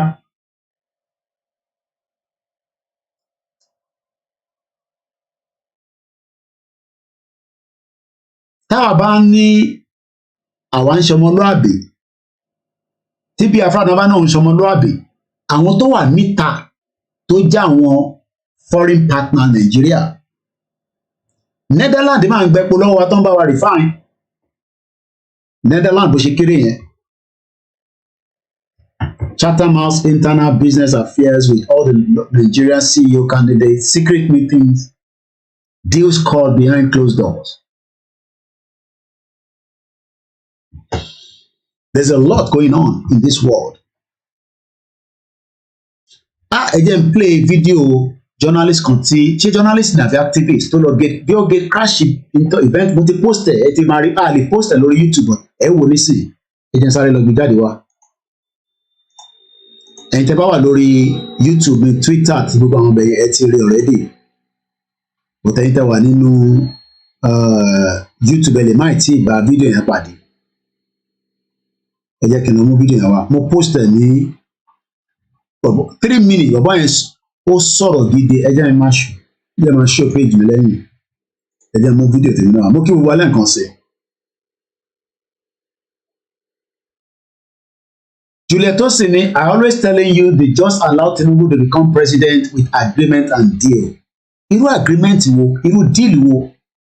Ṣé deal láti keep Nigeria together for some time? Àbí báwo? Once again, mo dúpẹ́ lọ́wọ́ gbogbo àwọn koikimedia team, they are working. Kí ló ṣe Facebook mi tó hàngì nígbà? Kí ló ṣe kẹ́? Mo ń bọ̀ Facebook mi, okay, ó ti padà. Ẹ má bínú ẹ̀ta lórí Instagram. Ààrí Twitter ṣe lẹ́nu ọjọ́ mẹ́ta mi mọ́ wáyé. And I can't be bothered. Wàhálà yẹn ti pọ̀ jù. Tó bá ti wá lórí software, mo kẹ́hìn tẹ́ wà lórí Instagram gan-an. Ìwé àwọn ilé ìkẹ́. Theatre art student induction at Chukwuemeka Odumego Ojukwu University. Okay. This is who we are, gangan. In táwọn ọmọ Igbo bó ṣe this is who they are, indigenous people. But tàbá ṣe gbogbo ilé wa ní kò dáa. Ẹ wo wọn bọ́ yìí fine, beautiful, they are beautiful. In tá à ń sọ lélẹ́yìí, ká pọ́nra wa lé. Ká gbé àṣà wa ga ká má máa sọ pé yẹn kinní kan ò dá ìṣẹ̀ṣe ò dá igbá ò dá àwọn ọmọ Ìgbò náà ní tiwọn tó kò sí nǹkan tó wà tí kò ní sí good tí kò ní sí bad ṣé eléyìí ohun ẹ̀yìn náà ni àṣírí kan báyìí kò ń ṣe pé ojoojúmọ́ náà làwọn máa dírẹ́sì báyìí but at least Ọlọ́run ọba Elédùmarè mo kí n lẹ́ẹ̀kan sí olórí mo fẹ́ lọ mọ́ pé my sister is live Yorùbá wuyì. Àní fi dúpọ̀ ní tirọ́ sílẹ̀ lẹ́yìn bọ̀tọ́ àwọn afi di April àwọn ọmọ wind down lọ́dọ̀ tiwa ẹ jẹ́ lọ mú fídíò yẹn wá. Ṣé bàbá níbo làwọn ọmọ yìí ti rí píkṣọ̀ yìí náà torí ọlọ́ ọmọ àkẹlọmọ ibo ló ti rí picture ṣé bàbá ìjáde báyìí ṣé Buhari náà ti sóhun dead or alive ẹ jẹ́ ká wo fídíò yìí. More harsh because it's a policy and press. Mo máa dìde lórí dẹ́sìkì mi 3 minutes ní fídíò yẹn kémi náà kí n lọ stretch ẹsẹ̀ yẹn ti ju wà lórí ìjókòó. Check my first comment. I was telling you the just mo ti kà ṣé kan tó wà before that ni. Mo ń bọ̀ ẹ jẹ́ ká gbọ́ ilé mo ń padà bọ̀ lórí ìjókòó mi. Hall event, so shouldn't we be talking about the Nord Stream since that's the biggest story of the century? And you guys, you know, I mean, you have the executive editor of the New York Times there who came out with a phony story to try and block Seymour Hersh. It's just kind of funny how that happened, you know? I mean, did you even acknowledge Seymour Hersh? All of you are executive editors of papers that broke Pentagon, My Lai, Watergate. Is this the same papers or not? I mean, is there anything you've gotten right in the last 20 years, or am I mistaken about that? I mean, it's just kind of funny because Iraq, wrong. Syria, wrong. Russiagate, really wrong. Okay, I mean, the list goes on and on. So the last thing you could do to try and actually fix your reputation is acknowledge that through leaks, we had to find out that Zelensky was going to bomb Moscow on the anniversary. I mean, if you're so impartial, shouldn't you at least say, right, that Zelensky was going to bring us on the verge of World War III? That seems pretty fair. While Julian Assange rots in prison, all of you got, you know, fat checks because he's in jail for doing your job. And you know what? Tucker Carlson ain't no Seymour Hersh, but he did something you guys are scared to do. Speak the truth and actually be critical of the war, which is why he was actually fired from Fox, because you are all cowards. Every single one of you. None of you have actually had any relevancy. And you know what? The mainstream press is now dying. Nobody's ever going to listen to you again. You have no credibility with the public. The only people who care about what you have to say are elite assholes who have nothing productive to say anymore. And it's dying off. So, will you at least say something, either about Nord Stream or Ukraine or the fact...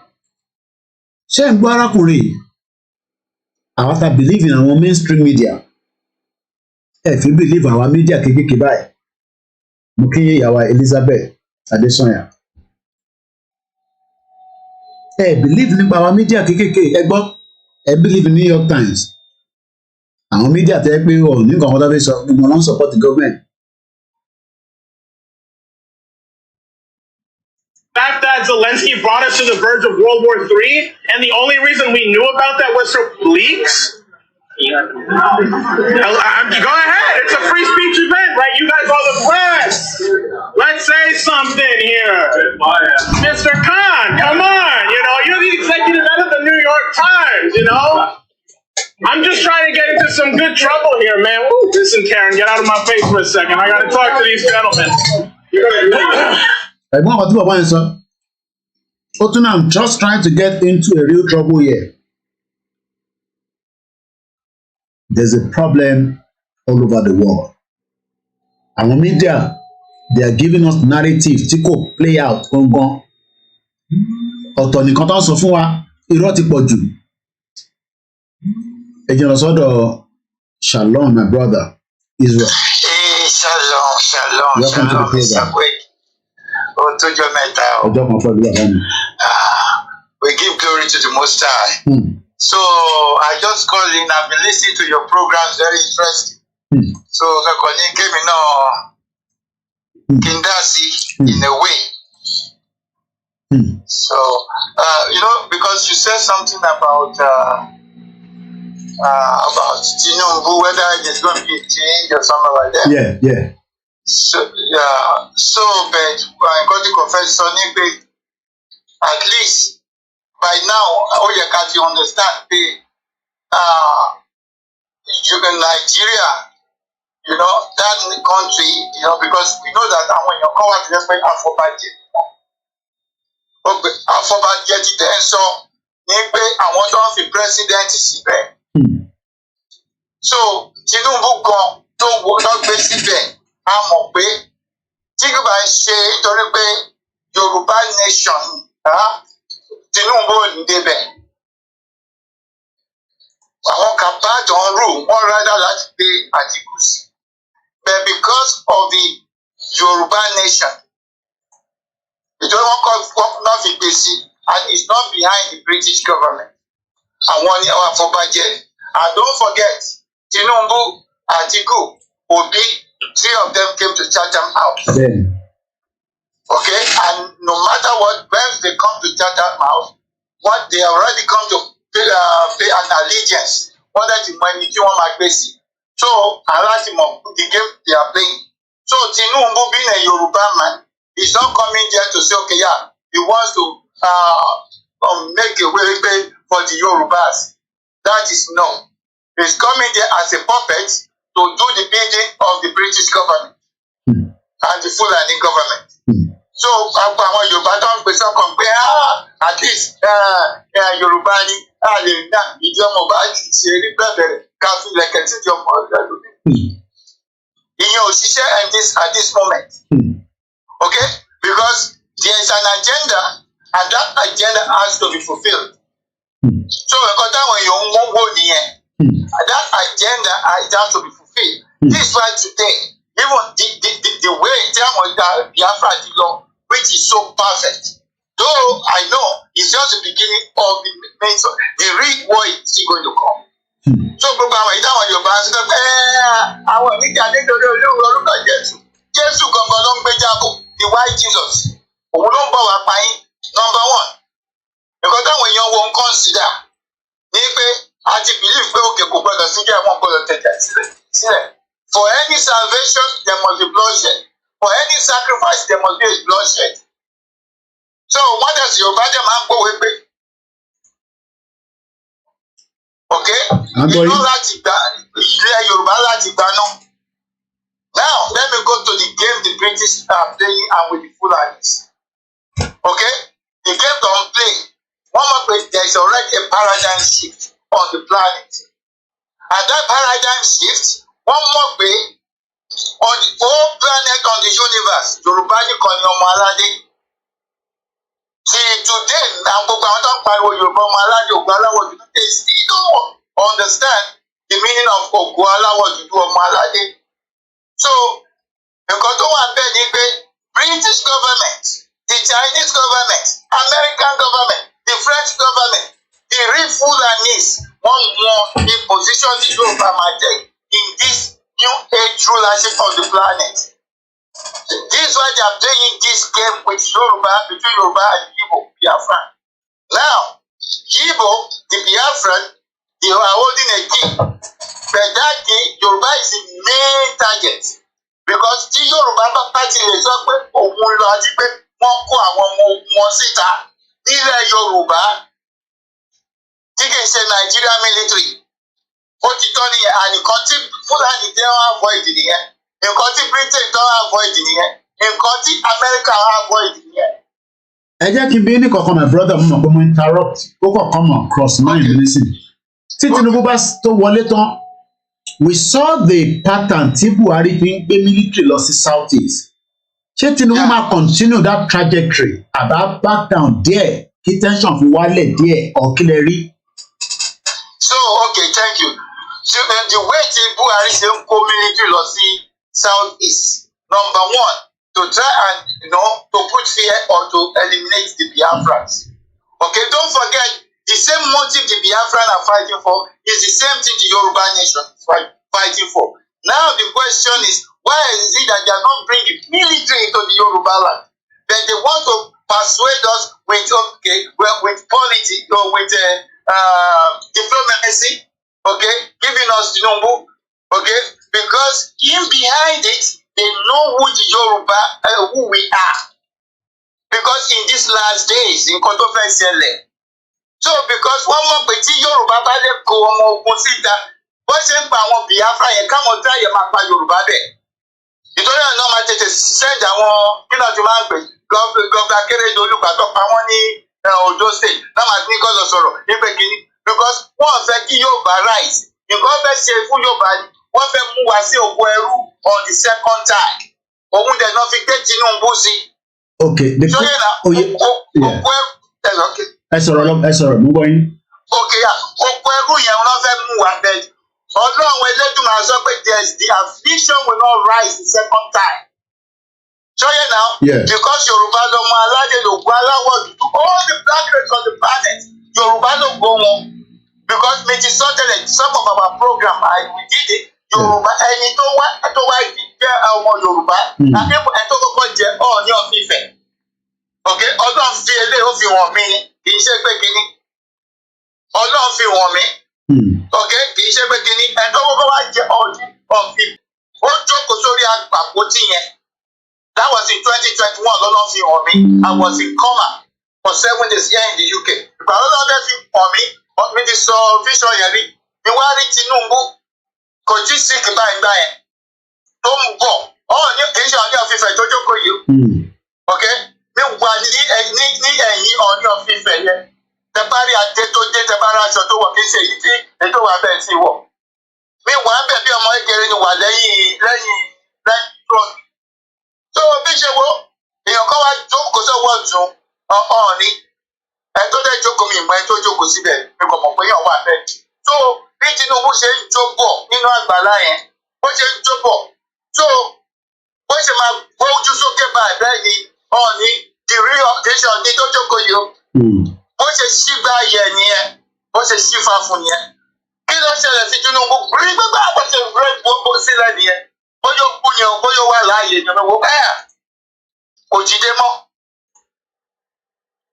Lẹ́yìn ìjọ méje tọ́lọ́ máa fún mi ní ìmọ̀ mi padà because I was in coma here in London for 7 days. Lẹ́yìn ìjọ méje tí máa jí mi wá tí máa bèrè ọ̀hún yàrá Tinubu kan owó ọmọ bẹ́ẹ̀ wọ́n wá sọ pé wọ́n rush ẹ̀ wá sí Britain.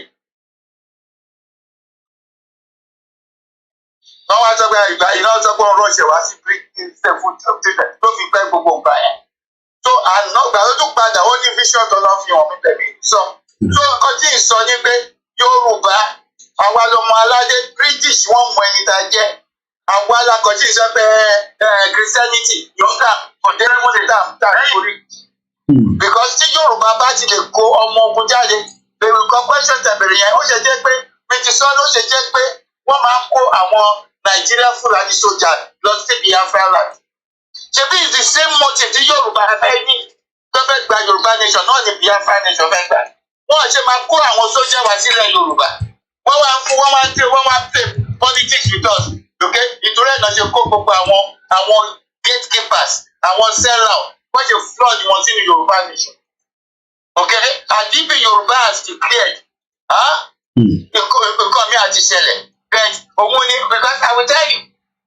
Ìgbà tí there was a time tí professor yìí tó wà lè tó after Baba Baji kí orúkọ professor Adéníran to government development ìgbà tí bàbá yẹn make statement gan about 6 months ago because the meeting wà níbẹ̀ I know the way all this sell out don't ṣiṣẹ́ fún British government and Fulani government we know when they talk okay this man made a statement ìgbà yẹn ni gbogbo ìgbà yẹn láti ń plan gbòógì Yorùbá máa di pé bàbá yẹn wà lára tó sọ pé tí Yorùbá bá jí kẹsàn mọ̀ pé Nàìjíríà wọn ní gọọmenti wọn mílítì máa wọlé yóò pé ìwọ bàbá yìí irú statement yìí ẹ̀mí ti gbọ́ dáadáa statement bàbá mi dẹ̀ sọ fún brother mi tó wà ní prison nígbà tí yìí náà sọ pé no that man òkè wọ́n ràn wá ni wọ́n ti rán dúpọ̀ oníjìrí wá wọ́n dẹ̀ sì pọ̀ láàrin wá ń bẹ̀. So because tí sọ pé wọ́n mọ ẹni tí Yorùbá jẹ́ British doesn't mind billions of pounds tó fi rán sọ fún àwọn tí wọ́n wá ń da agbo Yorùbá nation and àfọ̀pẹ́pẹ́ lẹ́jùmọ̀ rẹ̀ tó lọ fi wọ́n hàn because ẹni tó lọ fi wọ̀n mí okay more than 3 months ago wípé òun ló máa gba Yorùbá lẹ́wọ̀n máa dìgbà òun ni bàbá Bánjí àti Ìgbòho bàbá Bánjí ló dẹ̀ ọkọ̀ sọ pé Ìgbòho yá bọ́sọ̀nà ìgbà tí Ìgbòho dẹ̀ lanu Mr. Koiki mi ní sọ nǹkan tó ṣẹlẹ̀ so jẹ́rí nǹkan tó wà bẹ́ẹ̀ ni pé àwọn èèyàn wa ẹgbàgbé ẹ̀rí pé kìíní kẹ̀kẹ́ má jáyà okay British àti Fúlàní gan wọ́n bẹ̀rù Yorùbá ju Biafra lọ so nǹkan tó kọ́ fi mú wa ni is that diplomacy Ìjọba ṣe gbé Tinubu wọlé. Tinubu tó yẹ pé anytime ló máa bú. Kì í ṣe pé kíni, I will say it. Okay, kì í ṣe pé kíni. Okay, wọ́n ti prepare another Fulani man to come in. So this is just, and that is a game they play, but they will not succeed because the time is running late for this one because Awani Ogwara wants to do the rulership of the planet. Don't pause it. The new age. No, okay, and Yoruba no ma rule. Britain don't try to avoid it here. Although we will save the house of Judah for Awani Mwalade. So nǹkan tí wọ́n ń try láti ṣe tí wọ́n fẹ́ kó tó jáwọ́ lẹ Yorùbá nìyẹn. Ẹ̀wọ̀n iná ìgbà tí wọ́n kọ́ tí akọ́kọ́ ní Àmọ̀tẹ́kùn. Everybody were happy, the Yorùbás. State operating the south on Àmọ̀tẹ́kùn. Why? Because wọ́n mọ nǹkan tó mi. Àmọ̀tẹ́kùn is there in the prophecy. Bẹ̀rẹ̀ ọlọ́kọ̀ fi try àwọn èèyàn wá. So nǹkan wà bẹ́ẹ̀ then let's go to what is happening in the world today. Gbogbo àwọn ogun tó sọ pé Russia-Ukraine war. We said it before. Russia-Ukraine war, then we talk about America, China, Taiwan, then China, America. Now we come to Sudan. Now my question is, Sudan, we have Northern Sudan and Southern Sudan. Then, if Sudan, is it Northern Sudan that are fighting themselves, or Northern Sudan and Southern Sudan? So the question is, how we do general? Will be fighting themselves not South and North, just in the Northern Sudan. It does not make sense. These are just the rumors of war. Don't forget, West Africa is being surrounded at this time. By the British, America, and the Europeans. You don't even say not Asia more proxy wars because one fair eliminate and they want to take us into slavery. And Fulani is one of their agents among us. Because Fulani on Sharawa, ó yẹ ká ti mọ̀ láti jọ ẹ̀. Fulani on Sharawa, Fulani pa Igbo, ó pa Hausa, ó pa Yorùbá, ó pa Benin, ó pa àwọn Méjìlá, ó pa àwọn Benue. And wọ́n ti arrest no Fulani, wọ́n ti sentence anyone to death. So the question is that why can't we reason? Okay, now the British last year we did a program. They went last year to meet autumn. No, they tried to make the war in the situation in Nigeria that is a religious war. This is not religious war. Yeah, Monoti, I remember. That's what we did. Yeah, I remember. Yeah. So this is not a religious war. This battle is the battle of rulership of the planet. There is a race of people that is coming to rulership, and the race are the people of children of Israel, and what company the Israelites. Kì í ṣe àwọn tí wọ́n ń dé fìlà kékeré tó ń ṣe ìrànú yẹn. Àwọn agbọ̀ngbọ̀n ni Yorùbá dé ní the head tribe. So Yorùbá ní the head tribe of the house of Israel. Òjò ìlú máa sọ ọmọ aládé òkùnà ògùn aláwọ̀ dúdú ọ̀pá àìsàn kò ní kúrò lọ́wọ́ Judah. Judah just mean in Portuguese Aguda and Judah. Ìgbà táwọn Portuguese kọ́kọ́ wá tó wá kó wa lẹ́rú. Lọ́wọ́ àwọn ọmọ Judah rèé. Wọ́n ṣe rẹ́pẹ́ Àjúdà tó rẹ̀ ní Republic of Benin. Owida is Judah in French language. Ṣé báwa náà làwọn abẹ́ Yorùbá? Gbogbo àwọn little district àwọn èèyàn tó wọ́n ṣe research yẹn. But we just put Christianity, we put Islam into on our head. We don't do research because all of us we discontinue from our heritage. How did we get to West Africa? We got to West Africa. In 70 AD was when we left Jerusalem. 70 AD, go and we don't get them to the research. Okay, 70 AD, and in 470 AD, 512 BC, the first set of Yoruba, they left the Fulani slavery. Okay, that was then the Assyria. We left. They also went to West Africa. This is why you see Gbogbo area become Sahel region. Okay, was Gbogbo Akwala ni Gbogbo bẹ̀yẹ yìí for ancient time. Because one bá wa jà wọ́n pa la fi ń sáwá sílẹ̀ la wá sílẹ̀ pẹ̀lú àwọn Ghana àwọn Gambia ṣe báwọn náà tún wá kó wa lẹ́rù. So gbogbo àwọn research yìí wà ń bẹ̀ gbogbo ẹ̀ ló wà nínú Bible. Bible is not a Christian book. Bible is not a religious book. All the prophets in the Bible they are black men. Wọ́n Ifá wà nù Bible. Okay? Àwọn tó ń súnpọ̀, àwa là ń súnpọ̀. Tí ọkùnrin tó bá fẹ́ yàwó tí yàwó yóò bá bímọ, òkè tó bá kú, wọ́n á ní kí àbúrò àbí fámìlì ẹ̀ kó fẹ́ yàwó ẹ̀ kó bímọ fún ọkọ ẹ̀ tó kú tàbá àbúrò ẹ̀gbọ́n ẹ̀. So àwọn wo náà tẹ epo sórí òkúta? Àwa là ń ṣe. Àwọn wo náà ń bíbejì jù? Yorùbá ló ń bíbejì jù. Gbogbo ẹ̀ ló wà ní Báíbù. So gbogbo àwọn kíníkù àwọn èèyàn wa ti sọnù to the point rẹ pé àmọ́ ẹni tá a jẹ́ mọ́. Okay? Fúlàní máa gbó, a máa sá lọ. Bẹ́ẹ̀ àwọn tí wọ́n kó wa lẹ́rú, wọ́n dúró wọn fẹ́ ká dìde. Yorùbá gbogbo ni wọ́n fẹ́ kó péré. Tó o kó ẹrú yẹn náà fẹ́ mú wa mọ́. Pé ó kì í everything àwọn èèyàn sọ pé àwọn ó máa da in the name of Jesus, in the name of why Jesus, ó máa da. Wọ́n ẹ pé why Jesus. Why Jesus tẹ́ ẹ pé àwọn tó wà ní Europe bí wọ́n pé why Jesus. Wọ́n pé Jesus. Benin majority of them wọ́n wà club. Majority wọn ti lọ rock. Ẹ̀yin tẹ́ ẹ pé Jesus, you are not safe. Ẹ̀yin rẹ̀ ń bẹ ṣiṣẹ́ 24/7 ní Europe bíbá. Our people are so destroyed to the point. Wọ́n fún wa ní Christianity. You don't ask question. Okay, now the Russia-Ukraine war. Okay, Mr. Koiki, I will tell you one thing. February last year, was it not when the Prime Minister of Britain was about to coronavirus more? February last year, between January and February. Okay, if the coronavirus take over long, because coronavirus COVID-19 is a code, take over long, they will jump to Plan B. Okay, the question is, did he mention anything about the Plan B? He never made mention about it. Because after a week or two, what happened? Russia and Ukraine was started. That is the Plan B. Because the majority of our people, they are not taking the vaccine. The vaccination, okay, is what they want to use. Because this is what they call biological warfare. Okay? We are being targeted.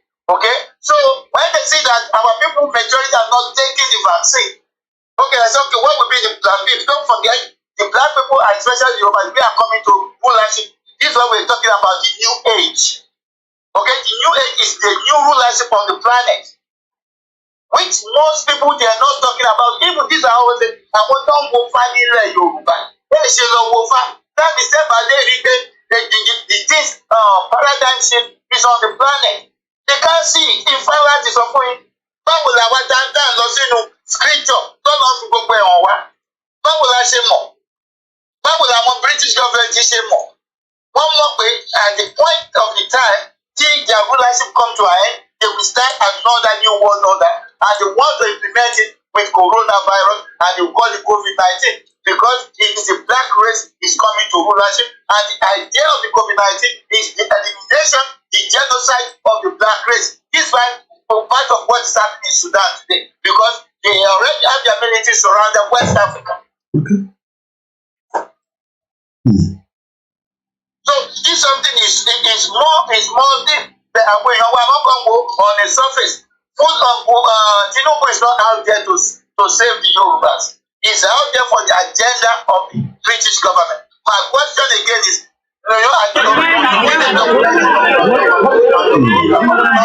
some time ago, see Eco Atlantic City. See the way they are pumping money there. They are building the biggest American embassy on the sea. In the land of the Yorubas, in the land of the Judah. Something like this happened in the ancient times. Okay? It is just an idea of taking over our land. Okay, this is what they know because what they are doing, and just again, the refinery don't build, they build. It is the West that are building it. Okay? Because what they are doing is a taking over strategy. Okay, this is what they are doing because it's a genocide of our people. I will tell you a secret. If you see what is going on Gravitas, on all those news there, on Sky News, you will see there's something going on about evacuation. Now they're taking evacuation from Sudan. It's a code. The white people, they are evacuating now. They are evacuating their children to go and hide away because the government said it. This is why there's the prevalent appearance of the UFOs. Okay, these are the chariots of God. Because we the black people, do we have nuclear power? We don't have. But we are a nuclear people. So wọ́n mọ gbogbo àṣírí wọn yẹn because everywhere máa tó gbà náà. Everywhere máa tó gbà náà. Thank you so much. So, yeah, we thank the Most High God. We thank the Most High God because àwọn náà fún wa ní ìmọ̀. Àwọn agbọ̀ngàn ọmọ aládé, Yorùbá láti dìde.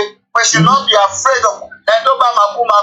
But Ọlọ́run sọ pé in this last day, kò sí irun ẹyọ kan tó máa jábọ́ láàárín àwọn ọmọ Ísírẹ́lì. So ẹni tó bá máa kú. So àwọn àṣírí pọ̀. So that I like to come more focused. Okay. You know, we just have to follow what Biafra they did. Okay. You know, because God praises my idea to give other people chance to talk. All right. Thank you so much. Thank you, Mr. Gweki. I know the energy is changing. There's no doubt about that. Everybody energy will change. Ẹ̀wọ̀n tí Sankara saw years back. No true social revolution without the liberation of women. And there's another one here by Winston Churchill. Whoever, let me see if I can get that properly. I know you can say it because, okay, actually read here because background machine show. Only whoever fails to plan is planning to fail. So that I believe was put out by Winston Churchill. Ẹ̀rù bà àwọn òyìnbó gan kò sọgbọ́n ẹ̀. They are very scared. Because wọ́n mọ tó ń bọ̀. Mo fẹ́ ká wo fídíò yìí. Mo ń bọ̀. Ẹ jẹ́ release audio. Only 2 horses has arrived.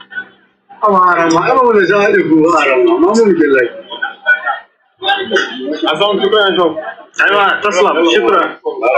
يقول أحسن ذات.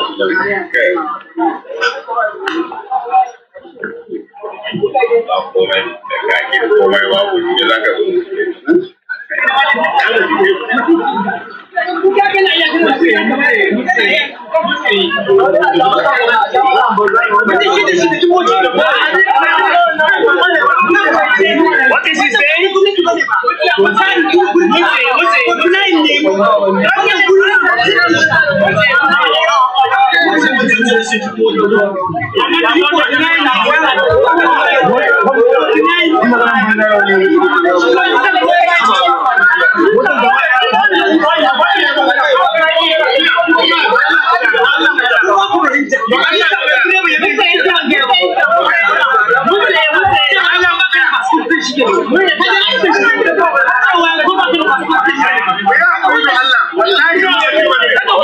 Ṣé pé ogun tán sọ àgbọ̀n kankan rárá?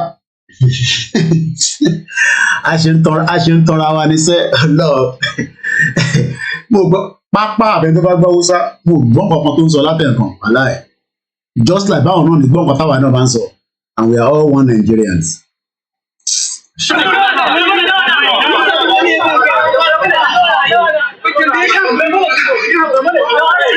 Ṣé gọ́ọ̀mẹ̀ntì wọn ló ń sponsor wọn ni gọ́ọ̀nà wọn ló ń sponsor wọn ni àbáwọn ló ń sponsor ara wọn just like báwa náà ṣe ń sponsor ara wa wá sí UK àti all over the world.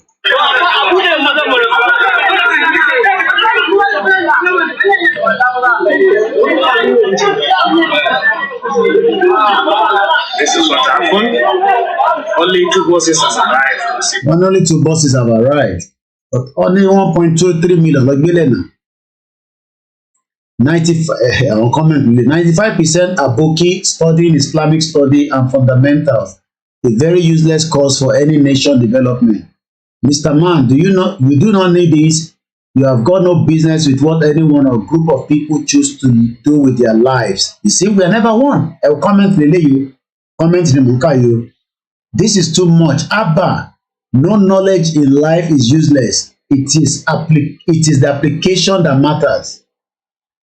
When everyone lands safely in Nigeria airport, Channels TV like to have a word with this fine girl. Fine girl, Unieke. Hey, no, wow. So much happening. Maybe I can comment here, see. El Razi University is nowhere to be found in Africa top 100 university. Not even top 200 university in Africa. Yet you find Nigerians there paying huge amounts in dollars as foreign students in a useless school with so many unaccredited courses. Oríṣiríṣi. What kind of courses are they studying in Sudan? Sudan? We don't need stories that touches the heart. Isn't 15 million. Funny enough, most of them were tweeting vigorously against an Igbo man being their president. Same Igbo man that is helping to evacuate them will talk down on when he tried contesting as president in the future. Tribal bigotry is bad. Stay away from it. If dem tell me say people dey really go school for Sudan, I no go believe. Kini point pẹ̀lú yẹn? The evacuation shall be successful and shall all land home safely, inshallah.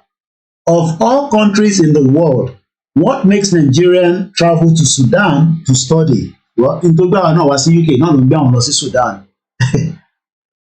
Miss Good, I know you asked that earlier, but one on shaking on the bed, medical, one only good medical schools. A compassionate president like Peter Obi will never leave you stranded in situation as this. Wait to make I no talk sha, but Sudan, I will not be surprised if 40% are from Niger Republic, neighboring Buhari's Daura village. They also call themselves Nigerians. Why can't Nigeria Air Force send their jumbo jet to pick all of them at once? It is very risky going through the buses. Anything can happen along the way. We pray not. But that is the university that you can see. El Azhar University. Wow. Ọlọ́run tóbi lọ́ba. Àwọn òyìnbó. Náà mo ní àwọn fídíò kan tí mo fẹ́ play ká tó parí ètò yẹn díẹ̀. Mo rí fídíò àwọn Governor Ortom. I think I had about 2. Ẹ jẹ́ ká kọ́kọ́ play lè. Mo kọ́ fẹ́ ká play lè. This video is 9 years ago. APC lawmaker seeks help from Britain to fight Boko Haram or Boko Haram. Ẹ jẹ́ ká gbọ́ fídíò yìí. Progressives Congress, the APC, have sought the assistance of the British government to tackle terrorism in Nigeria. The Senate Minority Leader, George Akume, made the call when the APC caucus of the National Assembly hosted Britain's former Foreign Secretary, Jack Straw. Senator Akume also said the opposition is worried about the lack of transparency and corruption in government. In his response, the former British Foreign Secretary said promoting transparency in governance and putting in place corrupt-free courts to handle corruption-related cases will go a long way in reducing corruption in the country. There are very serious security challenges in this country. And we don't want this to be swept under the carpet. As we speak to you today, a very large segment of this northeastern part of this country, particularly Borno, Yobe, and Adamawa, are under siege. We understand we're making some progress, but the progress is too slow. This country is not sufficiently transparent, and it's one of the reasons for the inequalities, and it's one of the reasons for corruption. There is corruption everywhere. The progress is too slow. That is Jack Straw. Ẹ mọ́ tó sọ mẹ́rin, ẹ má bínú, ẹ̀yẹ̀ ló ní ìpadà wa. Did you hear what Jack Straw said there? This country is not sufficiently transparent, and it's what? This country is not sufficient transparent. This is Jack Straw. This was 9 years ago. So èyí tẹ́ máa ń sọ pé ó máa pẹ́ kò lè pẹ́. Gbogbo tí Tinubu máa lò 8 years by 2031. Just strong sọ pé this country is not transparent. Kò wá transparent. Ẹ já gbọ́ sí i. Mo kí ẹ lẹ́ẹ̀kan sí back-end team koikimedia. One of the reasons for the inequalities, and it's one of the reasons for corruption. One of the reasons for corruption. Jack Straw was the former àwọn alábẹ́ àwọn Tony Blair ní John Long. He was the former British Foreign Secretary. Mo kí àwa kàlẹ́ too. mo kí àwa Mary a máa parí ètò yìí very soon. Maze Gold ni all this one doesn't look like student o dem be student now tí majek sọ pé dem fit dey carry dem enter Libya which causes okay Akayode ni we have a long way to go. Èdè tó ń sọ lẹ́ẹ̀kan àwọn Hausa yẹn àgbọ̀ pápá báwọn náà ṣe ní gbọ́ tiwa nìyẹn but British in English ní kí gbogbo àmà bára wa sọ ẹja gbọ́jà sọ̀rọ̀ lẹ́ẹ̀kan sí. There is corruption everywhere. Ó ní corruption wà everywhere. And the temptation to corruption everywhere in the world. Britain used to be heroically corrupt, terrible, worse than Nigeria is today. We got rid of it. Sàràkí ẹkùn fún rẹ̀ ojú ọmọ lèrè bombasta ẹ̀rọ ojú ọmọ lèrè they are all criminals. Ẹ bó ṣe ń wo Jack Straw pé kí ló ń sọ lẹ́nu èmi kan náà ni gbogbo wa àbí Sàràkí kọ́ lélẹ̀ àbójú mi lórí bẹ́ẹ̀ ìbí Sàràkí lélẹ̀ my God àti wọ one chance ṣèbí Sàràkí lélẹ̀ all right. We simply raised the penalty for being corrupt. It's very straightforward. Sàràkí náà ni ẹ mú ọmọ rédíò ẹ náà. And I've introduced in my last act as Justice Secretary, Lord Chancellor, the 2010 Corruption Act, which tightens the law on domestic corruption, but also means that if a Brit or British company goes anywhere in the world and gets tied up in corruption. Ẹ má bínú ìgbà orí koikimedia mo kọ́mẹ́ǹtì látẹ̀kọ́ mọ́ orí torí wọ́n ti pín nǹkan kan sílẹ̀ tó ti blọ́ọ̀kì ẹ̀ ẹ̀gbọ́n mi ọmọgbọ́n láwọn bá ní they are studying Islamic study. Ìyàwó Sarah ní ọ̀rọ̀ ṣùnùkù my brother that president cannot be functioning. Mo kí bàbá wa láìtàn mo sọ́rí gan pé mo rí àwọn kọ́mẹ́ǹtì látẹ̀kọ́. I have about just less than 10 minutes and parí ètò ìkọ̀sí mi wọ́n ti nákà. We can and will prosecute and jail. Sàràkí ògbólógbò lè APC chairman gbogbo ti wà níbẹ̀ ti pẹ́ ẹ wo bàbá ìwé ṣe wà ẹ wò kóun náà ṣe ní APC chairman wọn nísìn. 9 years ago lélẹ́yìn same set of bomb bastard ẹ wo ojú ọ̀bùn ṣe rí eléyìí nísìn ṣe ní AP àbí Àdàmú kọ́ lélẹ̀ Maze Gold I believe this is Àdàmú now look at it this video was 9 years ago same set of people and nothing has changed same set of people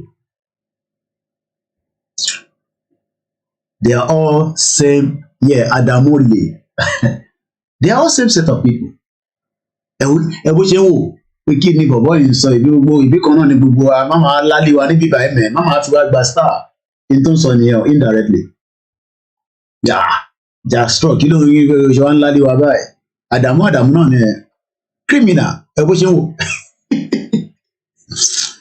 ó ní dá fún ọba politician ọlọ́ọ̀ ìlágbádá olè tó kó ẹ ṣe o àti wọn Abdullahi Adamu ẹ ṣe Mr. Ọlárẹ̀wájú ẹ wo reaction rẹ pé Jack Straw kí ló ń ṣe ẹ náà wọ́n máa fi wá ta yín níbí báyìí ni ìwé ọ̀dọ̀ náà là ń kó wá ìgbọ́dọ̀ náà mo ti ń ra lé.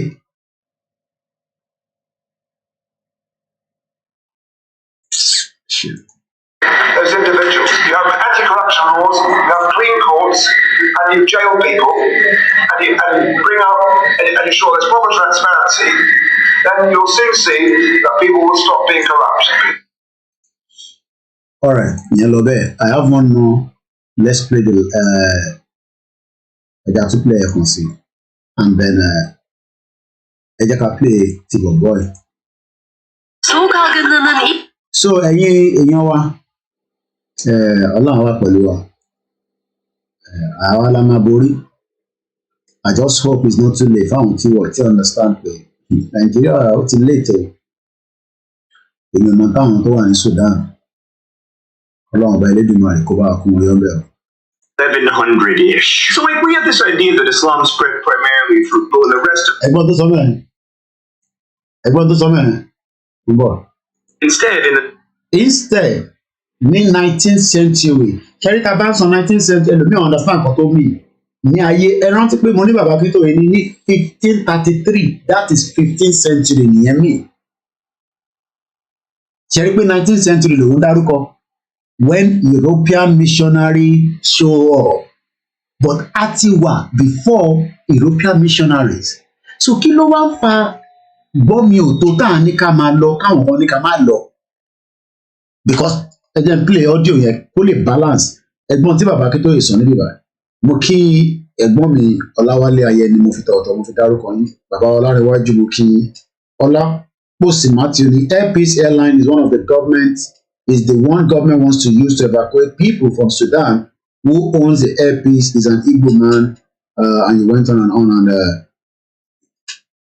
mo ti ka wọ àwọn ilé tẹ́lẹ̀ náà mo ti ka gbé ilé tẹ́lẹ̀ mo kí gbogbo ilé ẹ̀kọ́ sẹ́nu ẹ jẹ́ ìyá mi ìyálóde ìjánu àfàbẹ̀ mo kí mọ́mì ẹ kálẹ́ náà fẹ́ràn kí mo ti kí mọ́mì wa Adédòkun Fọlákẹ́ mo ti kí mọ́mì kí mo ti kí ìyàwó Adéṣeun Adélání ní pẹ́ parí ètò mi mọ̀ pé ó ti ń fi máa èmi gan ó ti ń rẹ bọ́dì mi wúrà mo kàn fi sáré play tí bàbá Akíntóyè sọ agbọ́dọ̀ máa play ní gbogbo gbà ẹ̀gbọ́n tí bàbá ẹ mọ̀ pé lè ń sọ̀rọ̀ 19th century so ìwọ tó o bá mọ tán pè bẹ́ẹ̀ á ti wà ní 21st century so 2023 2024 21st century nìyẹn 21st ṣé mo right yeah 21st century so ó máa lọ bẹ́ẹ̀ títí tó máa fi change sí 30th century àbí 31st century ṣé mo right waris jinadu 21st century yẹn máa last títí di 2030 so láti 2031 a máa ní 31st century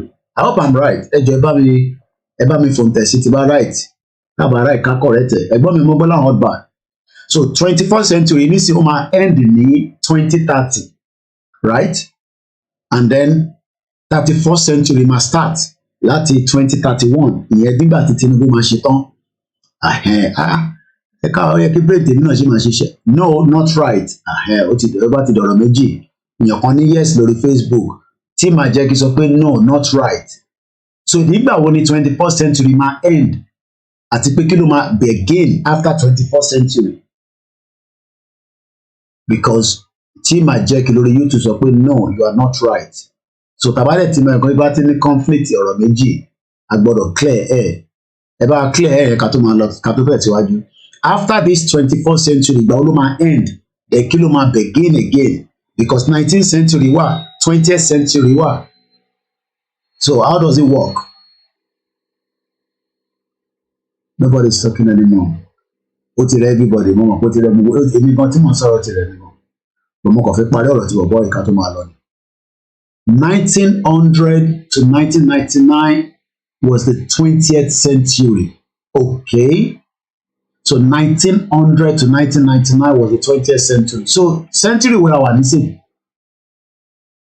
so the 20 okay so if we are now in the 21st century ìgbà wo ló máa end láti 1999 so láti 2000 to 2099 okay ṣé gan ẹ àti ní clarity nisin so from 2000 ìgbà ìlọ́ni ayé máa parẹ́ oríṣiríṣi kan náà máa ṣẹlẹ̀ ẹ̀gbọ́n mi ṣẹ́gun ọ̀nẹ́ from 2000 to because we learn a lot on this platform kọ́ ẹlòmínà ọ̀mù so from 2000 to 2099 ẹ má bínú pé comment ń jáde lórí platform wa I work on that so that everybody can be reading the comment so from 2000 to 2099 in 21st century so that means we still have a long route to 2099 kọ́lọ̀ kó fún gbogbo alẹ́ mi gbogbo okay so 21st century still has a lot so that means we can still be calling it 21st century so that means pé in tí bàbá Akíntóyè sọ fún wa ní 15th century yẹn tí àwọn sọ̀rọ̀ ẹ mọ̀ pé bàbá Akíntóyè sọ pé 15th century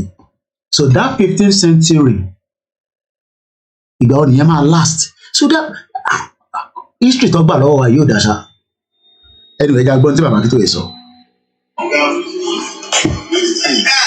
In 1533, 1533, one Portuguese explorer trader overseas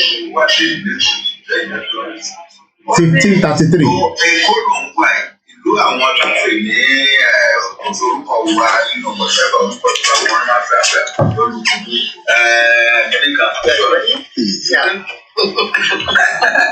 ìtumọ̀ kọ̀ọ̀kan ká gbọ́rọ̀ nìyẹn ó ní kíni. Beyond this place, I hear that there are many big towns in the interior, And not far from here, about 10 leagues from here, there is a great city called Ijebu, what we call G-E-E-B-O-U, Ijebu, with a great wall around it.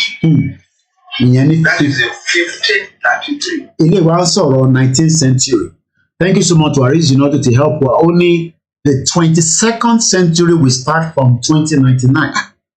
What about fún alẹ́ mi gbogbo? How old ni máa jẹ́ nígbà yẹn náà? How old lẹ́yìn máa jẹ́ yìí tẹ́ ń gbọ́ wa? By 2099. So àwọn Yorùbá ń tà ń fà nísìnyí fún kan fún ìlú ni wọ́n jọ̀ lánìí. Nígbà tá a bá ṣì wà ní 21st century tí òun flush pẹ̀lú pé ó ń pọnmi kànga wá sínú ilé. Níjọ́ ìgbà wo wá fẹ́ jẹ́ ká so by 2099 ẹ jẹ́ ká ṣe kankan ǹjẹ́ fún yín ní exact láti year yìí nísìn títí dé 2099 how many years nìyẹn kí ló ń pa jẹjẹrẹ tó sí ní you are very funny brother Koiki. How about the dead old? How about the dead old?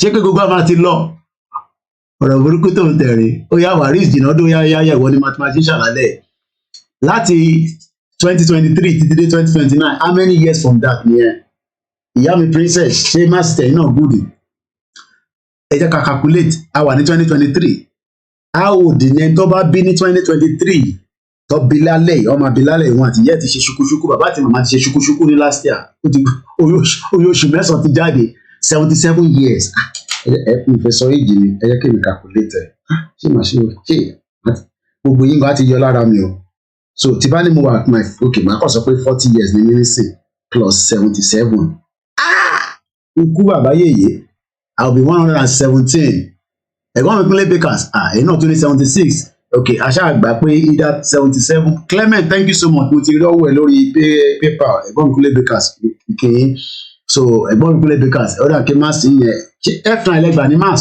ẹ̀gbọ́n mi Kúnlé Bakers kò 76 lẹ́sọ Wàrí jìnnà ọdún náà ní 76 TJ Mark tí ẹ ṣe máa ń yàtọ̀ wọ́n sọ pé 77 ẹ̀gbọ́n mi Bámidélé náà sọ pé 77 bàbá wa Ọlá Oyèwọlé sọ pé 76 ta ló wá ń parọ́ láàrin gbogbo wa nísìn mo ní láti 2023 táwa yìí títí di 2099 how many years nìyẹn ẹ ti jẹ́ kí n calculate age tó ṣe fún mi nísìn mo rẹ̀ ní fún yín ní exact age mi màá kọ́ sọ pé 40 years ni mí nísìn Yoruba must go through all the means that are available to break the shackles of the Oyinbos and the Fulanis. 83 lẹ́gbàá ẹ̀gbọ́n ìgbóná gan-an ṣẹ́ṣe furthermans náà okay 77 years so from 2023 to 2099 is 77 years 76 let's go not only 76 all right I'm just gonna go with 76 so tí bá add the 40 years old plus 76 bá pé 116 wọn á kàn máa sá mi sọ́run ni àwọn grandchildren máa gbàdúrà pé bàbá ìjọ ló fẹ́ kú at 116 years wọn á kàn máa but tí wọn bá wà ní London títí di 116 years tí bá no Koiki 2099 will be 76 years àtẹ̀tẹ̀ accept bẹ́ẹ̀ pé 76 so tí bá jẹ́ 116 years tí mo dẹ̀ ṣe wà ní UK ṣé àwọn ọmọ yóò ní gbéyàn lọ sí kíá òun bá ìtọ́jú Ọlọ́run á lọ máa nùdí fẹ́mi náà á lọ máa wẹ̀ fún mi ó kọ́ ẹ̀kọ́ wọn nílé pinch mi ni àwọn kíá òun yẹn because àwọn máa sanwó fún wọn wọn kàn máa gbàdúrà pé ìjọ òlé lè máa kú tó bá lọlé aníjọ ni bàbá yẹn máa kú kàbèsè ló dùn ààrẹ so people think ìtagbédání ọ̀rẹ́ rẹ ni so I will be 116 years tàbí máa fi wọ 22nd century. So by the time we are entering, èèyàn kan ní grammar òun kú ní 129 maize gold. Àwọn yẹn dàgbà sáyé. All our mathematicians on the same page. God bless you all. And àwọn intellectual la ní lórí platform yìí rí ìṣòro ìtàtí sọ̀rọ̀ àṣírí. So ṣẹ́rí projection tá à ń gbé jáde ní bíbá. Ẹ má ẹ̀ka ro èmi nìkan. Ìjà tí ń ro 22nd century àwọn generation tó máa because ẹni tó bá bí lẹ́nìí nísìn ẹni tó bí lẹ́nìí by the time tó máa fi di 22nd century ṣé kó sì wà nínú Nàìjíríà ká máa sọ pé a sì mú tọ́ílẹ̀tì fi kò sí school kò sí kíní kan ká ní kọ́ lọ máa kàwé ní Sudan ká ní kọ́ lọ sí abroad ìjà ń ronú bẹ́ẹ̀ ìyá aládùn baríkà mo ti kí dáadáa ìyá mi comfort ìyá mi bá send owó báyìí inú mi máa ń dùn ní gẹ̀mú ńlá ni mo ní láti sọ síta mo dúpẹ́ lọ́wọ́ yín thank you so much. So that means pé ẹni tó bá bí lẹ́nìí ìjà à ń prepare fún wọn fún ilẹ̀ Yorùbá wọ́n ṣe àwọn politician ní kúre èmi ọmọ kékeré báyìí ronú 22nd century ẹmọ reason for it because bọ̀bọ̀ ẹ̀ sọ 19th century àti dé 20th century 21st century láwàá yìí gbogbo wa dẹ̀ ti agree pé 21st century ìyá mi grandma wọn náà máa jẹ́ 144 kọ́nà ń jẹ́ kẹ́ ṣe wà láyé o wọn bá ń dúró tì í ìyá wa princess Adédèpé wọ́n ní àwòdì ṣe rí i pé fún ṣe jẹ́ ká máa ronú nìyẹn àwọn náà máa jẹ́ ìwọ náà ó ní láti sọ sẹ́ síta ẹ̀kọ́ multiply ẹ̀ láàrin ara yín kẹ́ máa béèrè pé but ká má wàá wo tiwa mọ́ ká wo àwọn generation tó bí lénìí ni mo sọ lénìí níbo la fẹ́ fi wọ́n sí ní 22nd century because bàbá Akíntóyè jẹ́ kó yé wa pé ní 15th century ní Ìjẹ̀bú Òde ti ń lo aṣọ òṣèwé lọ́ fi ń bòdì bọ̀ lẹ́ni nísìnyẹn lọ sí gbogbo ilẹ̀ Yorùbá nísìnyẹn àwọn kan aṣọ tó ń wọ̀ box corner kò yẹ̀ wò ní bend down and pick it and this is the kind of how we should be thinking. Mo kí Mr. Gbangbola mo kí lẹ́ẹ̀kan sí yàrá comfort ẹ jẹ́ ká gbọ́n tí bọ̀bọ̀ ẹ̀ sọ ká tó máa mú wálẹ̀ ètò yóò ní kọjá aago 10 ìyẹn UK time confam nìyẹn bẹ́ẹ̀ ni bend down and pick it brand ní wọ́n káàkiri. In the 19th century, when a bunch of European missionaries showed up, many of those people in the rest of southern Nigeria became Christians. What is now Nigeria was colonized by the British. Nobody disagree pé Nigeria was not colonized, but pé ká dá padà síbi tó wà nísìnyí ló di problem. Eléyìí náà sọ pé what is now Nigeria was colonized by the British for much of the 20th century. For much of the 20th century. Our comfort in this current first generation possibly could have gone. Òtítọ́ on this current first generation, ǹjẹ́ àwọn ni wá ń ronú? Ǹjẹ́ à ń ronú fáwọn tó fẹ́ bí nílẹ̀ Yorùbá lénìí àti tara wa ta bí nìkan là ń ronú sí pé my own grandchildren, this and that. Are we concerned? Ṣé àwọn grandchildren wa táwọn tó ti ní grandchildren kọ́ lọ́n jẹ́ káwa náà ní grandchildren ǹjẹ́ àwọn grandchildren yẹn máa padà lọ́lé? Juliet Tosin, are you 78 years old today? So you will be 200 years old once the 22nd century comes. Juliet, I will be 200 years then. Ọ̀rọ̀ burúkú tó ń tẹ̀rín lórí program. Ẹ rí i pé numbers ó ṣe kókó, statistics, fact, figures. Kò sí pé kakọ̀ máa sọ̀rọ̀ ọ̀rọ̀ àlùfàǹṣá kọ́ ní bíbá ẹ̀. Ẹ mọ̀ kí mi máa ń sọ pé that means pé tí bá sọ fún gbogbo wa nínú program pé in 200 years gbogbo a máa ti lọ to mo right nìyẹn. Because tá a bá wà dé 200 years I will be 240. Àgbà ti dé kábé ọmọ sáyọ̀ sọ̀rùn mi. Ó bá dẹ̀ pé ní òtútù ni mo wà, a máa gbé mi sí abẹ́ yíta. British for much of the 20th century, but northern Nigeria was controlled by what's known as indirect rule. Ẹ̀gbọ́n, northern Nigeria was controlled by what is known as indirect rule. Mo wo fídíò yìí rí o, àwọn wo for the first time yìí o, mo wo rí o. Through laptop mi ni mo kàn fi rí, mo kàn ní ká play ká gbọ́. Like the local emirs were allowed to run everything as long as they pledged to. Ẹ̀gbọ́n kan tó sọ, like the local emirs were allowed to run everything as long as they pledge allegiance. One pledge allegiance. Allegiance to the British and also paid them a portion of their money. Now, as far as colonization goes, that seems like a pretty good deal, but it also meant that there was much less Western-style education. Ẹ̀gbọ́n, Western-style education in the northern Nigeria than in the southern Nigeria was much less ló sọ, sorry. So, ìyẹn la ṣe ní problem. Àbá wọ jíǹsì ní Haúsá ní north, wọ́n ní kí lẹ wọ jíǹsì fún, but àwọn ọmọ tí wọ́n ń wọ pátá nìkan. Tí wọ́n bá wọ bra, kòkòrò afaṣọ lé lórí, wọ́n sọ pé bóòlù wọ̀nyẹn pé ṣàríà wà láò, ṣáná fi ṣe ṣàríà nílẹ̀ Yorùbá ni. And these are the reason why we can't live together pẹ̀lú àwọn idiot yìí. These are the reason, but ẹni tó wà lé nísìn, òun ò ro gbogbo táwọn bá wọn rò yìí. àwa ń bá wọn rọjọ́ ọ̀la níbo la fẹ́ wà in 22nd century ṣáàṣì fẹ́ wà nínú Nàìjíríà àbí ká ti kúrò. In northern Nigeria than in southern Nigeria, which was southern Nigeria ló ń kàwé, àwọn northern Nigeria they can't be bothered. Wọ́n ní haram ní Boko Haram níwé. Much more direct. Ìyẹn lọ ṣe ń lọ Sudan. Wọ́n fi Arabic kọ́. Ṣé English làwọn máa fi kọ́ wọn ní school ní Sudan àbí Arabic? Aago mẹ́wàá la máa parí ètò ìkú 10 minutes. Ẹ jẹ́ ká kọ̀ play kíní kó lọ́lẹ̀ díẹ̀. Directly ruled by the British. So the South ended up with most of the doctors and the lawyers and the bureaucrats. Also, all of the oil is in the South. I should pause here to say that this is, of course, oversimplified. There are hundreds of languages spoken in. Hundreds of languages. A máa tún play video yìí, ó ti rẹ̀ mí lálẹ́, a gbọ́dọ̀ ṣe analysis video yìí dáadáa. It's another video that we should keep in our portfolio. Kódà máa download ẹ̀, máa keep ẹ̀. Ẹ wo tí bọ̀bọ̀ ìka. Òyìnbó lélẹ́yìí, ẹ wo tó sọ kalẹ̀. Hundreds of languages is dé ti pọ̀ jù. In Nigeria and hundreds of different ethnic groups. Why are we then living together? Why? Mr. Koike kó ètò Sharia irọ́ bẹ́ẹ̀ ni Sharia tó ń fi òkúkúrú sínú ike. Big gap there. Okay, so one of the many catastrophes of colonization is that it created. Ẹ̀gbọ́n kan tó sọ sí bíbá. One of the so many catastrophe of colonization is it create borders.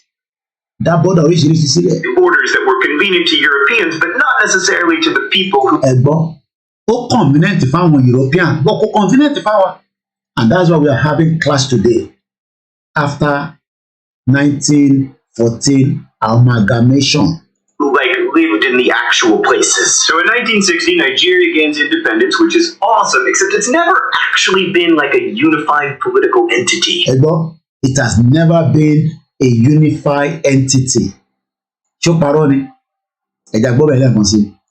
Actually been like a unified political entity. It has never been a unified political entity. I think there's this famous moment in James Joyce's novel Ulysses where Leopold Bloom is asked what a nation is, and Bloom answers, a nation is the same people living in the same. Kò ní bàjẹ́ fún bọ̀bọ̀ yìí. Ẹ̀gbọ́n tó fẹ́ sọ níbẹ̀ yẹn ọmọ Yorùbá. Wọ́n bí pé ó ní a nation is the same people living Igbo. Nation is, and Bloom answers, a nation is the same people living in the same place. Living in the same place. We're also living in different places. But 1960 Nigeria was more like different people living. Agbọ́dọ̀ ló fídíò ìdí ọ̀la. Ọ̀rọ̀ ni bọ̀bọ̀ ìkó kalẹ̀ báyìí. Ká ní bọ̀bọ̀ iná, and he has a lot of followers, almost 3.4 million followers. Ká ní bọ̀bọ̀ iná. Ọ̀rọ̀ ló kó kalẹ̀ yìí, á bèsí ẹ. Mọ̀ pé ètò ìdáná máa sọ, ẹ jẹ́ kó máa sọ òyìnbó pé Koiki ń gbìyànjú. Ẹ jẹ́ kí èmi gan pàtẹ́wọ́ fúnra mi. Ẹ rántí pé this is the same thing ti 2011 lòun ṣòyìn, èmi ń ṣòyìn ní ti 2021. Nǹkan mẹ́ta péré tó fún wa lówó náà ní crude oil. Wàhálà be like bicycle. Mo kí gbogbo ọmọ Yorùbá ibi tí èmi àbúrò yín náà ni mo jẹ́ fún gbogbo yín. Ibi tá a máa gbé dé lọ́ọ̀nì kọ́lọ́n bẹ̀rẹ̀ Èdùmàrè. Kó má jà pàdé àgbákò Boko Haram. And on that note, have a very good evening. Ní lọ ká máa play you don see gbogbo.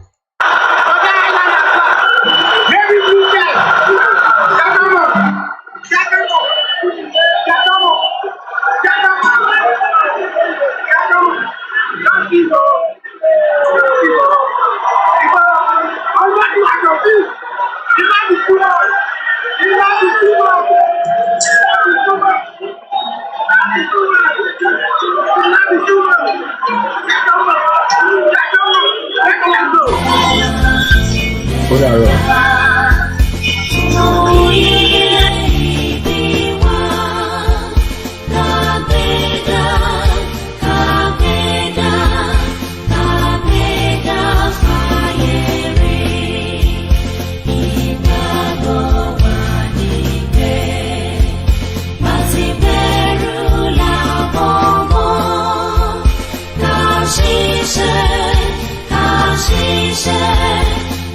She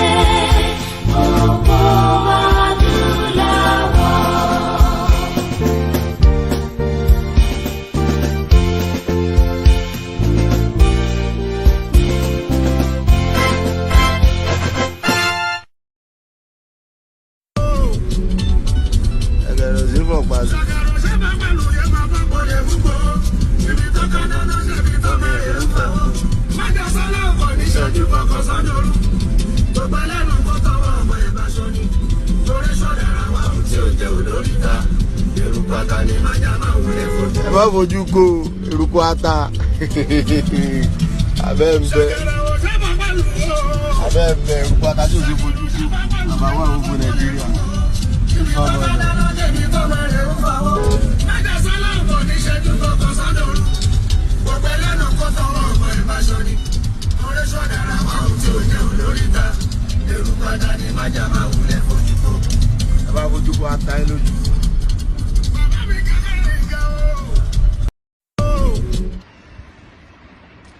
Life is so funny.